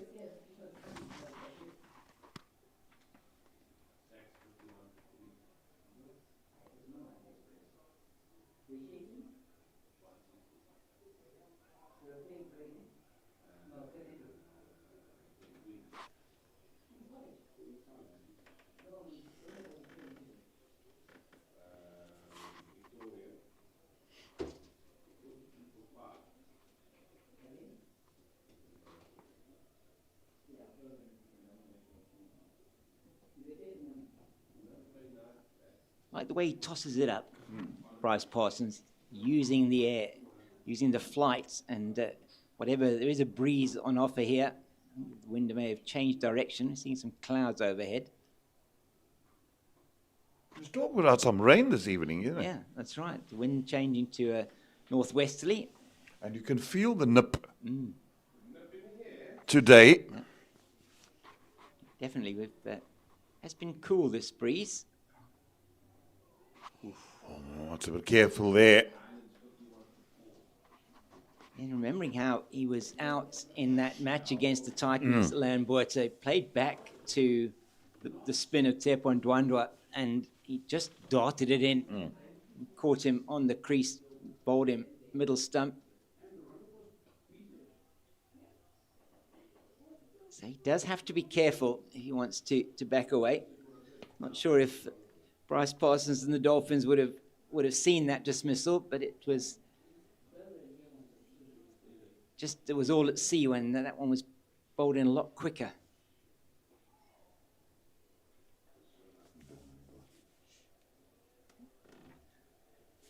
And the end of the 107th, it's 384 for 5. So the Titans, Jeremy, making quite a few changes this week. Yeah, they have. They went about 4, didn't they? That's right, yeah. And Skalk Engelbrecht getting a run there.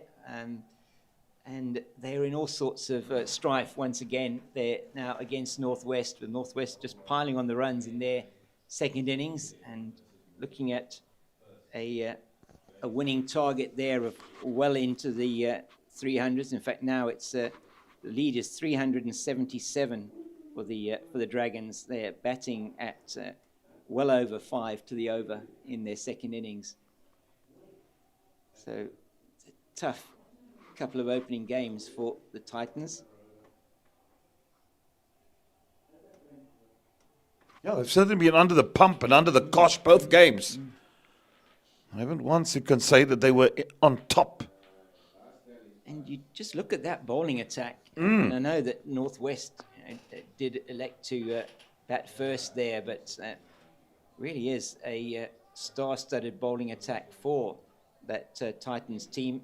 And Gerald Kutsia playing in this game, Diane Khalim, Junior Dala, and Andile Petloya. So it's all men with international experience. That's nicely played by Frisco Adams. He's got a job to do here still for Isco Adams and Leon Buerta. The lead is not enough yet.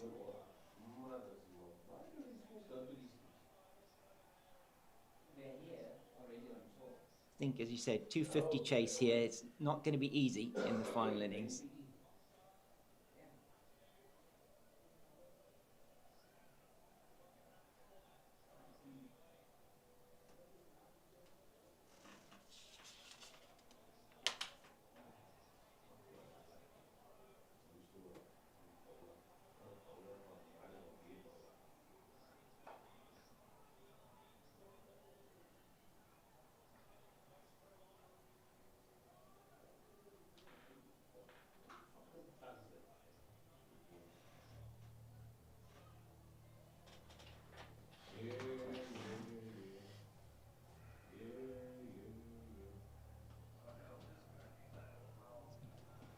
We've got 3 balls left in the LA over, and probably one, maybe 2 more.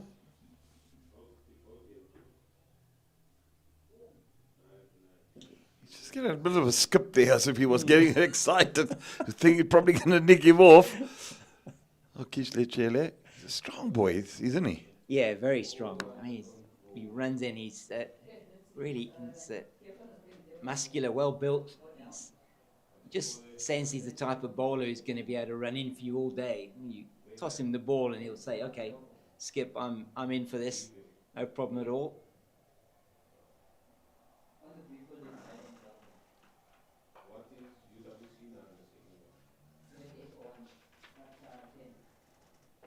I mean, he's in his prime now, really, as a quick bowler, 28 years old, and played.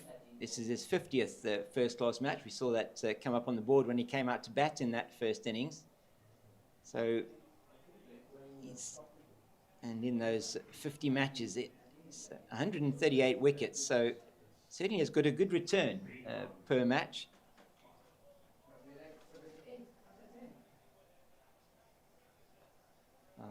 Strays again onto the pads. He's done that just too often in this innings. Leon Buerta doesn't miss out once again. It's down to the man at deep long leg for 2, and that takes the total to 387 for 5 after 108. The lead now 197.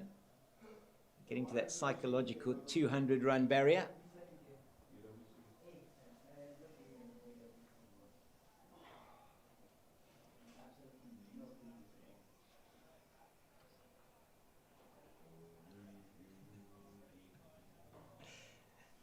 And just a reminder that these visuals and commentary brought to you with the compliments of Cricket South Africa. It's the Cricket South Africa 4-day series, and brought to you the pictures from Pitch Vision. And just to thank you once again to Boland Cricket Union for hosting us here, and for the commentary that you're hearing. Just thanks to them for providing that to you. Hope you. Now they certainly do. Sorry, James, for butting in, but they certainly do here at Boland Park do a good job in ensuring that everything runs smoothly, promoting the game. Big on that. And we've certainly also enjoyed the broadcast. Thus far, it's been good cricket.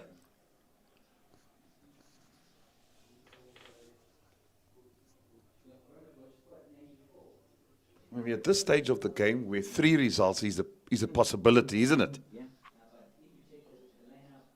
And that's why we love 4-day cricket. Yep.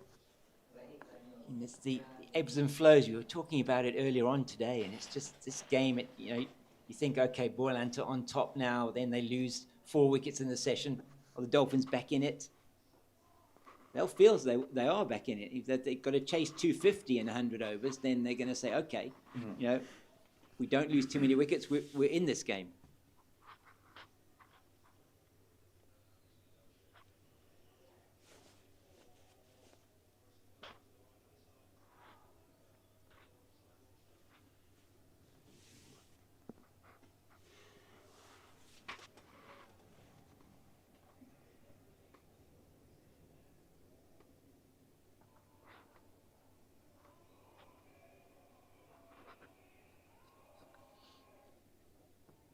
2 balls left in this over and 14:58 on the scoreboard clock.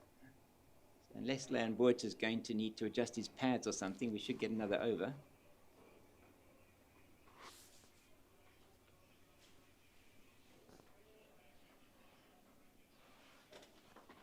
You can see this is only his 4th first-class game. He's not slowing it down at all. Yeah.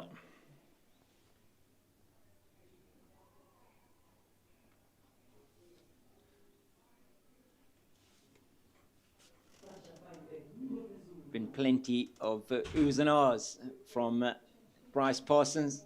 He gives it everything. The young man, 24 years old, another bright prospect for South Africa.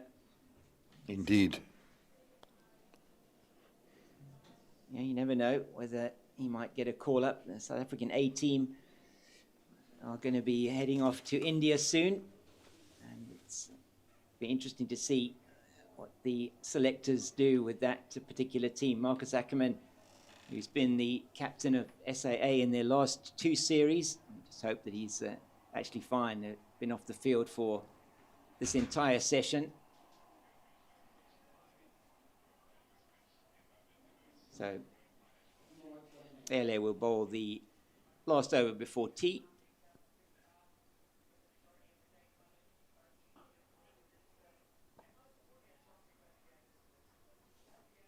Dolphins would love just another wicket, wouldn't they, in this last over? And that would probably, for them, say, okay, we think this has been our session. It's been 4 wickets already in the session. It's been 100 runs. But another wicket now would certainly tilt the game back again, perhaps the pendulum falling in their favour.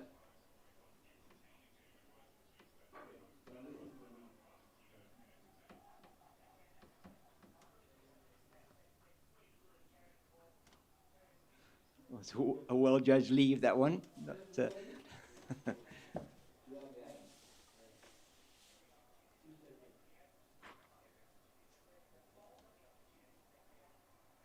Katimi left one at Newlands and got castled. yes, it's a lot of doom and gloom down there at the moment. Massive deficit. It's got away. It'll go for 4. Good shot. He was over the bounce. Doesn't he play those shots square of the wicket well? He got that boundary through the leg side earlier on. This one, he's right on top of the bounce and produces very quick hands and wrists from Frisco Adams. And even though it's the last over before tea, he's not going to miss out on that. And the lead now does go beyond 200. 202. It is the total 392 for 5.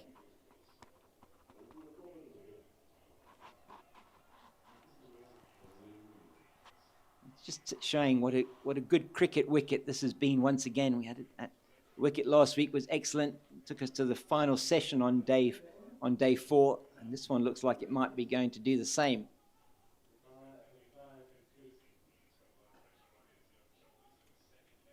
Well, if it does, it will certainly be a brilliant advert for cricket.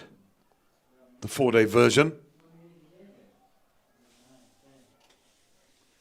Fought back very nicely, Boland, to get themselves in this situation. They were down and out at some stage.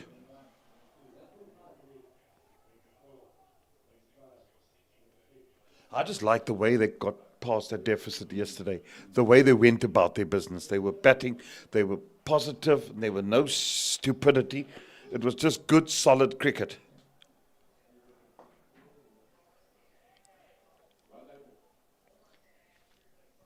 And they did exactly, we were talking about it yesterday on air, they did exactly what was expected of them. Make sure you left well, don't give anything away, don't play, they were playing so many loose shots in that first innings, just make sure you're concentrating 100% of the time, and certainly Willison, Milan and Kaplan all showed that application that was needed.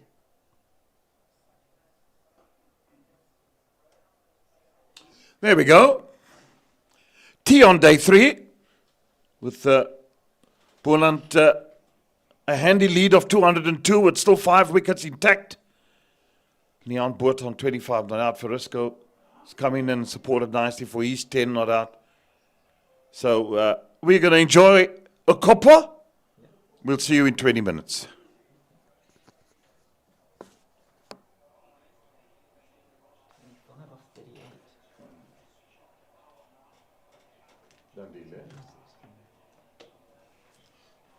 Thank you, James. Thank you very much. That's good. Duncan Johns.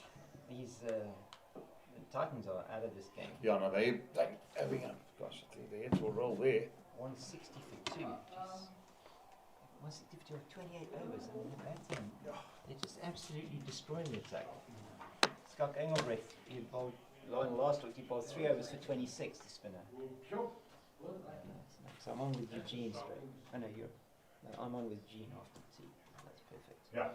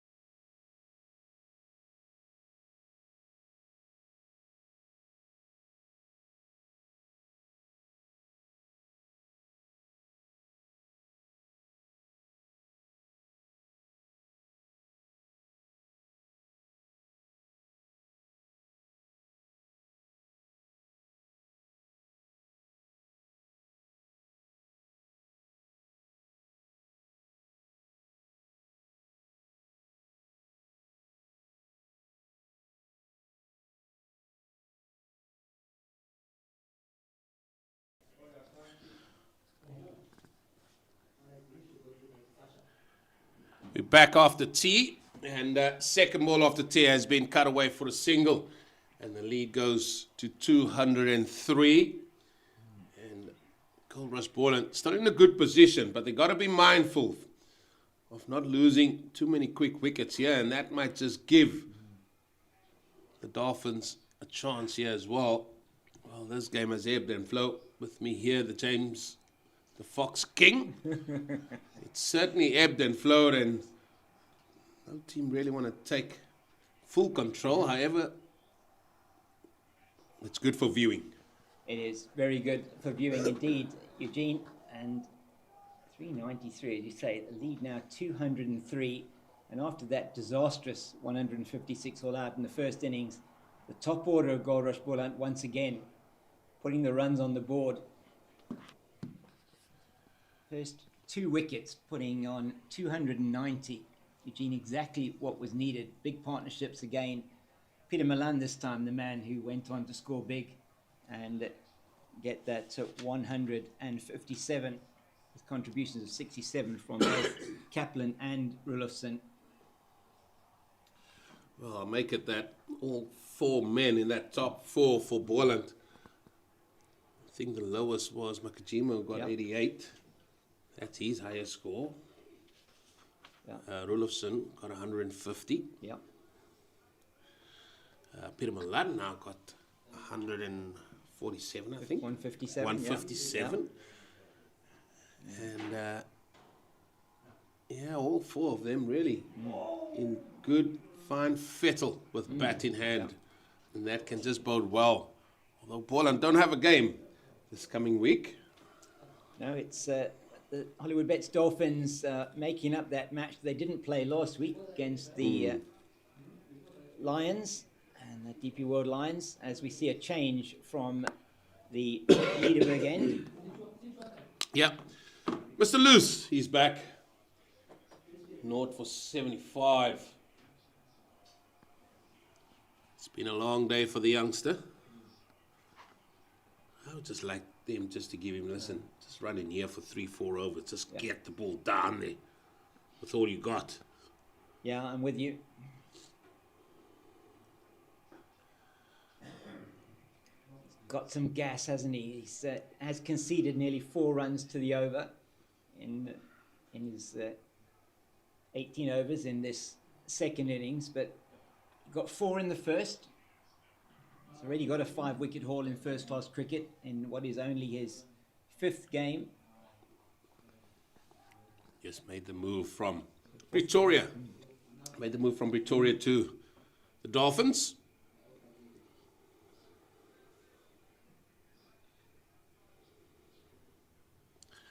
Down the leg side as well, taken on the second bounce by the keeper, diving away to his left.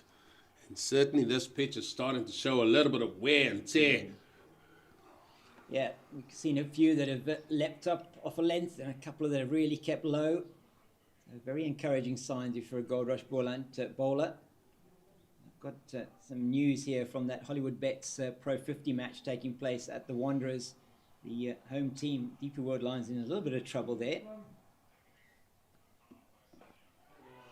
Oh, he's done it again. It's Leon Boyta this time. I said, James, just at the start of this sort of session after tea, I said, Goldrush Boland just got to be mindful of the fact there's still a lot of time left and they got to get themselves into a very good position. However, Leon Boyta, he's got to go now, and he is not happy with himself clothing that ball to square leg. Yeah, certainly wasn't the right shot to be playing. Tried to pull it from outside the off stump. Just not there for him to hit. Let's have a look at it again.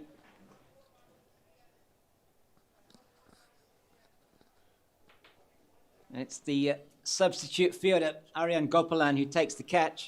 We'll have a look at it again now. Eugene, just take us through that. If you look at this, he sort of goes down. He wants to sort of pull this from down to up, and just loses all shape. You just need to stand tall and he threw it. And get that full extension going, but you can see how he dipped there just at contact. Of course, he wants to go from low to high. And I think that was his undoing there. as it is. Ian Kamane now coming to the crease. Boland now 6 down. Now then, will there be a little bit of uneasiness in that dressing room? I wonder. Yeah, 203 is the lead, and even that you would sense isn't going to be that easy to get, but it's well within reach with about, what is it now, 133 overs left in the day, in the game, should I say. Yeah, 35 or 34 after this one. And I think that will give the Dolphins that added motivation, knowing that there's still so much time left in the game. You have to go and bat with intent, one feels. But losing a wicket very early after tee. In fact, just in the second over after tee. Yeah, Tristan Lees brought on, and he's getting reward straight away. Yeah, it was a really strange shot from Leon Buerta, it must be said.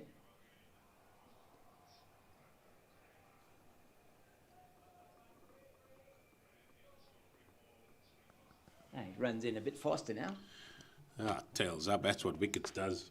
Told you, bowlers, they are machines. They just know when to crank it up. So I was about to say to you that the Deeper World Lions women, in their reply to 246, that the Hollywoodbets Dolphins ladies got 87 for 4 now after 26 overs. Ooh. So they're struggling there. Oh no, that is loose. By loose. Yeah, don't want to give away any free runs, do you? And that was really was very, very loose. Look at this. It's a wide, and it's gone for 4. I think umpire Sipolele Gaza there was thinking, my goodness, that was just so wide. And he just decided, no, this one deserves to be called wide. Sometimes you want to bail out the bowler, but not for that delivery. No chance. And so too, the keeper had no chance for Lyun. I mean, even if it was my height, he wouldn't have gotten there. No. Down the leg side yet again, and this time for Lyun. Makes good ground to his left. Good work from the young keeper. Diving away to his left-hand side, prevented what would have been a certain boundary. So interesting, bringing Aya Kamani in ahead of Sean von Berg. But he can certainly hold the bat, Aya. Sean von Berg probably playing the experience card there. Yeah, 200s and 5 50s to his name, Aya Kamani. Got that 117 not out in a match against for the Titans against Western Province in 4 seasons ago in Cape Town. So conference between the two short of stature men out there in the middle, Aya Kamani and Frisco Adams. But the wicket of Lamborta just maybe given the Dolphins again a bit of a sniff here. More than a sniff. 4 good balls, they'd be out batting again. That's what they'd be saying to themselves. I've been impressed by this fella. Yeah. Parsons, been really impressed by him. Getting some really nice drift here with the breeze that's blowing. Just nice revs on the ball. Saying to Jeremy, he seems to pivot nicely around that front foot as well. Yeah, all you want is energy on the ball. Yeah. That's where everything comes, the drift, the dip, the turn, the bounce.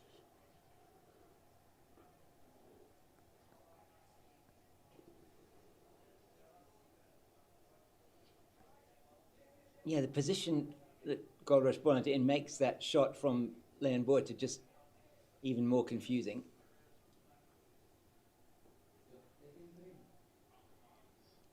Yeah, for me, I've got nothing against the shot. It's just how he executed it. His body shape wasn't good. He could just get himself in all sorts of bother, and that's what he did. Did get himself in all sorts of bother, and getting the ball high up on the back by the looks of it, because that was one of the easiest catches that square leg taken there. Yeah, those are sometimes the ones that you you just don't you underestimate or. Yeah, the ones that you got to think about for a long time. Yeah. Sometimes these players think about the celebrations before then.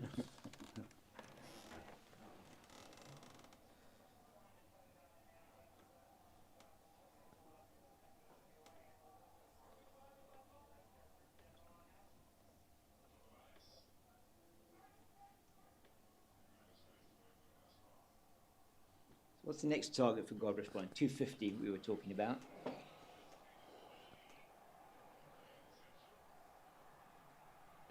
That's minimum, Mr. King. That should be minimum. Yeah. And yeah, it'd still be more than a good chance. Let's say Boland do get bowled out for that and have that lead. It's still a good chance for all three results there. Yeah. Oh, maybe not the third one. Maybe not a draw. There's so much time left in this game. That's true. And probably just the two results possible. We're just going to have a look here at that's just records here at Boland Park.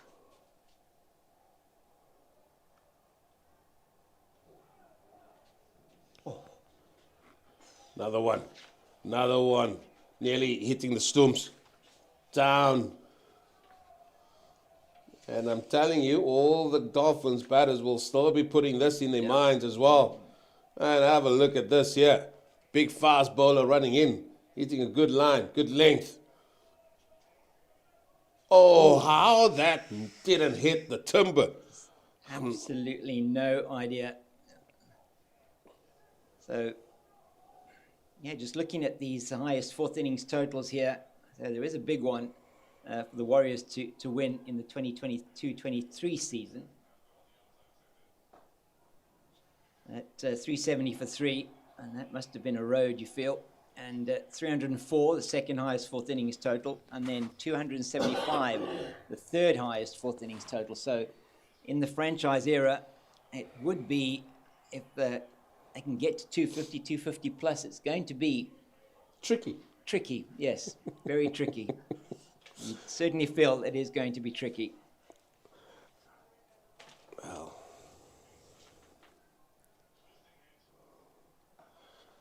Well, now there is a comparison between the two pull shots that has been played. One bearing a wicket, this one taking Boland to 400 with a 4.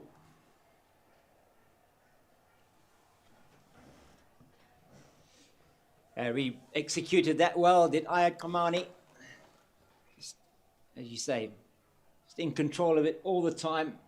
No chance for that fielder short in.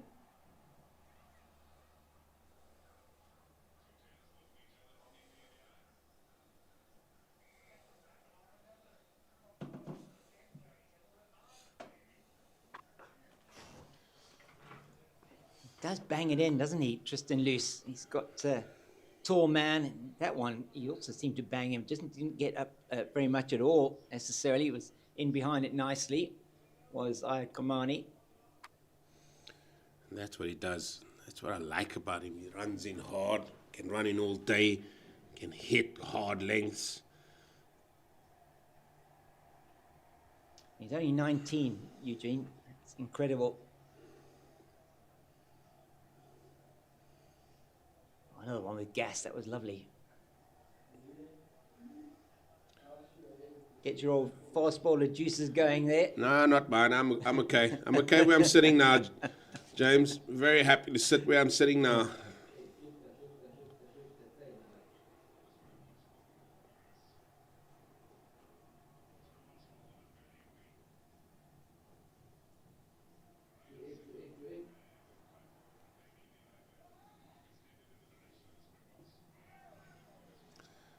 On the leg side it goes. We have to commend the over rate that has been bowled here by the Dolphins. Just 32 overs left. Yep. Might just go slightly beyond the close of play, but that's still very good. Yeah, you feel with everything remaining equal here, and Bryce Parsons continuing to wheel his way from the southern end of the ground, that it is, we are going to get in all these 32 overs in the day.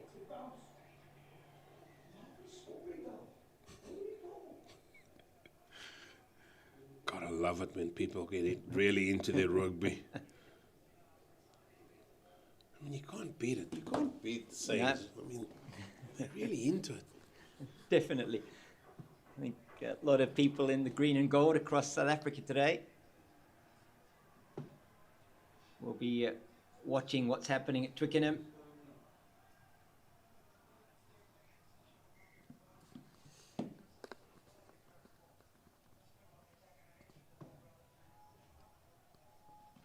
Not all going South Africa's way in the first half there at Twickenham. But Rassie Erasmus, he has a way of talking to his players, doesn't he? Oh, you missed the line there. You missed the line. I did. But What was Rassie, the line? the line would have been Rassie Erasmus knows how to get in their heads. Yeah, That's he does. what you should He have does. said. That's what I should have said. Yeah, that's what I should have said.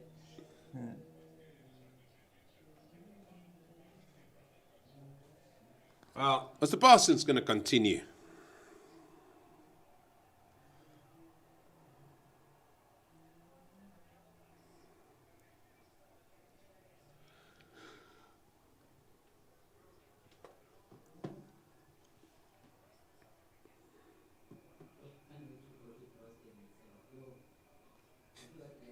It's taken a while to get the start of this over, Eugene.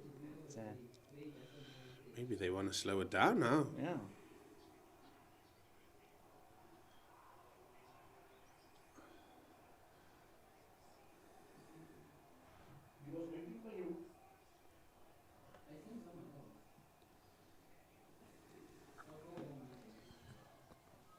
He's put in a good shift here, Bryce Parsons. Oh, more than a shift. And More than a shift. bowled pretty much unchanged since they took the new ball after lunch.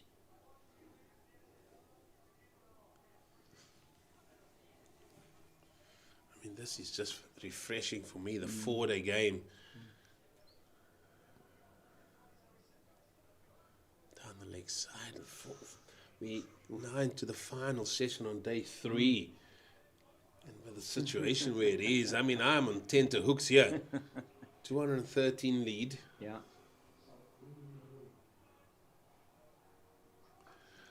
Nicely pulled again, but straight to the man. That square leg was in front of square. Don't normally see that. Normally he's behind.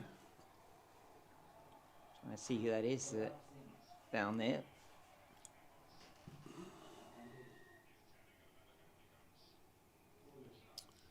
Change in field here.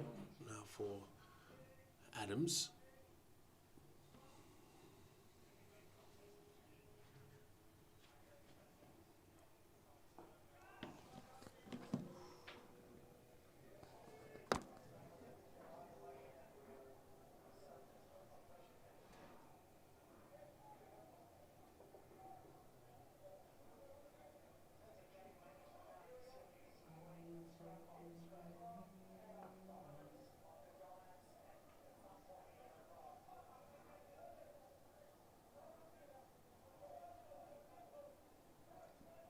Ended that over 404 for the loss of 6, 115 overs gone. So the Dolphins been out in the field now for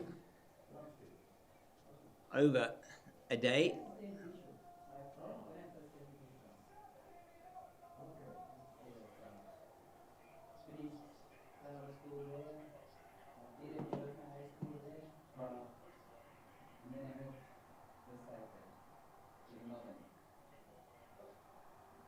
Just in least to continue. I'm doing a double take every time I look at the scoreboard, Eugene, because it's not the top section is not showing the correct information for the either the batters or the bowlers analysis. You mean we're going to be really, truly, and solely dependent on our man, Bandile, to give us all that relevant information? We are indeed, and he's doing a fantastic job under trying circumstances here. No, this is the section here, the third session of the day. They call it the graveyard session. They do. You just have to sit there with a smile on his face. Beautiful.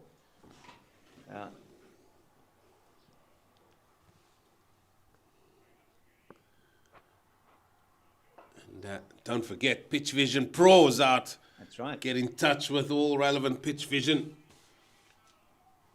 men out there, men and women, who will gladly assist you. Brilliant piece of kit, I'm told. Yeah, it caters for all your requirements, and you can do commentary off it. It allows you to do live streaming off the camera. And for those of you who are looking for that for your sports club or maybe your school, it really is an excellent piece of kit. And that could have only got himself into trouble there, Mamani. Well, if it wasn't going to be an edge, it was going to fly over those slips. Yeah, it was. That's for sure. But yeah, what brilliant resources clubs, provinces have. If you can have that and you have the necessary resources to have a bit of kit like that, it'll certainly go a long way.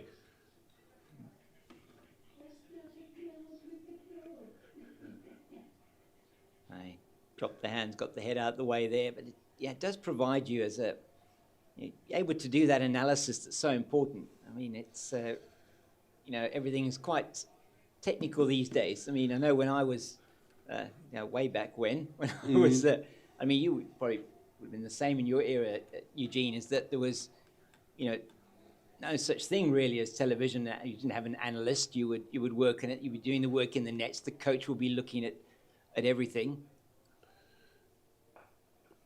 Oh.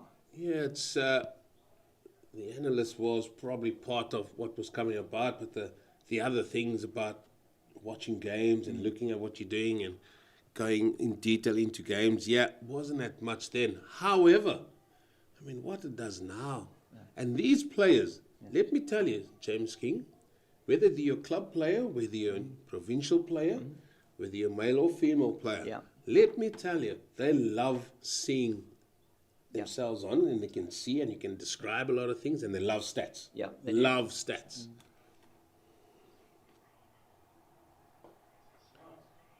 Up and over. And now 1 bounce 4. It was Glenton Stearman that initially said, might be 6, but 1 bounce 4 up and over from Ayan Kamani.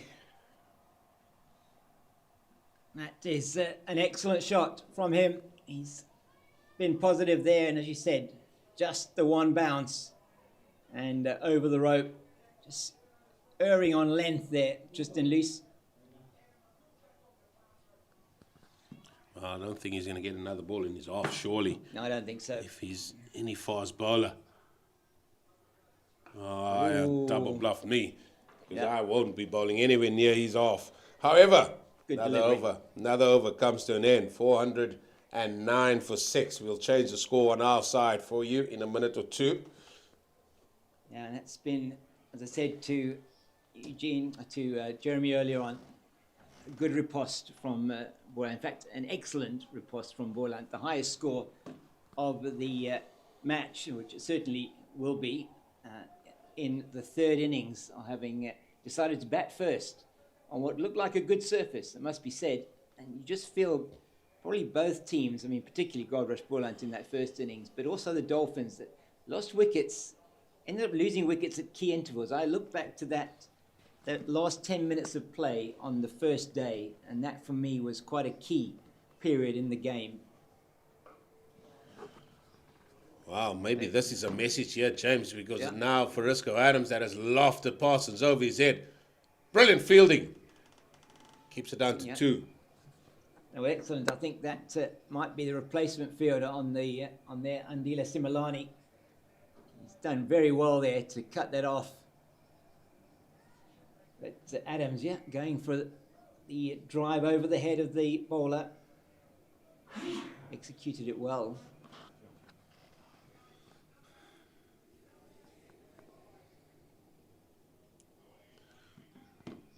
Yeah, but they would have wanted to cash in on that first innings. Indifferent batting from the home side. And then when Dolphins came to bat, built up a lead of 190. Boland. What's that word he used? Riposte. Riposte, yes. Beautiful. Yeah.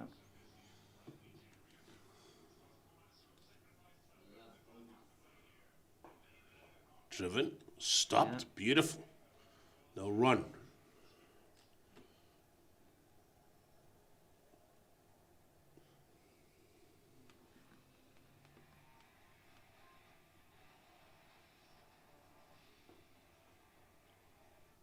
And once again, for Goldrush Boland, it's been that top three, hasn't it? We spoke about it earlier. It's been that the Milan, Olofsson, Kaplan trio that have put them in this position.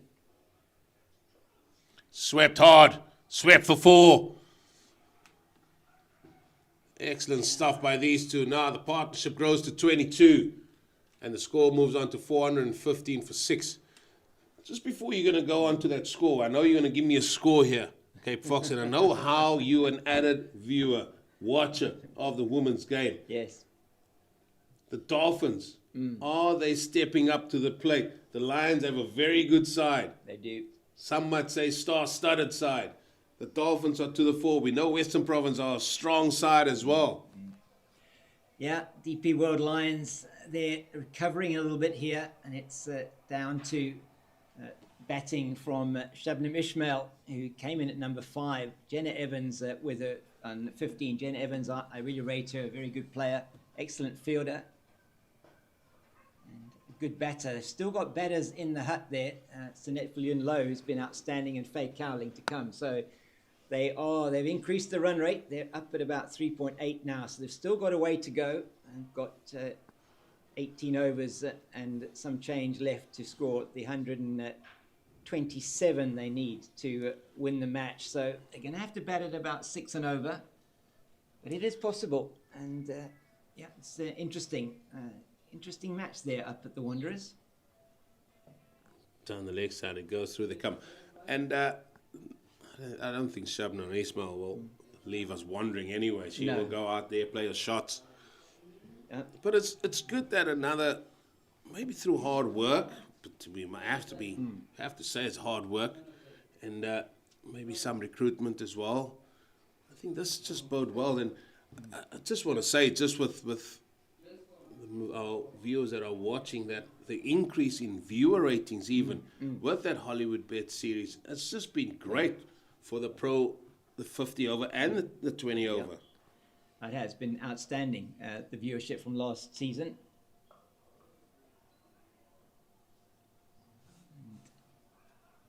We've seen just a fantastic level of interest in women's cricket. That 2023 World Cup here on home soil just was a catalyst for this tremendous upswell in interest. I mean, it's been women's cricket over the past, we've seen such change over, it's almost indescribable compared to 10 years ago or 15 years ago, let alone, there's big changes in the last 2 or 3 years.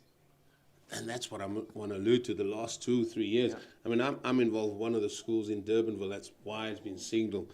And the growth just with the girls cricket at that school has been unbelievable. Started out, we couldn't fill a team. Couldn't fill a team. However, now we've got 15, 16, maybe even 17 girls. Fantastic. And that is all due to the resources like Pitch Vision showing those games as well. And the sponsorship from Hollywoodbets.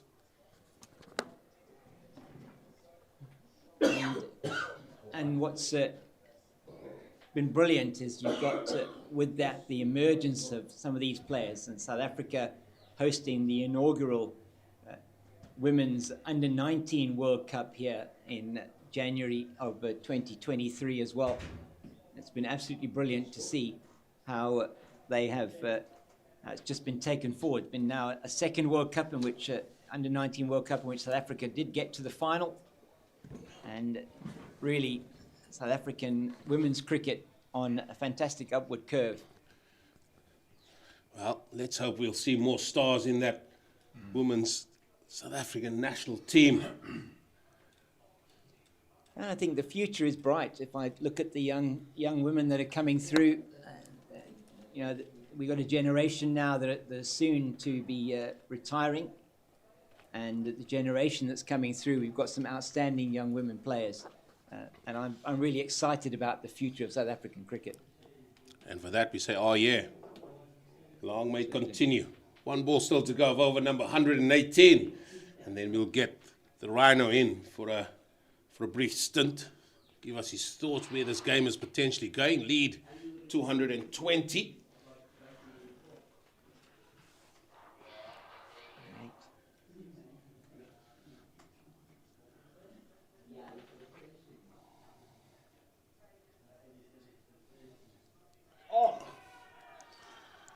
Straight through him, and the aeroplane is off, and Tristan Loose hits the stump of the ball again, potentially not bouncing like he thought it would, and just he gets his castled, knocked over by this youngster Tristan Loose.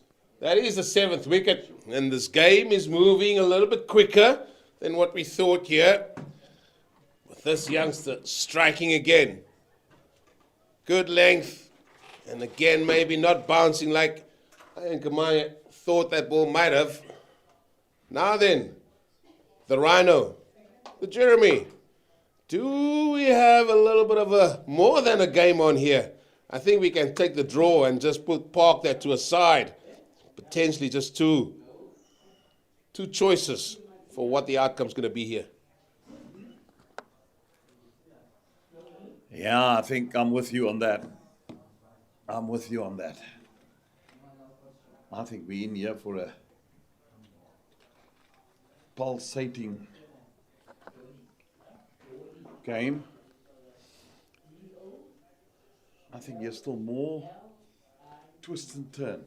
The 6 wicket fell At 393. Well, that's Justin Rose. I love it. I love it when Justin Rose starts talking. We talk about ups and downs, but he talks about peaks and troughs. Jeremy Turn talks about twists and turns. So many lovely terms you can use there. Absolutely. Well, this game is just there. I mean, I'm just excited to see where it's going to end now. And you just talking about the 28 overs left in today. Yeah, they've certainly gone through their overs. I can't wait for the first person you're going to call into the naughty headmaster's office and come and say there and say, listen, state your case, fella. What happened out there today? Not happy with this, not happy with that. Why did you have to say it with you and your match referee hat on? Well, I want to be a fly on that wall. Do you sort of look over your glasses or straight through your glasses? Oh, no, that's not a good look. Beware, players.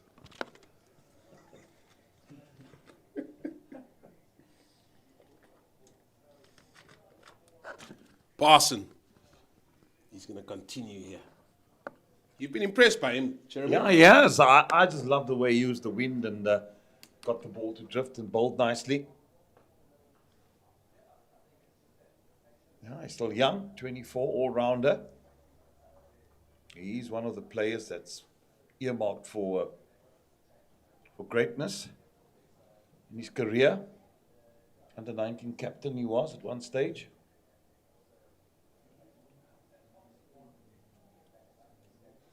SA schools as well. Yeah, they've got a few. Just trying to get the name of the player from that region last year, Nuggety.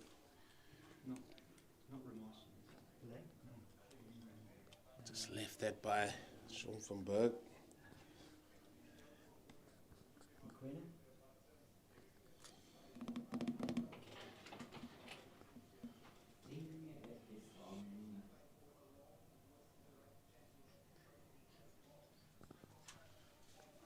Oh, how does Sean van Berg play this? How does Boland play this? James saying that you had a chat, maybe 250 should be bare minimum? Yeah, should be bare minimum, I think.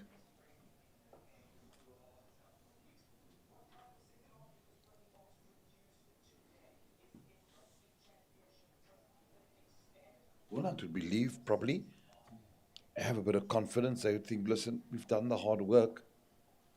They've been in the field a long time, these Hollywoodbets Dolphins. So put them under pressure early on with a new ball. When it's their turn to bat. We haven't seen too many of those deliveries from the left arm spinner. Just in with the arm, maybe a seam up delivery. I tell you, this is game on, folks. Who says 4-day cricket is just a long little trick? No, it's not. This is a fine nitty-gritty. You've got a fast bowler with his tail up, just got his second wicket for himself. And you can bet your bottom dollar he's just going to be homing in on those stumps.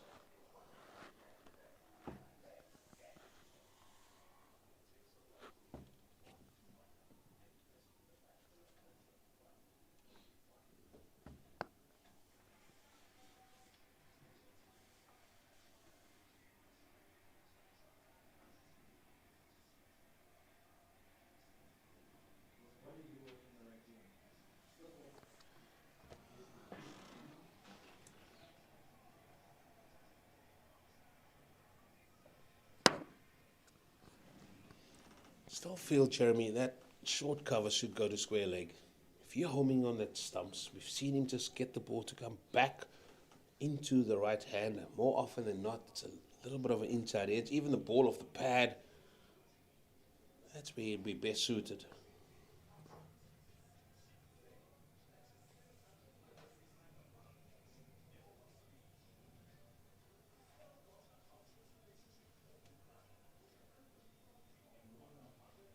He's got all of that for Isco Adams. He's been good on the short stuff. Pulled that away for 4 more valuable runs. He's done well here. The Iceman. Pulling this around the corner. It's said just fine of the fine leg, who is actually quite wide there. There is a man on the pull at deep square. And that is because the Boland men have not shown any reluctance to play the pull shot.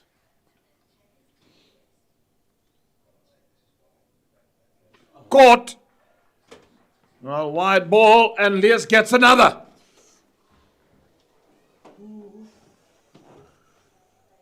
Adams gone. Perishes.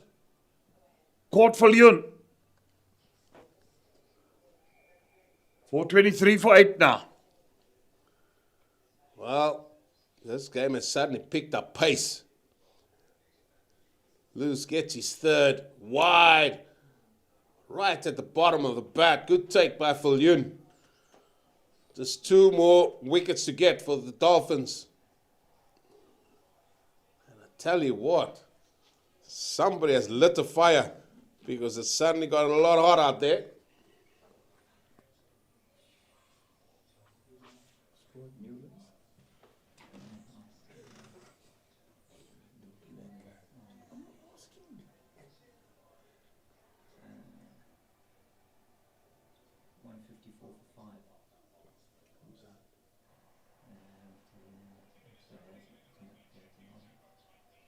Smith and Linda are both out. Oh, yeah. They're 6 down now. 160 for 6. And Pongwana and Simmons are in there. They're going to lose by any now. Today is still. Don't be that guy. I think so.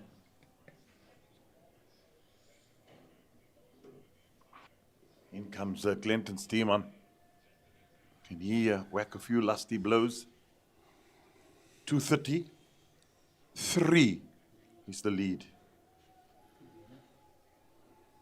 It's going to be Hudson. It's almost like you're dangling the carrot there, that score. It's very, very dangling. And you know, with enough time also on your hands, the new ball is going to talk here. I think we're in for some drama. I'm going nowhere. Have you decided? That's it. I think it's more than just a carrot. It's like somebody's just having a lovely milk tart in front of you. Nice, warm one. There's still lots to be played for here, fellas.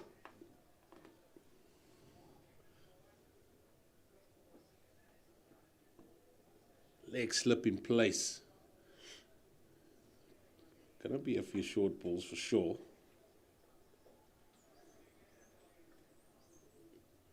Maybe this ball because the man from cover has moved across.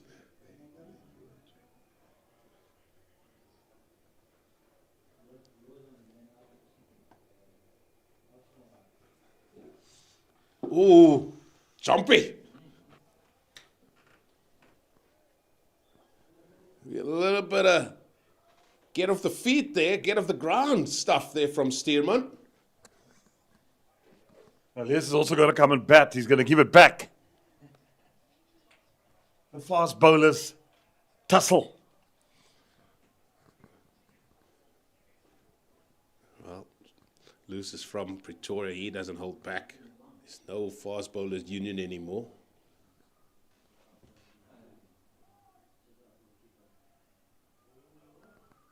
Well bowled. That is intelligent bowling. He wanted a short one, and then he thought he's expecting another short one, and he pushes it up there for him to drive. I like the thinking. Yeah, 100%. This was the shorter one. Oh, just fending it off there. And that, I mean, everything was telling us it's going to be a short ball because they moved the cover across to the short mid wicket.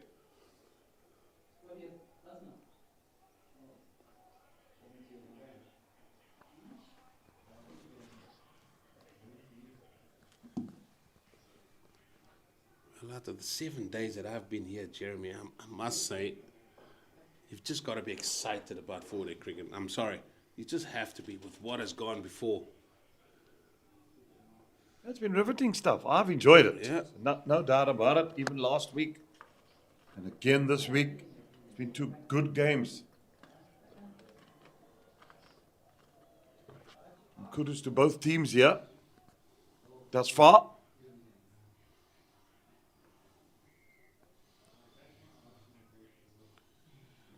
I think Luso's the key here. Somebody with a little bit of pace. He's always nagging because it just looks like they can play Parsons out here just with ease.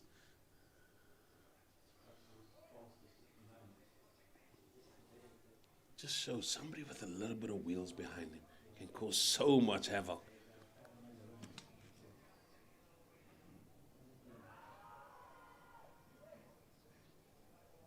Appeal for LBW. Umpire unmoved.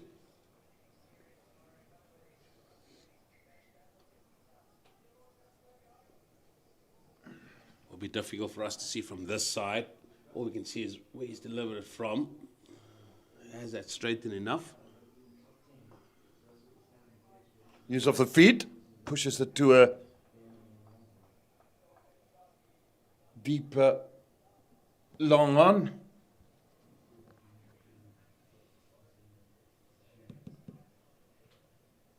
Opens his account.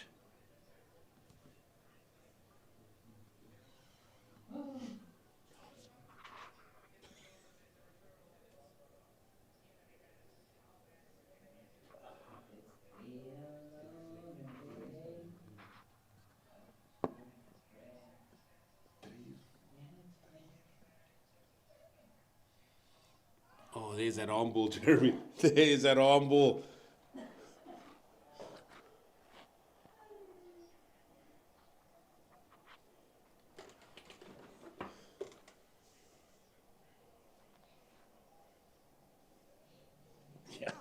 Just going straight on with the arm.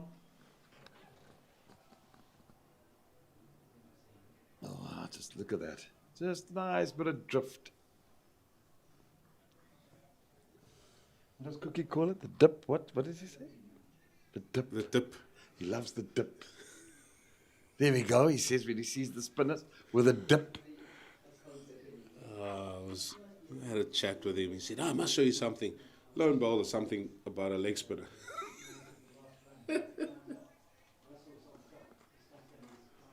Such a good man.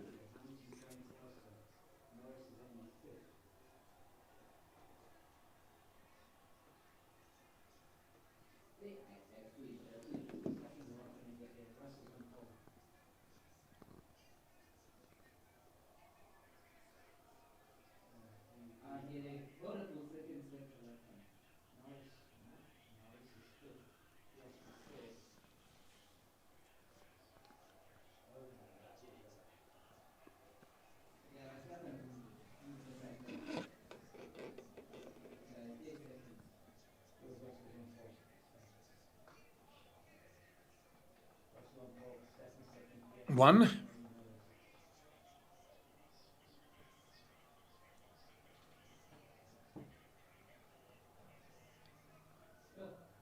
This is the contest, though. Fast bowler to fast bowler.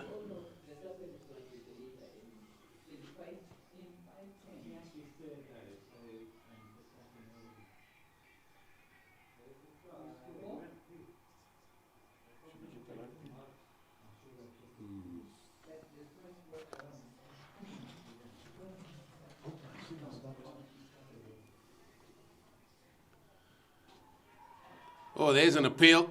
Maybe a strangle down the leg side. No, says the umpire.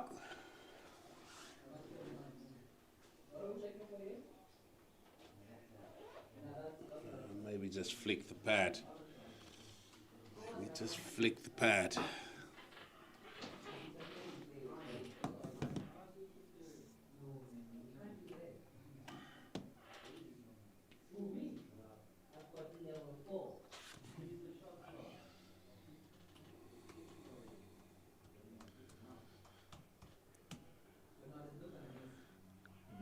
There we go. We see the reluctance of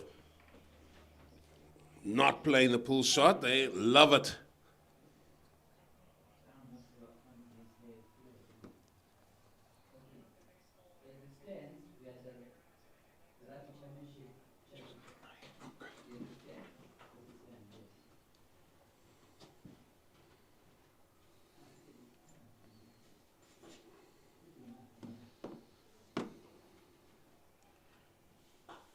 That's beautifully played off the back foot by Stearman. Forward or square through the offside for 4.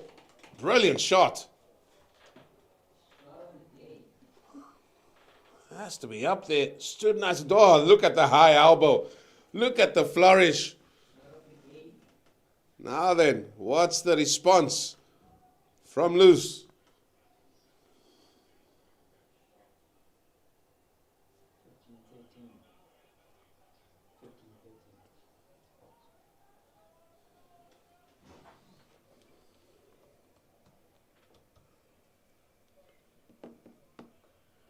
That ball's just going to fly past the leg gully for another single. The lead goes now to 240.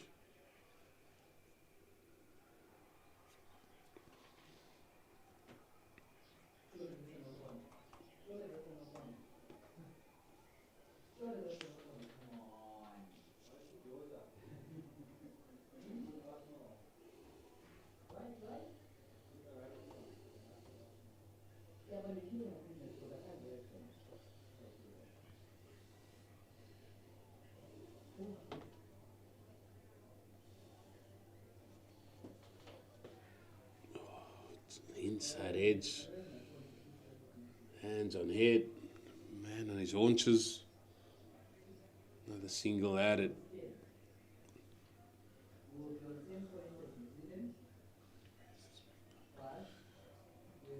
431 for 822 overs bowled. It's a long, long time in the field.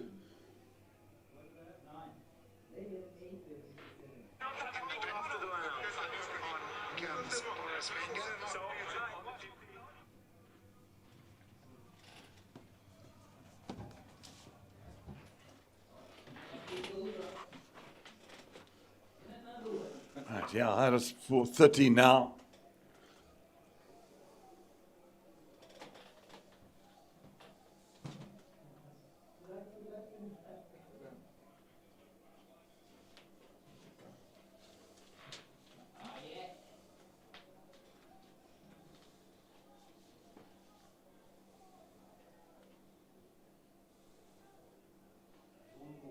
Now 241.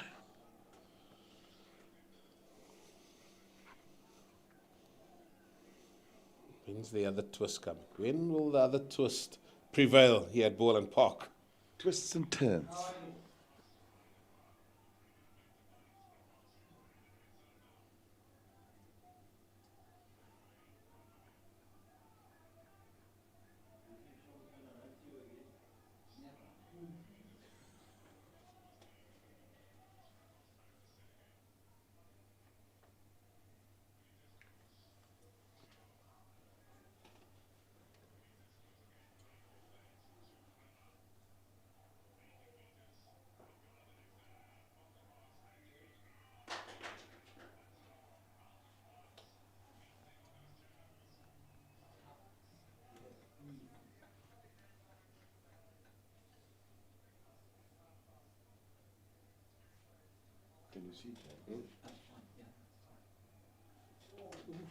Oh, he gave himself room there and just ended up getting a bottom edge and threw. He's going to come for 2.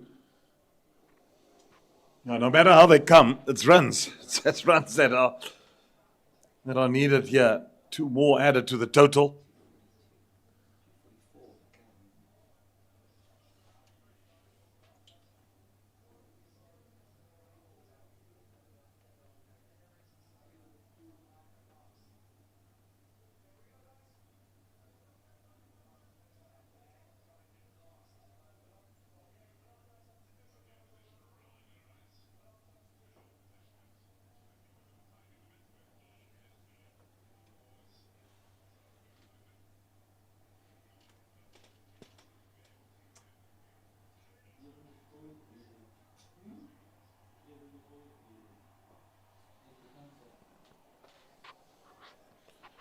Every now and again, Steeman decides now it's time to play a shot. Sort of tempting him with mid on and mid off.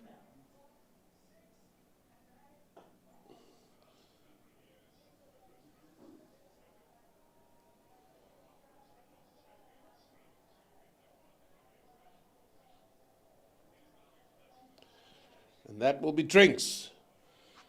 And the guys will be going off. 434 for 8. This game finally poised between these two teams. So please stay tuned for some more good cricket from Boland Park here, as we all going to enjoy a little bit of a drinks break.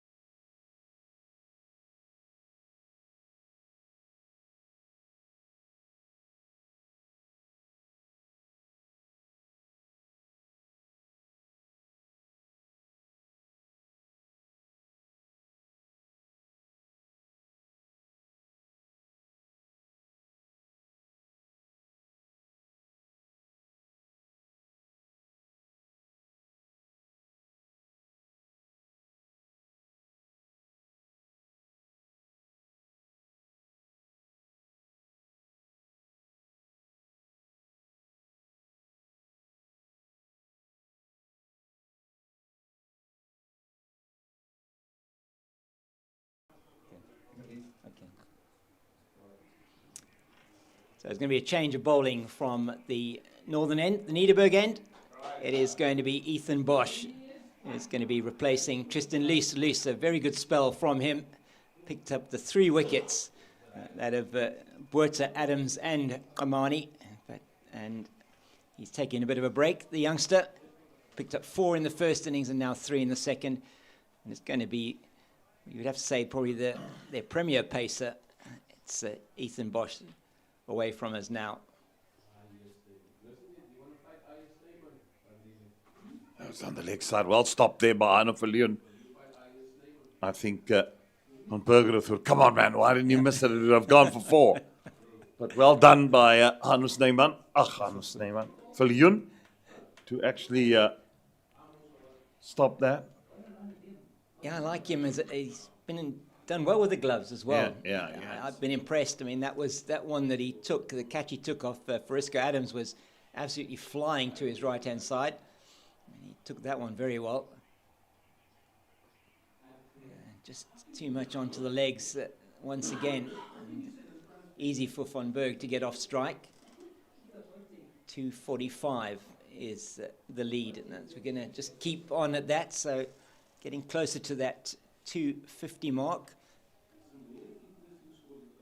And it's even 250. It's just one of on a wearing wicket, which I've seen it starting to do some strange things. Not that easy.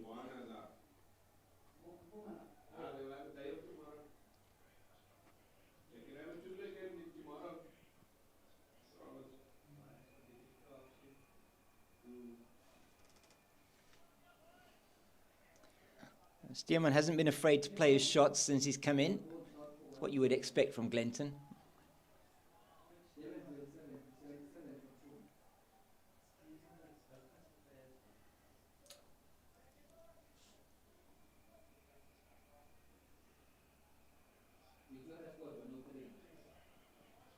That's played down to the man at deep backward point for just a single. And every run now is very important. Absolutely, every run. That's what they want to do, is to keep them out here as long as possible. See how much more of a lead they can still get.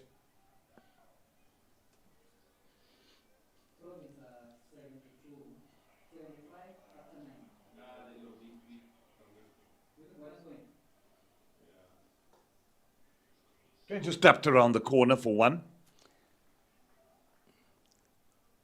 They don't mind doing that all day, do they? No, not at all. I'm just making it too easy for them, really. Ethan Bosch. Just want him to be consistent in that line outside the off stump, which has been so successful and is always, very often successful here at Boland Park. He's just striving for too much against the tail ender.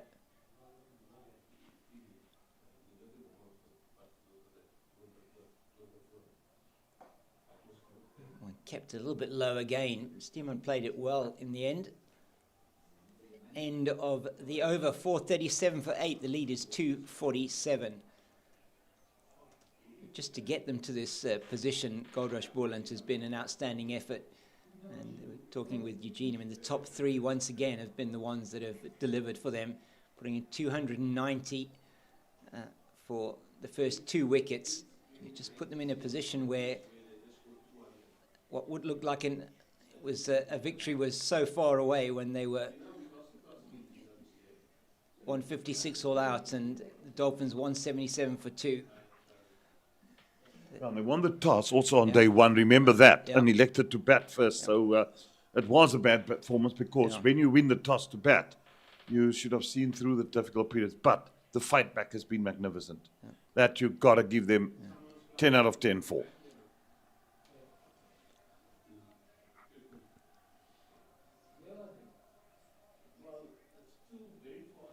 Parsons to continue. He's got that man in at a very silly mid-off or silly point position, right under the nose of Sean van Berg.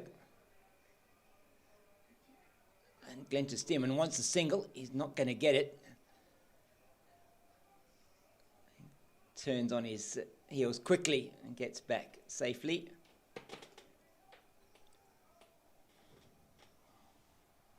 That's Sepang Gitole, I think, under the helmet there.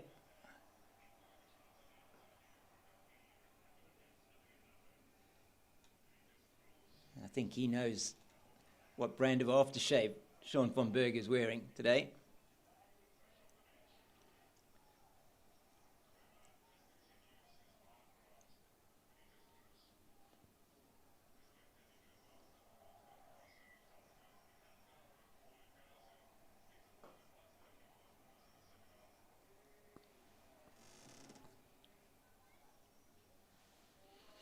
Still plenty of time left in this game.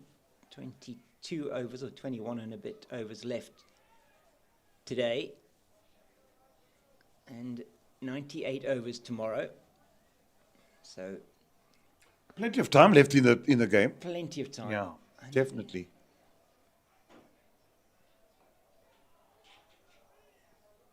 It's Kaya Zondo under the lid there at short leg.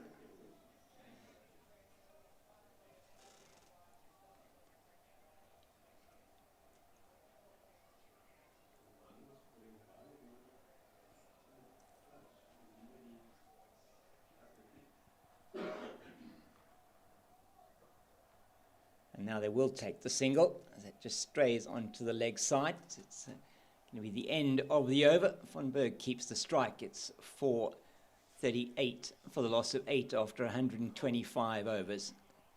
And these two can be handy with a bat. They can be a niggling partnership that could grow, yeah. As you say, it's Glenton Stearman. Whilst he might average 13, he's got a half century to his name. Sean von Berg, I mean, he has got 500s and 27 50s. Average is 29, so he's good with the bat. And he saved this team on a number of occasions in the last few seasons with the bat. Both him and Imran Manak were very good in the 50-over competition last season.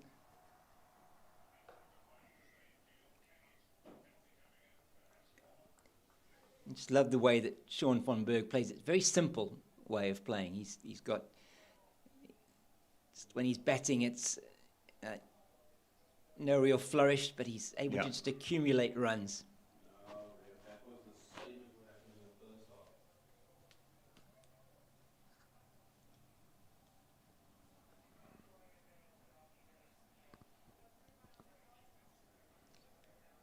So Ethan Bosch away from us again.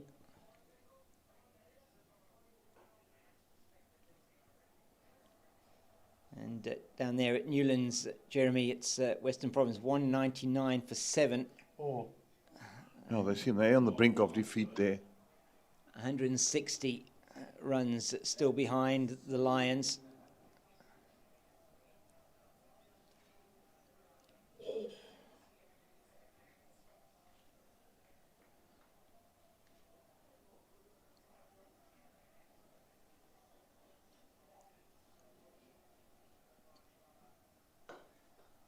Oh, it's beautifully played.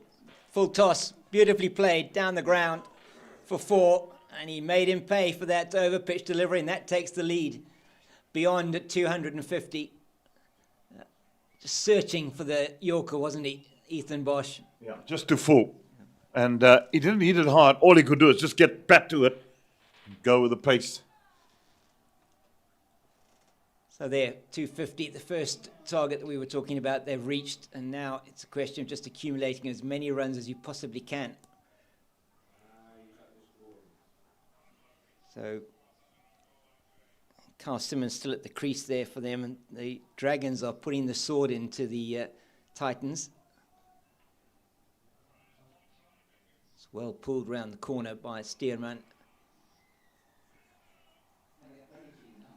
And Dragons 225 for 5 after 44 overs.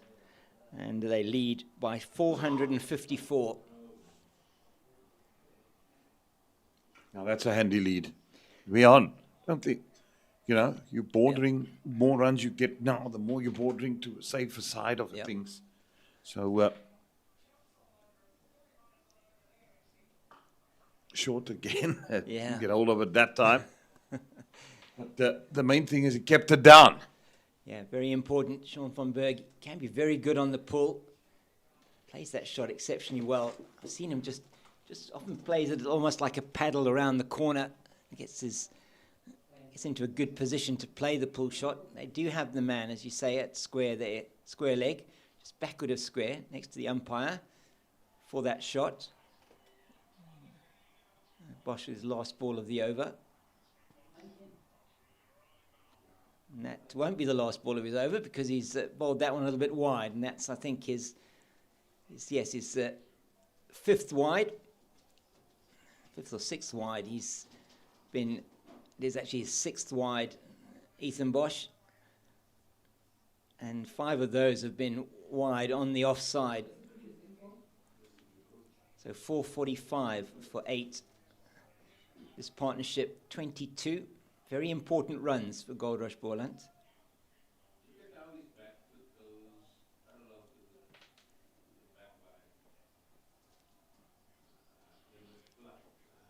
The end of the over, 445 for the loss of 8. So, and a few moments ago, in fact, that game in Maritzburg, 128 for 3, the Warriors. Okay. So they're leading by 83 with 7 wickets remaining in that very low-scoring match there. So they've done better in their second knock. And the Tuskers not pressing home the advantage of bowling out the Warriors for 140, being all out for 185 earlier on today. Then in the Hollywoodbets Pro 50 game, just looked at that score a little while ago. It is the home team, the DP World Lions, that's struggling a bit there. They need 90 off the last 10 overs with 5 wickets in hand. Wow. And that's a star-studded side, that DP. It is indeed, yes. But you were just talking about the talent and the young talent that there is, and it should be a new era for women's cricket. Yeah. Well, with all the young talent that there's around, probably after the World Cup. Yes. Do you think changes would be made and people would be retiring, and honest hard talks need to be had with certain people just to say, listen, I think it's time that we move on and really reset and rebuild the squad if there's a lot of young ladies that are very good? Yes, certainly, Jeremy. That's exactly what my thinking would be. Is this World Cup now? It's a particular point in time. It's the 50-over World Cup. There's 4 years until the next 50-over World Cup. We've got a T20 World Cup coming up next year. That's a good opportunity to blood your new talent. Bring in some new players. We've got a number of players that are reaching that point where you feel perhaps, yes, they can pass the baton on to the younger set, and we do have players that have been involved with the under-19 team, and there's a number that I could probably name, but it's important to start bringing them through now. We have got a couple of them that have started to play for the Proteas. Seshni Naidu, Karaba Meso's out there with the team. Miane Smith is there with the team.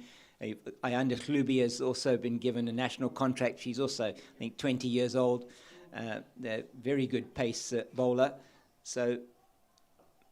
But there are more young women coming through. There's a number of them across the country. So it's really exciting to see that talent coming through. And yes, you know, under the leadership of Laura Wolfart, she's probably still got another. She could, if she wants to, probably play for another 10 years, Laura. And under that oversight, and a couple of the other players that are, Annerie Dirksen's very exciting. She's 24. Nadine de Klerk still in her 20s. Anna Kabosh as well. So you've got some youngish players with a good level of experience.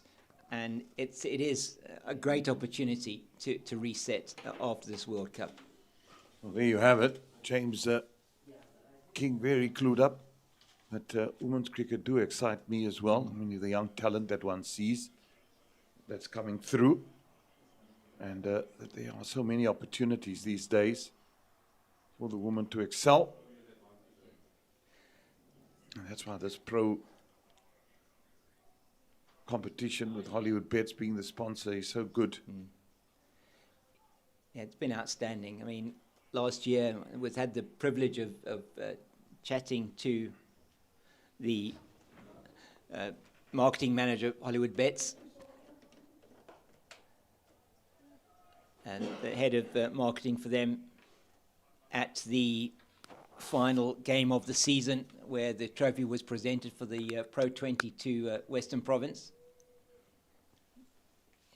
And just the vision that they have for this for women's cricket and what they're wanting to achieve through their competition is absolutely fantastic. So, kudos to them for putting the money into that, and really is excellent. Yeah, he's good. And I just think overall, I mean, we talked about the ladies' game, we talk about the men's game now. I mean, such exciting talent. We've got Tristan Luce here that we've seen running in, 19 years old. In this team, you've got Andile. He's not playing. He's on the field though. I think substitution at the moment. Andile Similani also in his early 20s. Bryce Parsons, 24. You've got players like Luandre Pretorius, who's hit his third consecutive 50. Oh, that's it. It slipped though. Oh, that's Yeah. fortuitous. You kind of fielders everywhere, can you? And they've taken out the slip, and Glenton Stearman just prods at that one, and it goes into the gap. Just gets the outer half of the bat down to the boundary for 4, and these are all important runs for Goldrush Boland as they go on to 450 for the loss of 8, and 450 for 8, and that coming in the 128th over. So they've been out there a long time. But the men from Hollywoodbets Dolphins. Well, now that you're talking about, we're talking about women, we're talking about the men, you're talking about the youngsters. Brevis, another youngster, 23, 22 years old. Yeah. And that just shows you, is that an edge? Yes, it is indeed. 9th wicket down. Stearman perishes. And the 9th wicket down, the score on 450. He put it in the right areas, did Ethan Bosch, and he gets the reward. Hannah Fillion takes a good low catch. Stearman has to go for 18 of 26 deliveries, and he hit 3 boundaries. And as you said, the 9th wicket falls, and Akona Mnyaka, who is really has no pedigree as a batter, he's going to be coming out to join Sean von Berg. So von Berg, a lot will depend on him as to whether Goldrush Boland are going to get any more runs on their total here.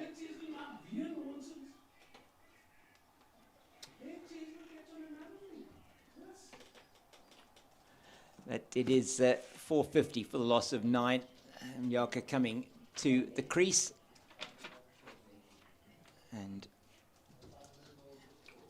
127 overs and 3 balls gone.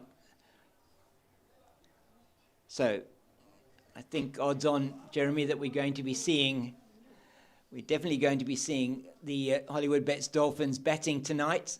19 overs left in the day's play. 260 is the lead.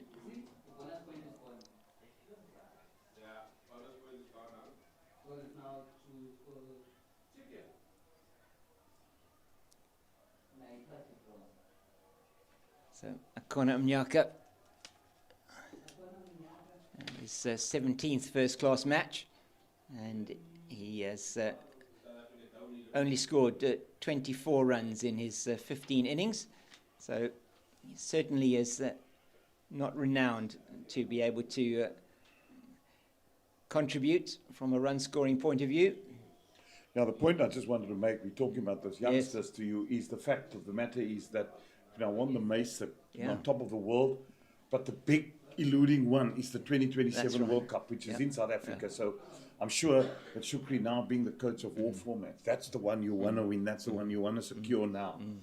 The next one to win. Well, I know there's a T20 World Cup in India as well coming up, and well, in T20 anybody can win there. That's right. To me, it's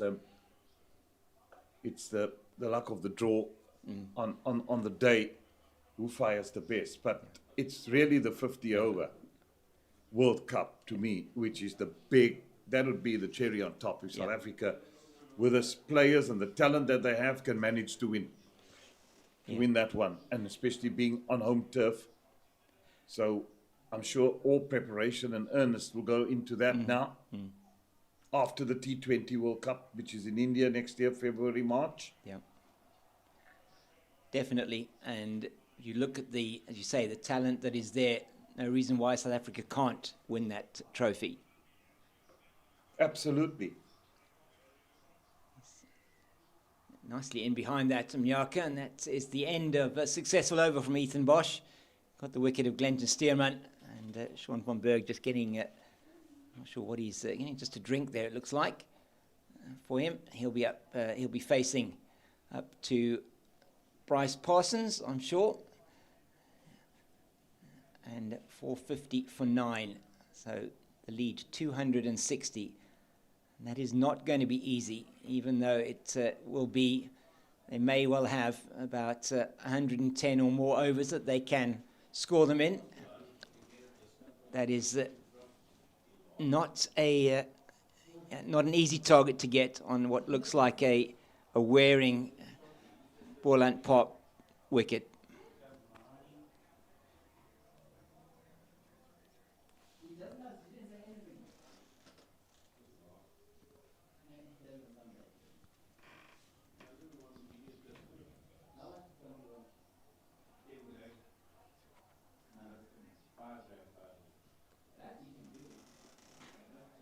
So now they've gone with the widely spread field, have the Dolphins. They want to give Sean van Berg an easy single and get Akona Mnyaka on strike.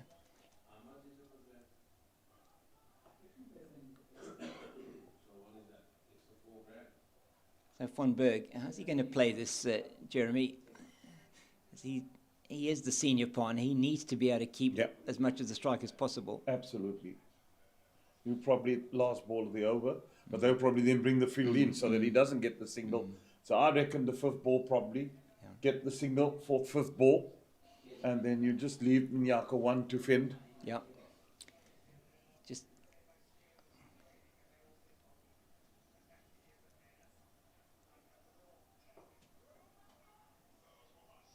that's ball number 4. Now they're all going to come in. Come in, guys. Ethan Bosch, it looks like, as I say, he may well be the on-field captain at the moment. And there must be something seriously wrong with Marcus Ackerman. It is unfortunate. Hopefully it's not a long-term injury that he's picked up. He hasn't been on the field since lunch.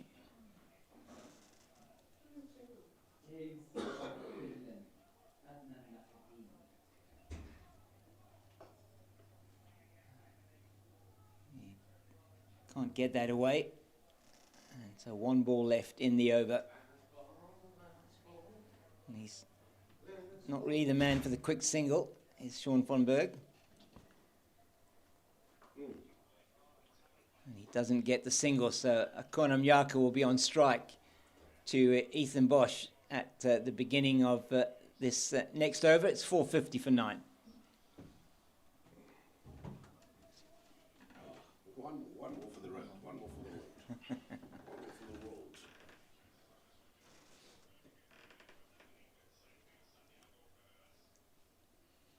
Plenty of sport happening around the world and across this country today. Definitely is, and how exciting is it? South Africa leading at the rugby, 29-20. Yeah, it's as I say, plenty of action, plenty of cricket all around the world. One place where there wasn't cricket today was in India, where the Sri Lankan women and Australian women shared the points there with the rained-out game. Well, it's well fended off by Mnyaka. They won't take the run. There isn't one on offer there. Fairly around the corner at square leg. I don't know why they don't. Could probably put somebody under the hat at square leg here from Mnyaka. All he's going to be looking at is just defending.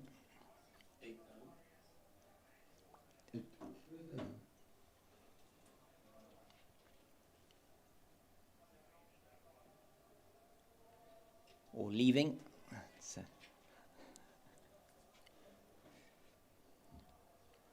Yeah. Carl Simmons playing a bit of a lone hand there. He's got the second highest score in that innings. It's just been, though, an innings for Western Province that is, look at that score, 218 for 8 innings that they've got into double figures. Everybody so far, except for Tepo Moreki's got into double figures but not gone on to score runs. Simmons not out 43 there. Oh, he's in behind that well, is Mnyaka.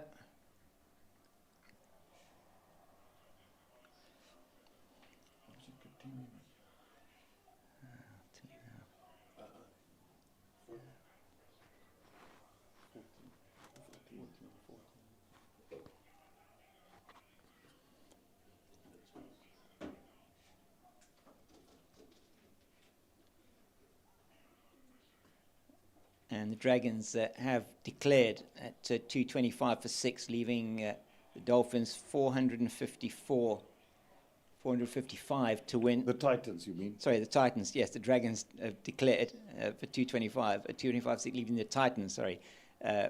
454 to win now. So that is, that game there going to be a mountain for the Titans to climb.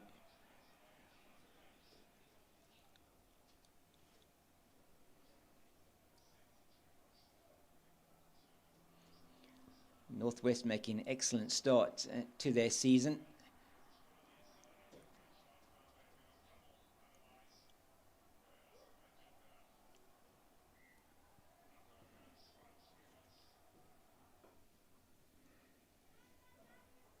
So 1 ball left in the Ethan Bosch over, and Akona Mnyaka needs to survive that.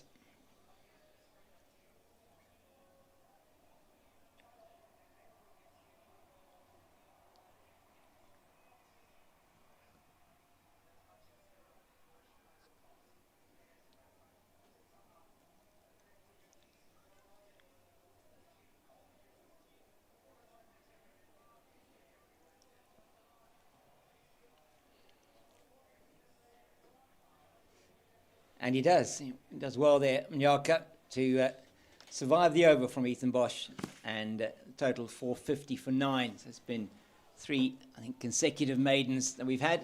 As we say goodbye to Jeremy. Thank you very much, sir. It's been a privilege as always. And I'll be joined on comms by Eugene Molian.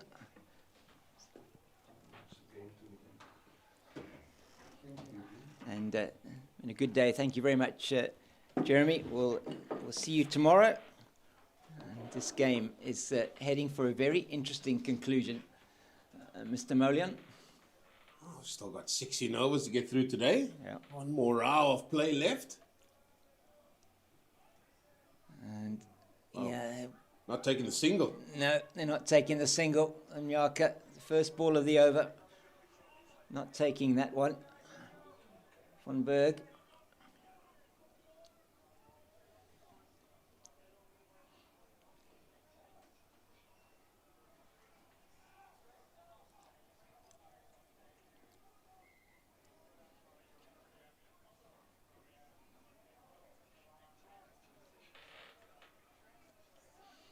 And he'll be looking for, he's probably not going to get a boundary with the way that this field is spread wide like this, but wasn't able to get the single in the last over to get on strike. So just a period of play where virtually no runs are being scored. It's come to a little bit of a halt.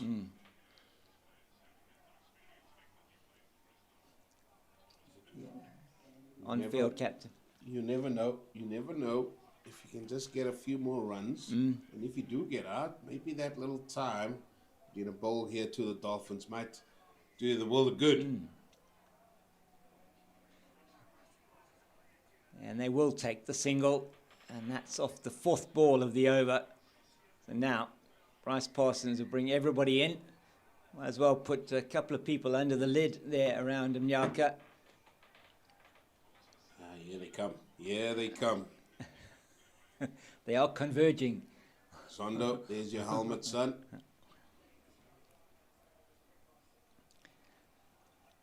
I reckon we'll see one attacking ball, and then after this, the field will spread again. And that ladies' game at the Wanderers is getting really exciting. There's 3 overs and 5 balls left. 44 needed to win with 3 wickets in hand. Faye Cowling is hitting out there. She's on 29 off 17. And the Lions are 1 wicket away from an innings victory over Western Province at Newlands. All these games, day 3, except for the women, obviously, because they're busy with the Hollywoodbets, the 50 over.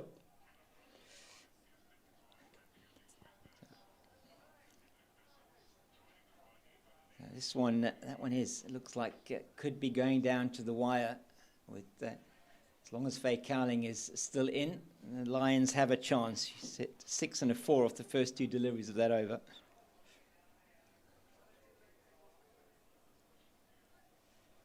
Ethan Bosch now will be bowling to Sean von Berg, the lead 261. And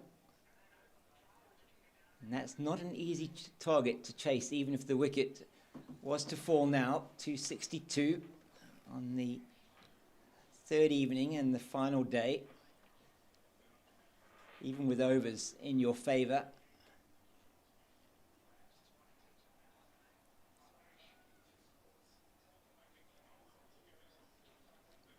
We've got 15 overs left in the day. Change of innings will be 2 overs, as well as the over in which the wicket is taken. So we'll have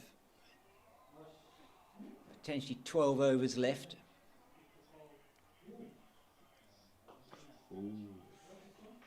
That's well played by von Berg. Good delivery from Bosch.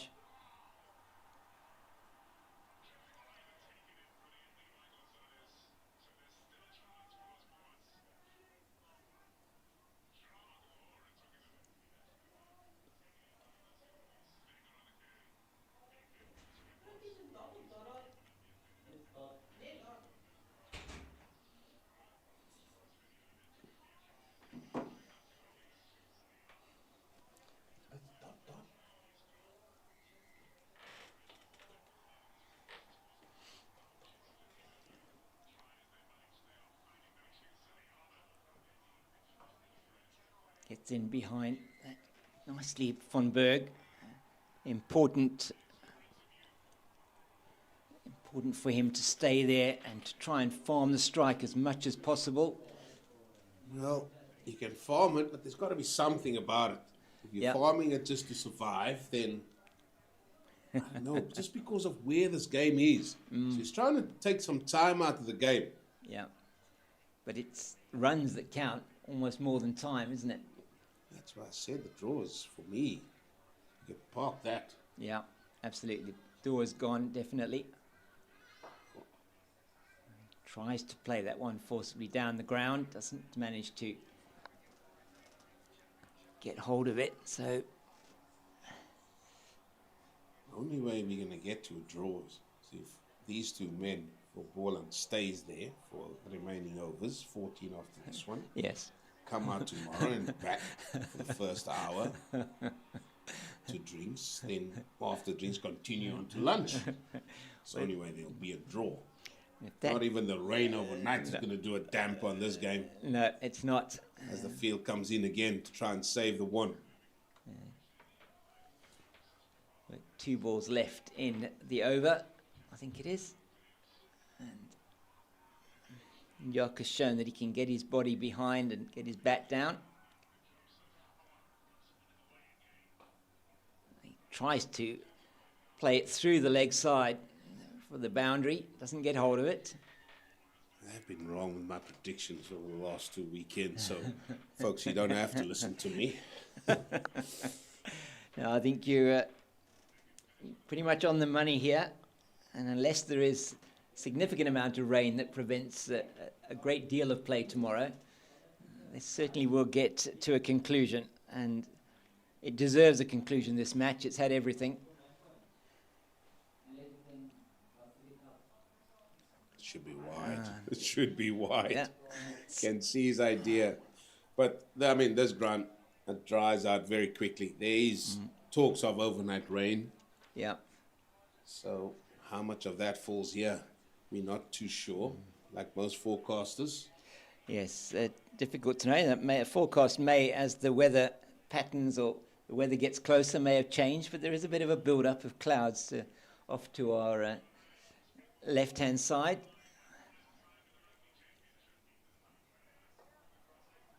And not going to get the run. So Mnyaka will be facing up to the Guile. Oh, no, he won't. So one left because of the wide. I forgot about that one. So let's just have a look at this forecast, Eugene, and it has got, or it's still going to be rain overnight. Expected to start from 8 o'clock tonight, but finishing at 8 o'clock tomorrow morning. As Eugene just showed me, the Lions have won that match, the DP World Lions.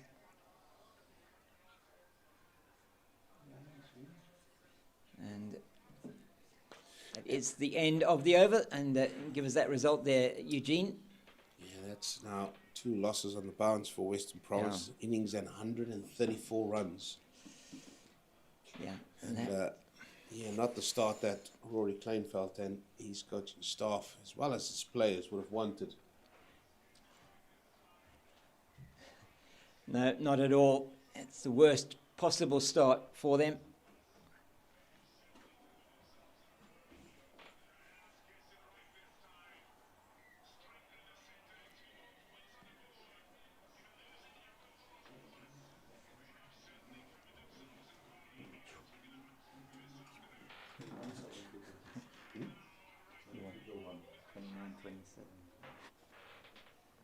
Mnyaka facing up to Parsons. Puts everything behind it.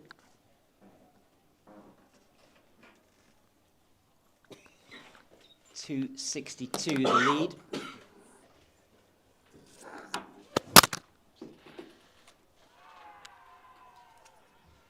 Umpire unmoved with the appeal.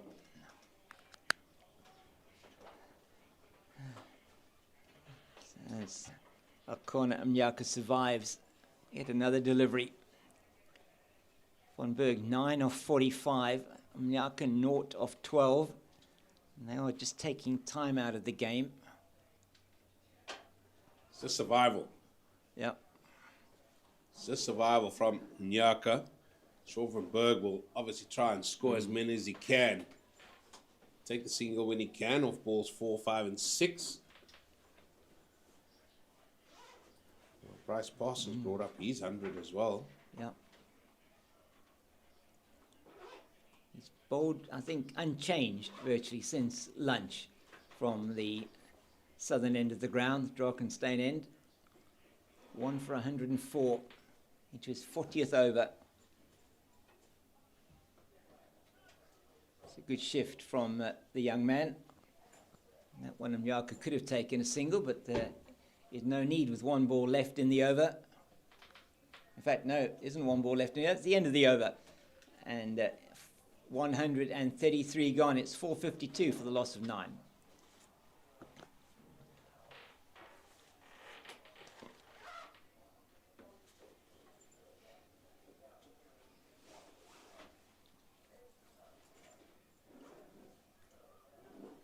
.262. That's the lead. Goldrush, Boland have. That is a significant lead. It's never easy to chase that kind of number on any field, anywhere in the world. 262 is difficult.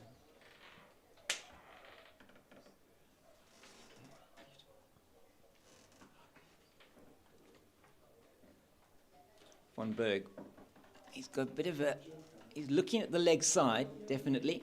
Ethan Bosch puts it anywhere in the area where he can pull that ball. He's looking at forward of square. Looks like he's trying to tee off, isn't he? It does, doesn't it? He was having a look at the field. That goes to Jason Smith at a deepish mid-on.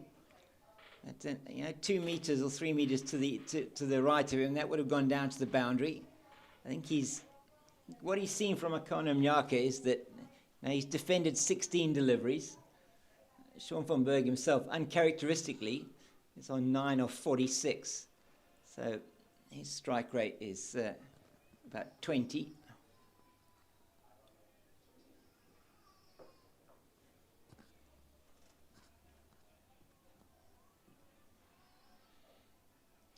And say plenty happening all around the country and all around the world.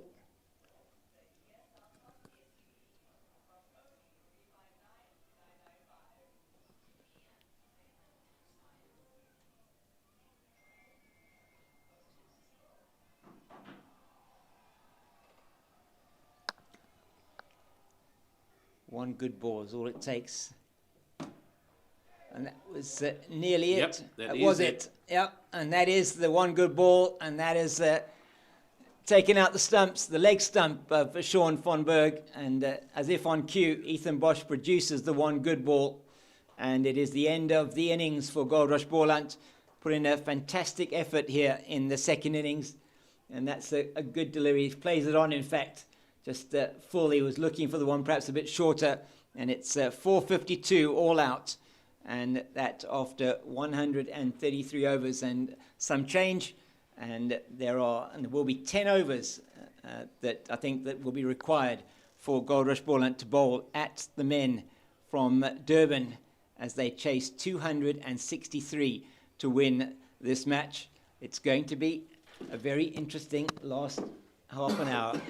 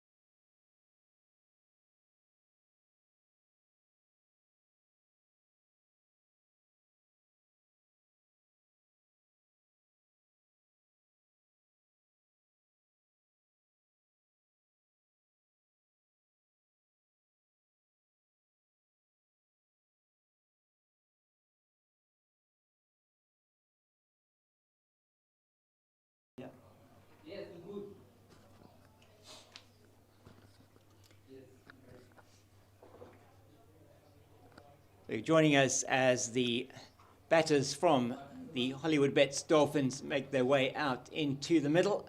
There's Martian Paarl and Tsepang Ditole, and it is going to be Ditole who's going to be taking first strike on this occasion.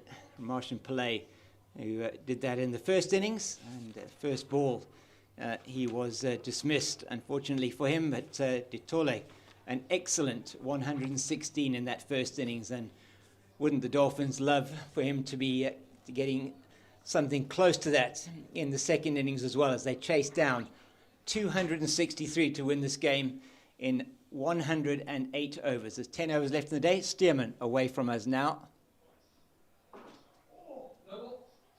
And he starts with a no ball. That's not the way that he would want to start. Yeah, and their discipline with that front foot line, the Goldrush Boland, was evident in that first innings. But I'm not surprised to see Paarl saying to Ditole, listen, you go ahead, you can face up first up this time round. Maybe that's a gentleman's agreement between them as well, who knows. Yeah. It seems to be so often the case that the opening pair swap around from first innings to second innings. Stearman hopefully will keep his foot behind the line this time.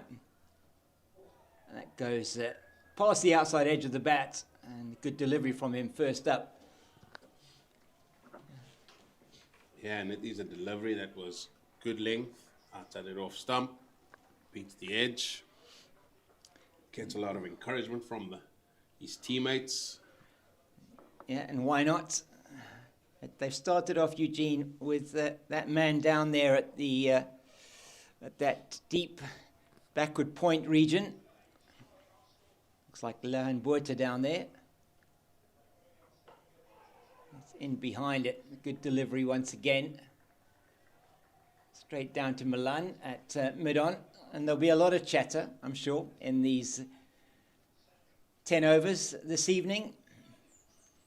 Light is still very good here, and we'll get all those 10 overs in, I would think. The only question will be whether Goldrush Boland will bowl those overs in the 45 minutes remaining, but they should. And he's off the mark. Is Ditole with that push through the covers. Combo 40, what is that? 10 overs in 45 minutes. You need to get something wrong with you. However, they should be encouraged to bowl those overs in that time that allows. And here we go, Mr. Paarl, off stump guard.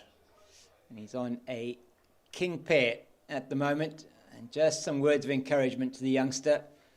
So, Martian Paarl, and in only his 8th first-class match, 20 years old.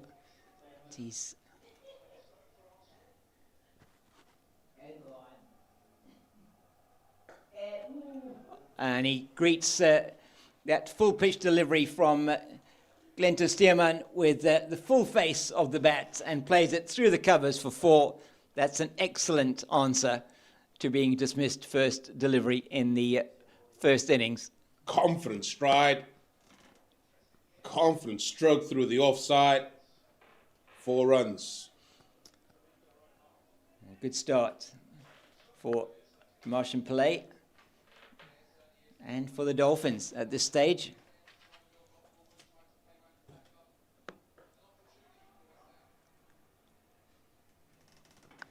And the Dolphins elsewhere have been successful. The Lions, DP World Lions women falling 12 runs short of the total. So 246 it was scored by the Dolphins, and it was in 49.5 overs, 246 all out, and the Lions 234 all out in exactly the same number of overs and balls. He goes straight through him that time, past the outside edge, and similar method, similar to how he was dismissed in the first innings. It's the end of the first over, 6 without loss, and they are underway, 257 to win. It's a good game, that. 12 runs. Was a good game, and it looked like they were done for all money when they had 5 wickets in hand and 90 needed off the last 10. And in women's cricket, that is often a target which will be too far. But some lusty blows from Faye Cowling in a very good innings of 40 odds that she scored at strike rate of about 150. Got them close, but unfortunately for the DP World Lions, just not able to get over the line there. And a good win for Angelique Tai and her charges there.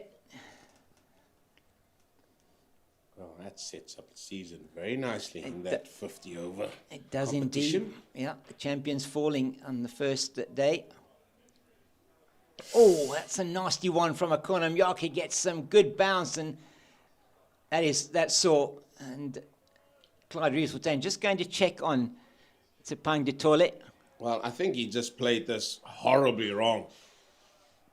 It wasn't a ball that sort of leaps up at you from fuller length. I think he just got in a very, very bad position to play this. And that hits his left arm. Oh, he's grimacing there. Yeah.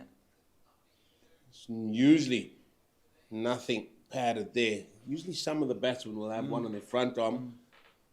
Him being a left-hander, that little padding is on his right arm. If I'm a corner on Yaka, I will throw wide full one out. Yeah. Can bowl with gas now, Manyaka, in this spell. And he bowls it in too short. And they're going to turn for the second. Not really what was needed there, as you said, Eugene. Yeah, that's not the length. We've seen it all through this game, Mr. King, that if you full of length and consistent around fourth stump, you'll get your reward. And these 10 overs, they can go either one. It can go very well for either one of these two teams. At the moment, the Dolphins have got the advantage.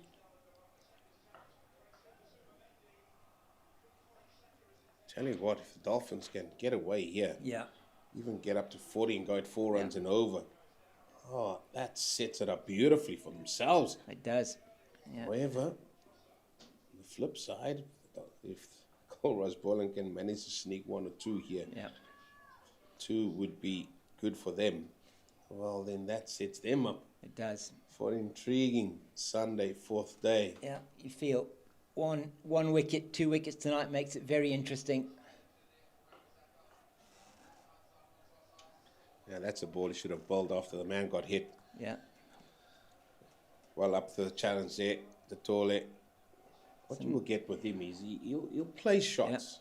We've seen it all along. Even balls that are coming up short about the shoulder height. He even want to defend it over.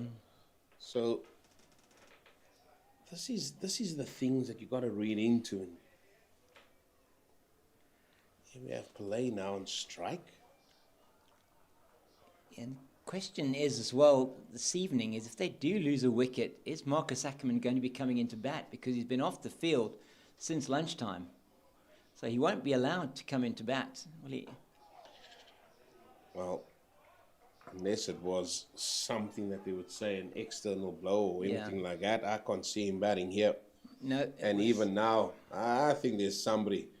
If we can get our camera to pan across that Dolphins dressing room, surely there'll be a night watchman. I'm telling you now. Somebody, one of the bowlers potentially padded up. You would think so. And they didn't do that in the first innings and paid the price with the wicket of Jason Smith, which in hindsight could prove to be crucial.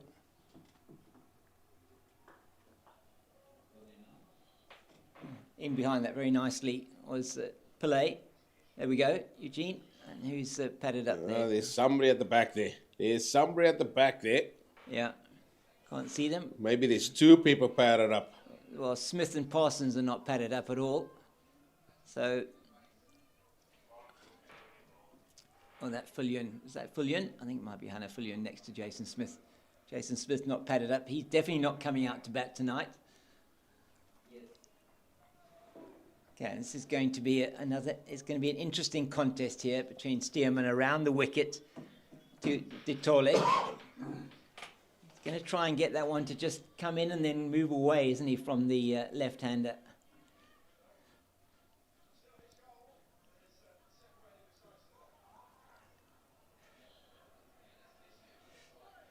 Clutching there for a leg before with the angle.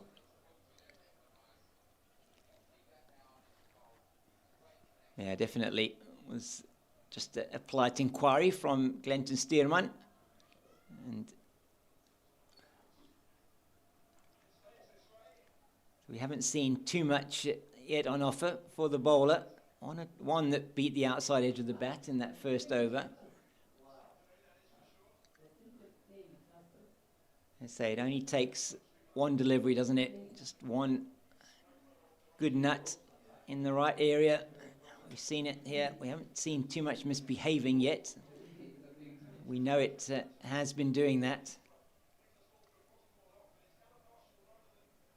You've got to get it full enough, in fact, for it to do that. Yeah, you have. And that's how you use this new ball. Brand spanking new Kookaburra. Get that seam to stand proudly. Get it to make use of the surface that's got an even coverage of grass.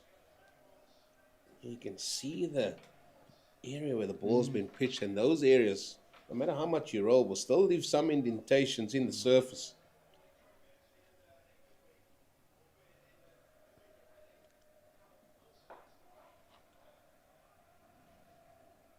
In behind it nicely, Pillay. And you would have seen a fair bit of him, Eugene, at that Kaimajala week and then the Cubs week thereafter a couple of years ago. He scored some good runs in that Cubs week as well, Martian Pillay.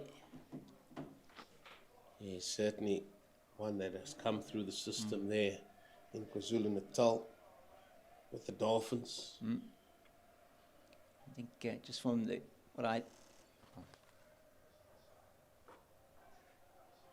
it's well rode that well into the leg side. What I saw on the sort of bit of work that I did, and just looking at him from a career point of view, I think he's at the University of KZN at the moment, and he has got that high performance contract with the Dolphins, which is really good for him. Could be a good weekend for the Dolphins if Could be. the men manages to win this one. Women's play the 20 over format tomorrow. They do indeed. So they'll be looking there to add a victory. Yeah, and that one did misbehave a little bit. Well, by the way that Sepang Ditoli played that, it certainly kept a bit low. That's what's going to happen here. You're never going to feel that you're in. No. Now that you're in the back end of day 3, Yeah.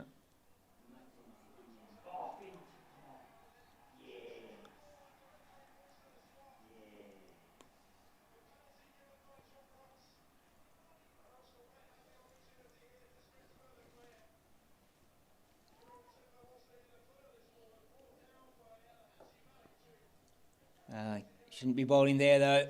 It's Mjaka coming around. He's going to cut that off, is he? No, he's not. And goes down to the boundary for 4. Looked like a very, an attempt to cut that off. Not quite what he would have wanted, and certainly not what Glenda Stearman wanted. But that's good for the Dolphins. Means they're scoring at 5 runs to the over in the first 3. yeah, just getting the length wrong. And should just keep it out there. Don't try and go straight for the stumps because of your angle. It's just going to go down the leg side even furthermore. So Mjaka will be over the wicket. Still the left-hander to Pillay.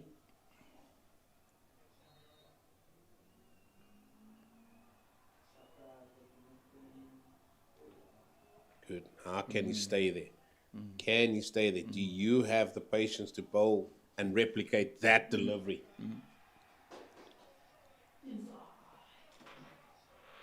And that's what he does need to do, doesn't he? Needs to keep it in that channel of uncertainty outside the off stump, what they call it, the corridor of uncertainty.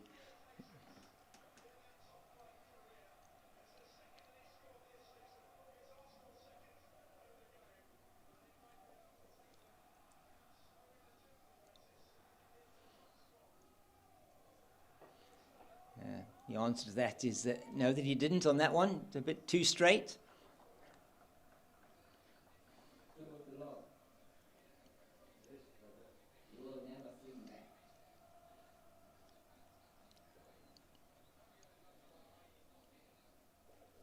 That is why I said, can you do it again? If this was a net, now I would stand next to him and said, well, just do it again. Yep. So if you do it again, just do it again. Yep. 6 balls in a row. Put him under Keep pressure. doing it.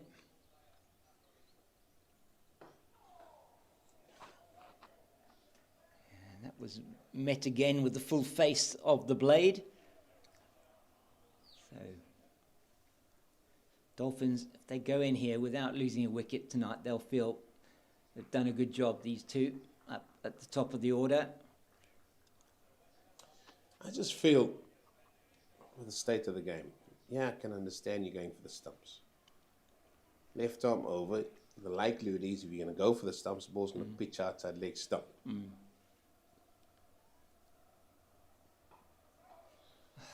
And then if you get your length a little bit shorter like that, it can be clipped off the hip of the pads for one. Yeah.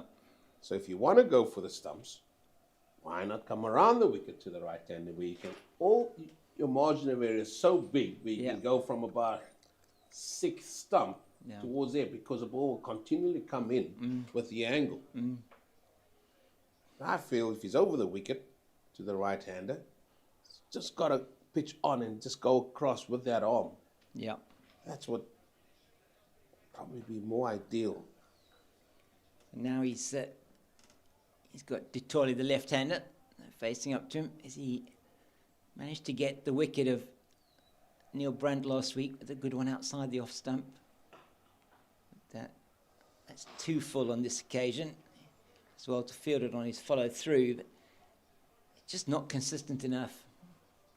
Well, on pitch, man, would have been brilliant to see here. Yeah, it would have been, wouldn't it? Because you would have seen balls sprayed all over the place in 5 different positions. Let's talk through it. First ball, good length. Was left alone. Yeah. Second ball on the stumps. Third ball off the hip. Yeah. Fourth ball, half volley.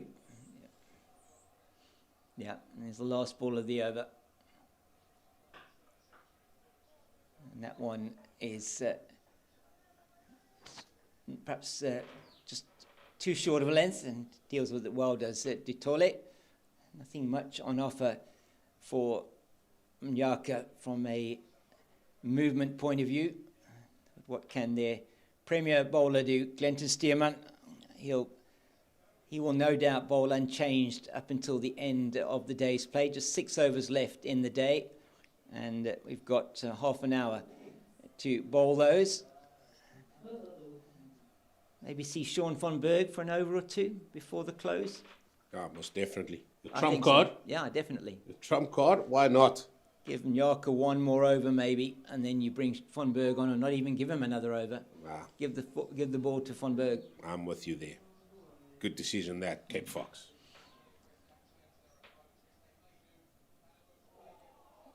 One, the beauty from Stearman came into Pillay and well fielded behind the stumps by Reeves Fontaine. Those oohs and ahs, just a bit more pressure on the young man. They've got off to a good start here, the Dolphins. Plenty of time tomorrow to get these 247 runs needed, 104 overs that they have.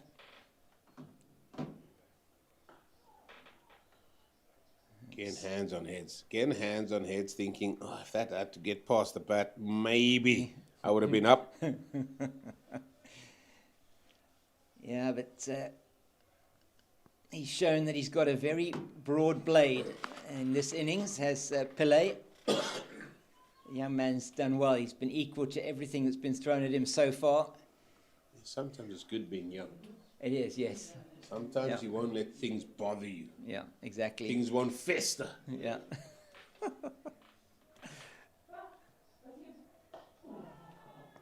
Oohs and ahs, middle of the bat. Yeah. Didn't really play that one better as a forward defensive than he did, could he? Don't know how else you could have played it. No, me neither. He played it very well. Very good to see from Reminiscing Paarl. Whatever happens here on the final day tomorrow, this has been an excellent game of 4-day cricket so far. I've enjoyed it.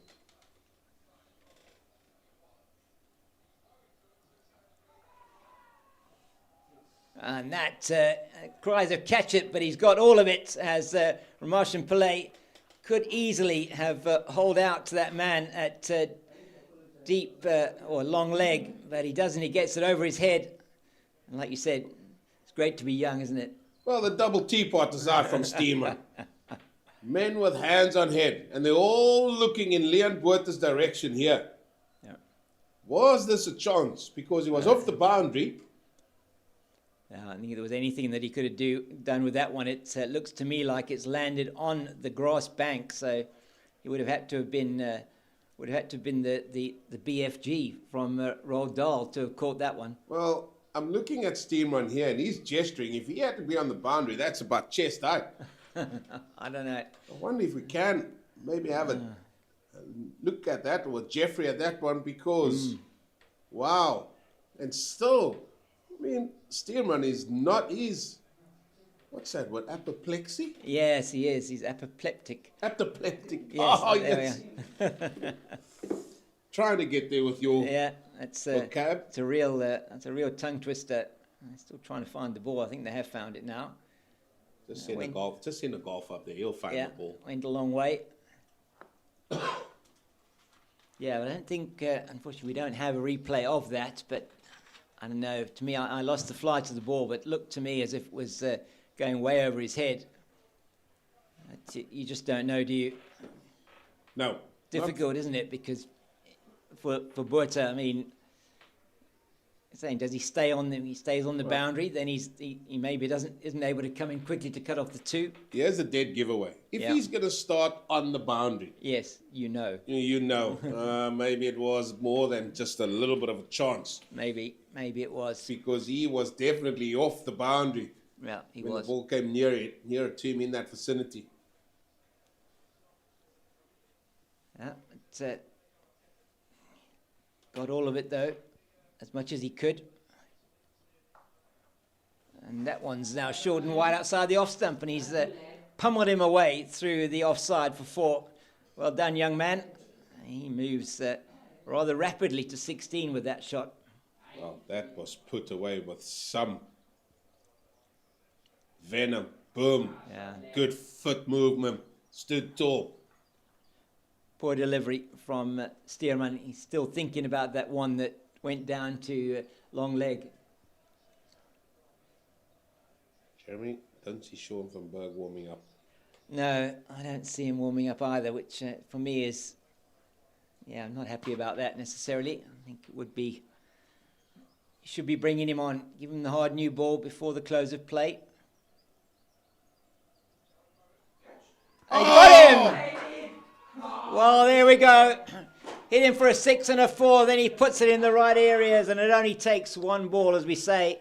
And Reminiscing Paarl has to go. Good catch at second slip. Aviwa Mgajima takes the catch. It's at a nice height for him.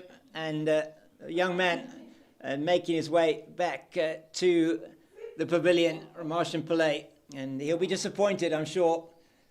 He's got himself in, and 16 he scored off 18 deliveries. Well, I'm just going to say it again. The stuck record is coming out. Look at the length. Forward, edge, Makajima, good pair of hands. And here we go. The night watchman's in. Yeah. Ethan Bosch is coming to the crease. and we knew somebody was padded up in there, and the man who was captaining on the field, we believe, while it was Marcus Ackerman, who was back in the hut and getting some treatment, is going to be coming out to the middle to join Tsepang de Tole, and Ethan Bosch can bat, so we know this is not a bad call. Mnyaka is going to be continuing to bowl from this southern end, the Drakenstein end, and we've got 23 minutes left in the day. I don't really understand why you haven't got your two premier bowlers on necessarily. Yeah, it's just 5 overs, which means the person who's going to bowl from this end now. So there's 3 overs from that end. There's 2 from this. So after this over, because Nyaka got ball in hand, there will just be 2 from that side. You've got to use these overs wisely. No, off the pad. No. That looked like it was off the pad, definitely. Off the leg, yeah. De Tole is unmoved, and I think if he had hit that, my sense is that he probably would have walked. It's a good decision. It's like from Andre Olivier. Let's have a look at it again, Eugene, but it looked to me like it was pad. Back leg. His back leg. There it is. Yeah. Back leg. Then they might have been up for the leg before as well. Yeah, too high for the leg before, I would say. The ball flew over the stumps, didn't it? It did, didn't it? Yeah. So that tells you everything. That was a good delivery, though, from Nyaka. You've got to follow it up, though. He does, and he hasn't been showing us that he's got the ability to do that.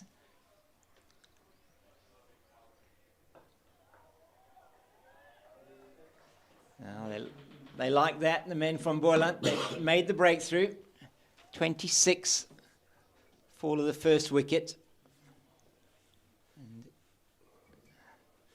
You're allowed to do something just out of the norm. And he's such a match winner with ball in hand, especially in the 4th innings of a game, Sean van Berg. Well, it was that wicket that Bryce Parsons took with his 3rd delivery, and that's very well played by De Tole. Just once again, Nyaka not getting it in the right place, and it's a gimme for De Tole. Oh, yeah. No chance for Frisco Adams. And what he's The run rate is 5.5. yeah, 5.5. They've already knocked off 30 of the 263. I know they got 1 wicket, but still not good from Boland. And that's even worse. And he plays that beautifully into the gap, down for 4. It's so much time. How many times have we said it? I know. How many times have we said it? You've got this game where it's at now. You can see how many overs are left. Yeah. Who are the 2 men most likely that's going to do the business for you with ball in hand? For me, there's no one else but Steerman and Van Berg, just based on the history and experience and their record. Hard, new ball, get more bounce, the spinner.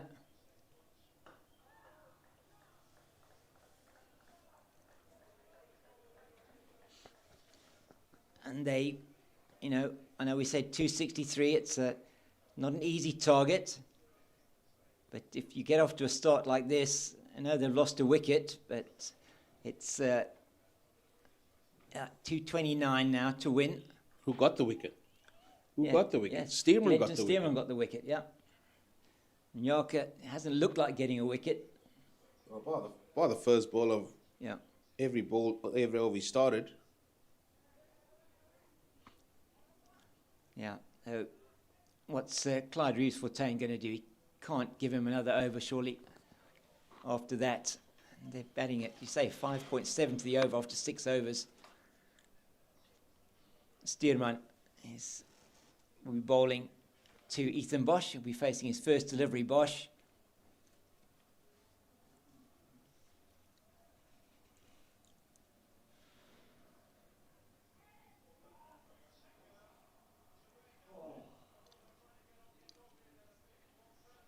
just roughing up that area there so that he can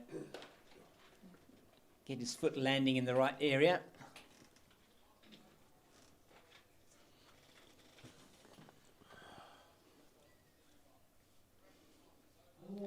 Success in his previous over. Stearman, the last ball of his previous over. It's the first ball of this over. He's bowling to Ethan Bosch. He's taken his guard. He's waiting for Stearman. He's away from us now.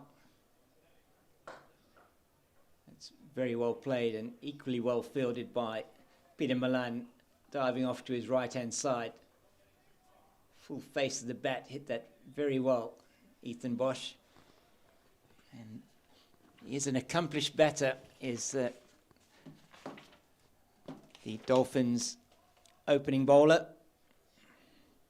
Played for South Africa. He's got 1 century and 8 50s to his name. Averages 24 with the bat.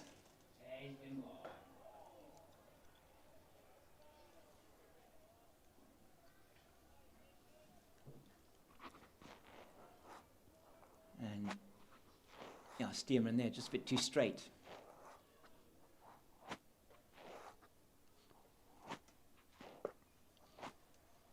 We should get all 4 overs in, Eugene. Comfortably. 16 minutes to go. Comfortably.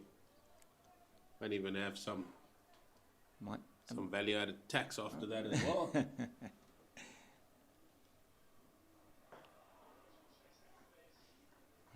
In behind it very well, Ethan Bosch. So Boland have got 2 bites of the cherry here tonight and then tomorrow. 10 overs with the new ball tonight. Finally, Mr. Van Berg is doing some kind of lumbering up there. Oh, that's good. He got the toes down, stretched the hamstrings, went through one sort of makeshift delivery. Okay, that means he's definitely coming on to bowl.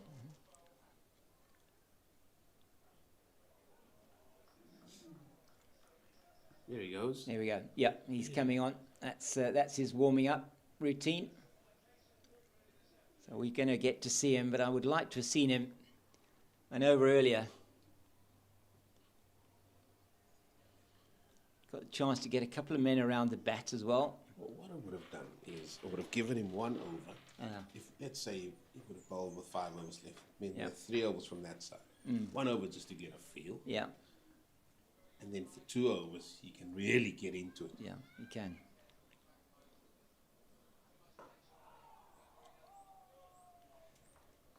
Yeah, once again, all the oohs and ahs, but Ethan Bosch is really well in behind that one. But getting it in the right areas, Stearman, if something is going to happen on the wicket, then, yeah, maybe he's in business. It's been good from Bosch so far. Just 1 ball left in the over. There you go, Cape Fast. Keep going. You're building them up again. Yeah. Building them up. Yeah, just the 1 ball left. He's doing a good job here. Last ball of this over. 7th over. Yeah, important.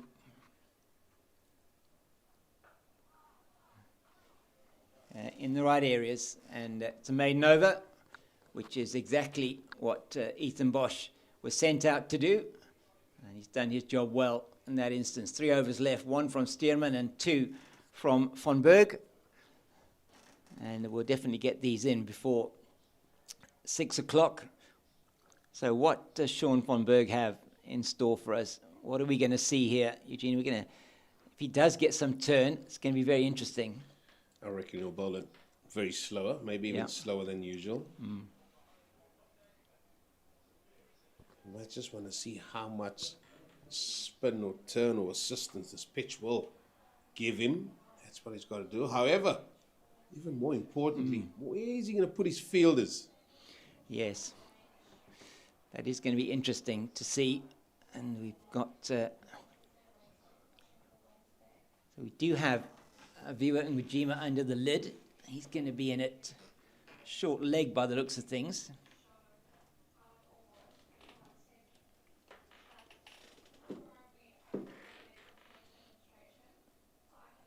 Oh, 3 overs left. He's got a deep wicket. Yeah, that's interesting. He's got a man at deep backward square as well.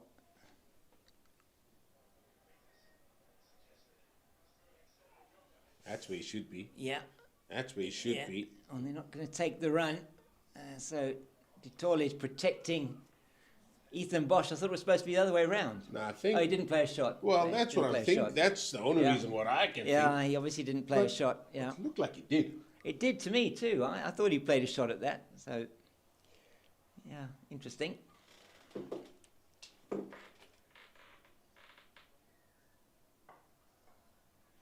lot of flight. Yeah, he's giving it air, isn't he? A lot of flight.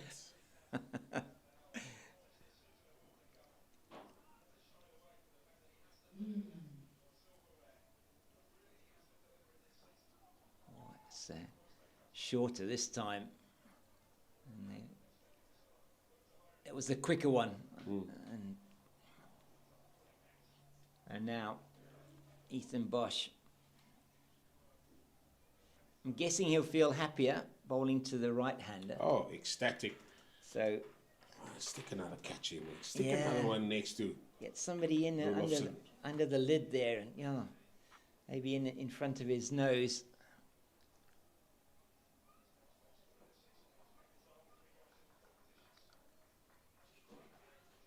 But you say probably 1 over too late here, Eugene.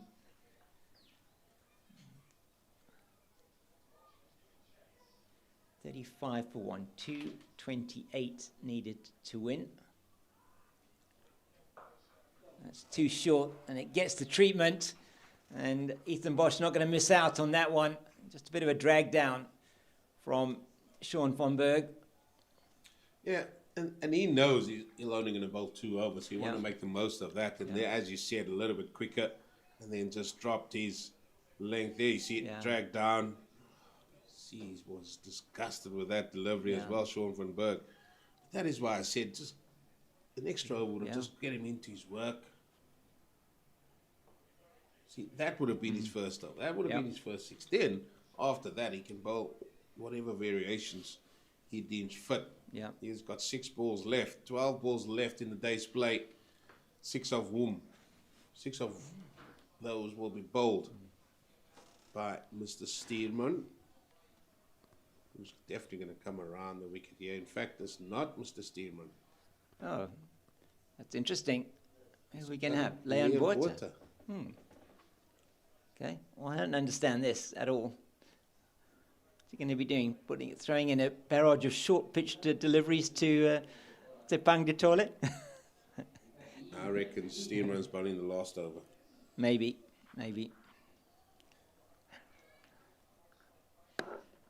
Yeah, hard to know what's happening there. Just while we wait for Leon Buerta to take up the attack, and it looks to me like he's going for the short-pitched barrage in 1 over.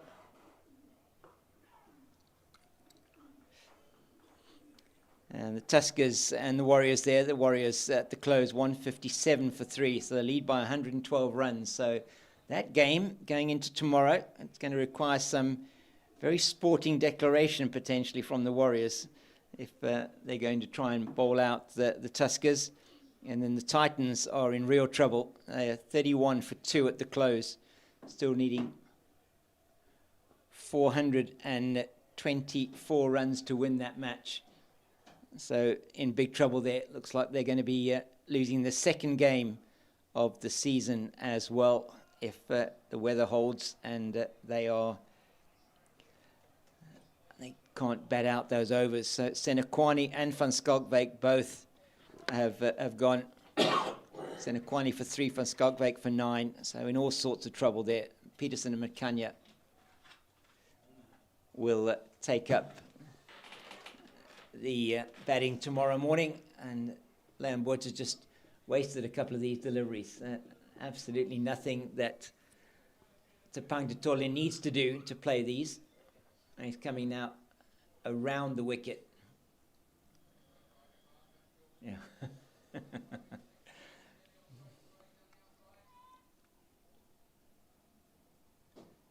That's all he needs to do. That's a no ball. He's going to have to bowl it again. Probably not a bad idea because it wasn't such a great delivery in the first place. But, You want to get us to watch another short ball bowled? yeah, we will watch another short ball bowled. Yeah, just Well, I said not so long ago, if the Dolphins can get up to 40, they're there now. Yeah, they are. They'd be happy with that. 4 runs and over. Oh, he dropped him. Oh, there we go. What do we know? It's very quick lead to Aviva Ngajima, and he puts it down.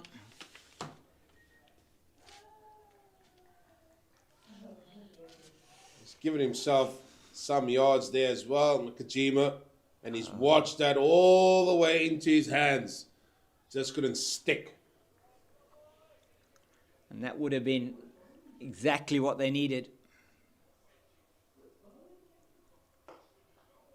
And that's not what they needed. And that's not a great delivery from Leon Boyd. It's going to go down to the boundary for 4.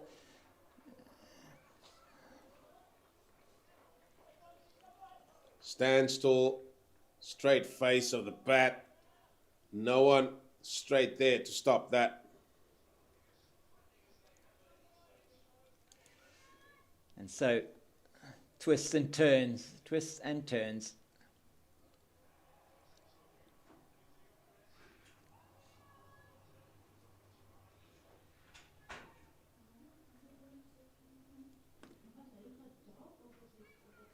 That is a better short delivery, but the chance has gone a begging.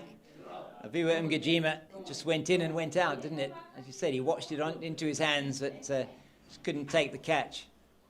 And will they live to rue that dropped chance off Ditole? Would have been big advantage to the men from Goldrush Boland had they taken that wicket. Well, I was wrong there.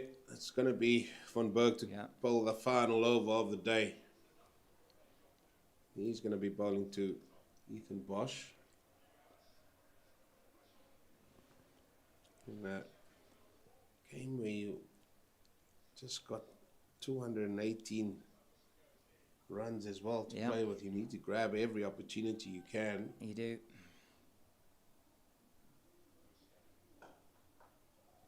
That's been hit well down the ground, but they're not going to take the run.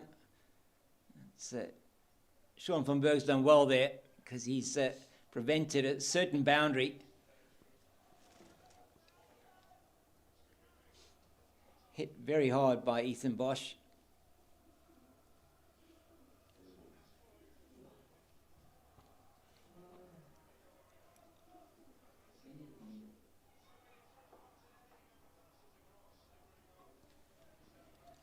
Well, we're in for an exciting last day. I still think there's only 2 results. Yeah, definitely only 2 results possible here. None of which is a draw. No.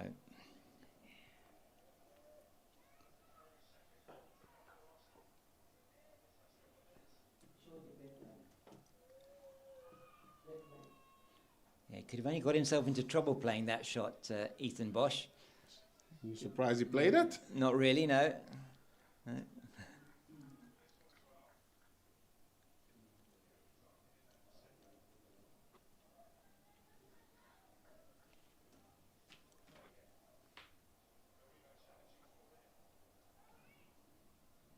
Leaves that one, plays the wide one. Yeah. Well, what's that? 2 balls to go? Yeah, I think it might be 2. It might even be, yeah, it is, I think, 2 balls to go. What has been an intriguing day of 4-day cricket.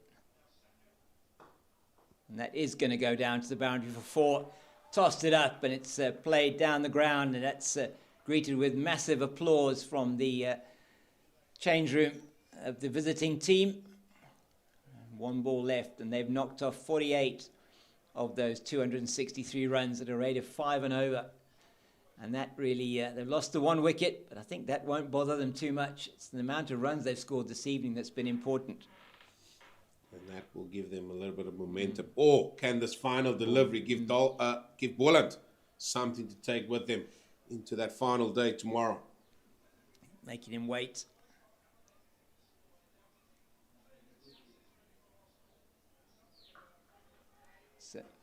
well, it's hit hard. It's fielded in the deep. They'll take the single to end the day's play.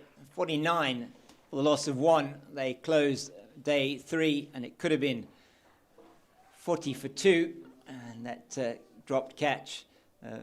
Nkajima off Ditole, and we'll be back tomorrow when it will be the Dolphins that need 214 in 98 overs. And Boland need 9 wickets to win this match. It's going to be an intriguing day's play tomorrow. We look forward to seeing you here again tomorrow. We hope that you've enjoyed our day's play, and wish you a good evening from all of us here at Boland Park.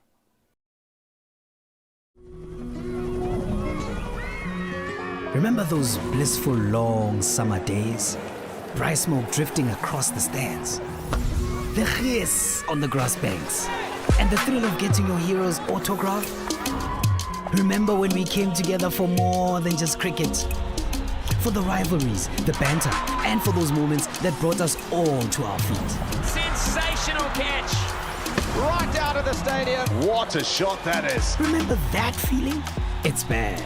Every team, every format, from the fire of the T20 Challenge to the battles of the One Day Cup. The intrigue of the 4-day series and the brilliance of the Hollywoodbets Pro Series. Boulder! This season, it's time to make new memories. Book your ticket to the best of South African domestic action.